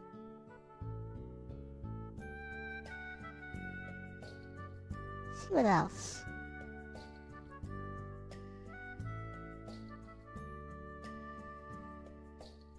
Cyborg 009. I guess I can do that.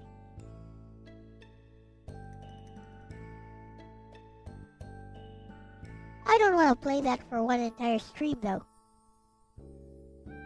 I'd get bored too quickly.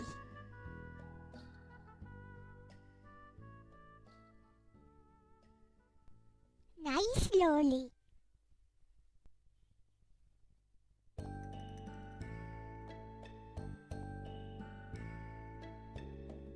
There's one on Sega CD though. It looks kind of different.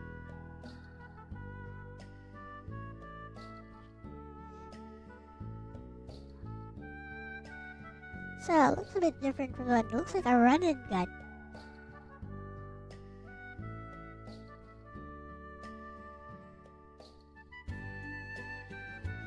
Yeah, I don't like platformers in general.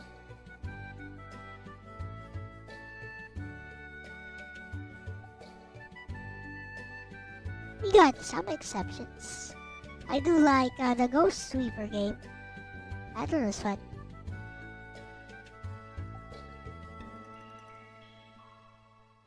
Like LDP wouldn't believe me when I said I like it or I think it's better than Castlevania. I really do think Ghost Sweeper is better than Castlevania.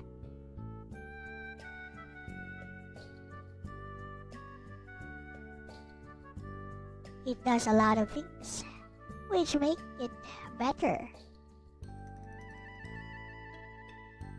Shining Force. That's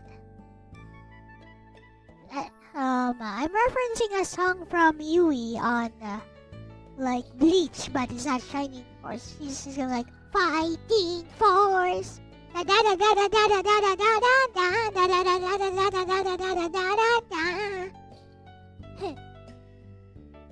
Goes like that. It's an opening theme from Bleach. Fighting Force.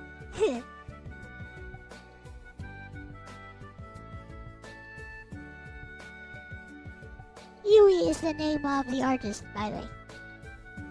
She has a lot of songs that you might hear a lot in, like across different anime.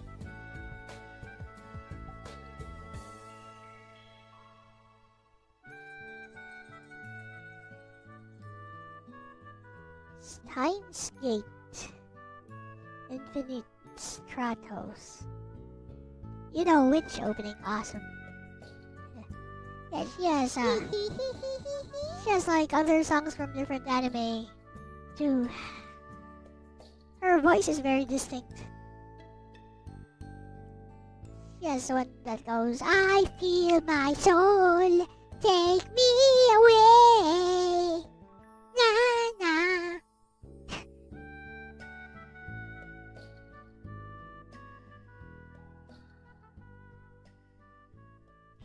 Oh, Nami Crazy Racers.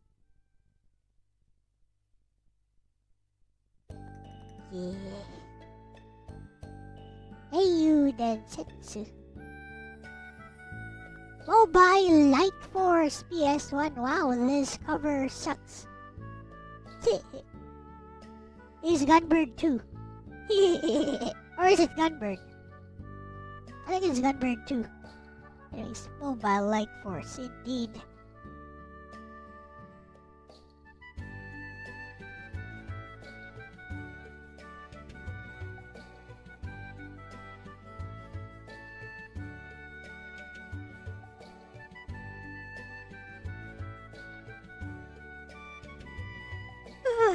Can't think of anything to play. Let's do Mobile Legends. Unless you guys have any other suggestions.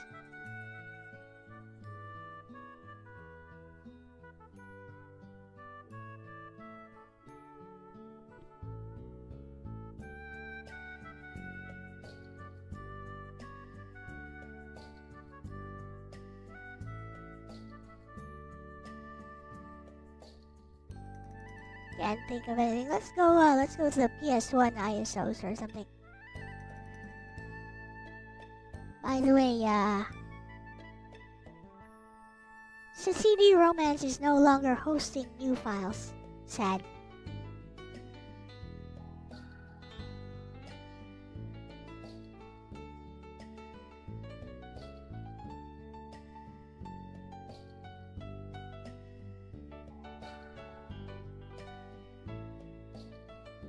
Well, anyways, let's do Grand Blue Fantasy, the story mode.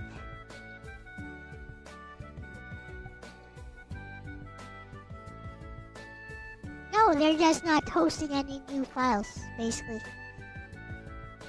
They're still hosting the old files. But they are no longer uploading any new files.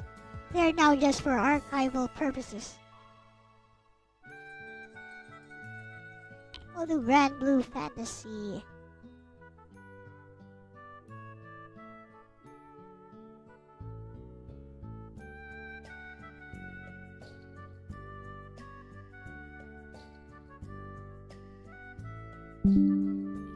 The story mode, where Puyo Puyo Tetris was.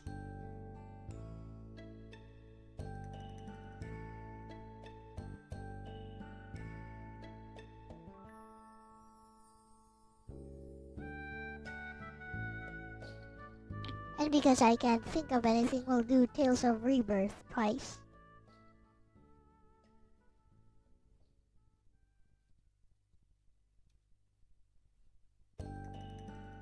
Fair enough. Now, any suggestions for the Dachi de Bol portion? Emulation Nation can say.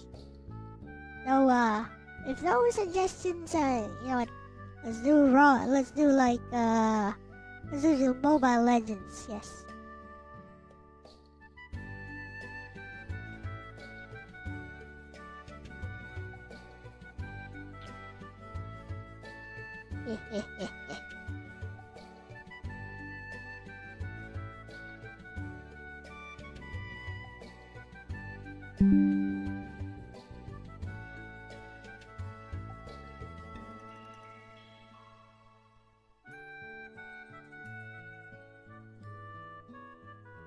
Alright. Now we add a picture of Elle.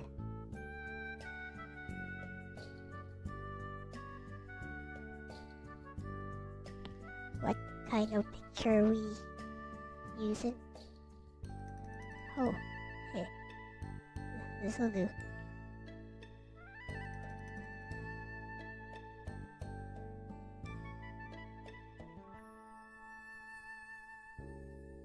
Right.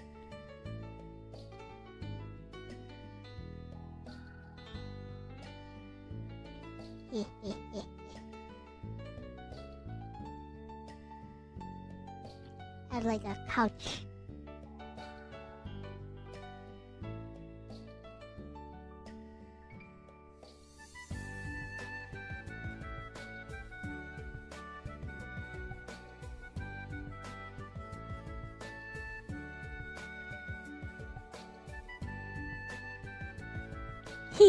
Deal with it.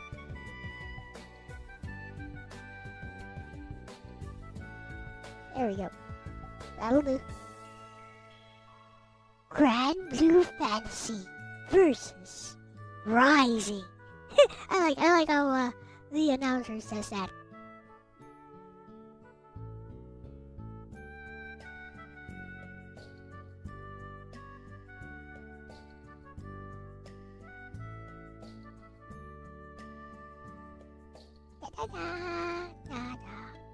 So a new version of game is there. The boss now has a 20k HP. Good luck. Good luck. But the Pedro bears at least don't infinitely respawn during the boss fight. So is fair, right? Fair. Yes.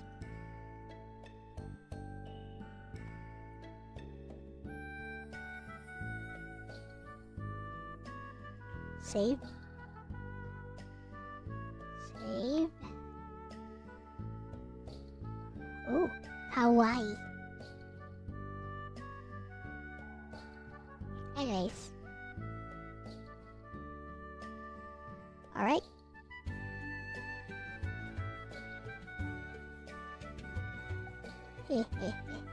Yep. It's fair. I think you like the new changes. Use kawaii for someone. Literally, how could anyone find this scary? Look at that. He's so cute.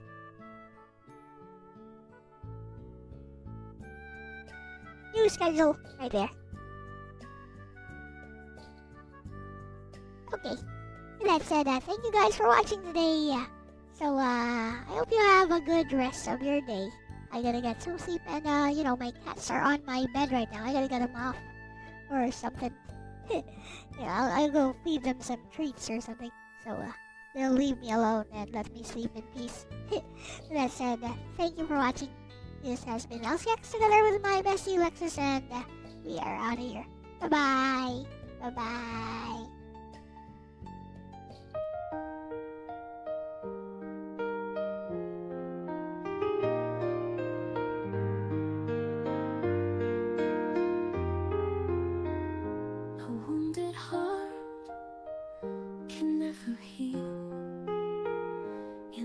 To bear the pain it feels. A wounded heart will never heal. It grieves, it pines, it just conceals. A wounded heart can never heal. It lives and bleeds with its ideals. A wounded heart will never heal. It just embraces what is real. The quiet strength of a fragile heart. It was always broken from the start.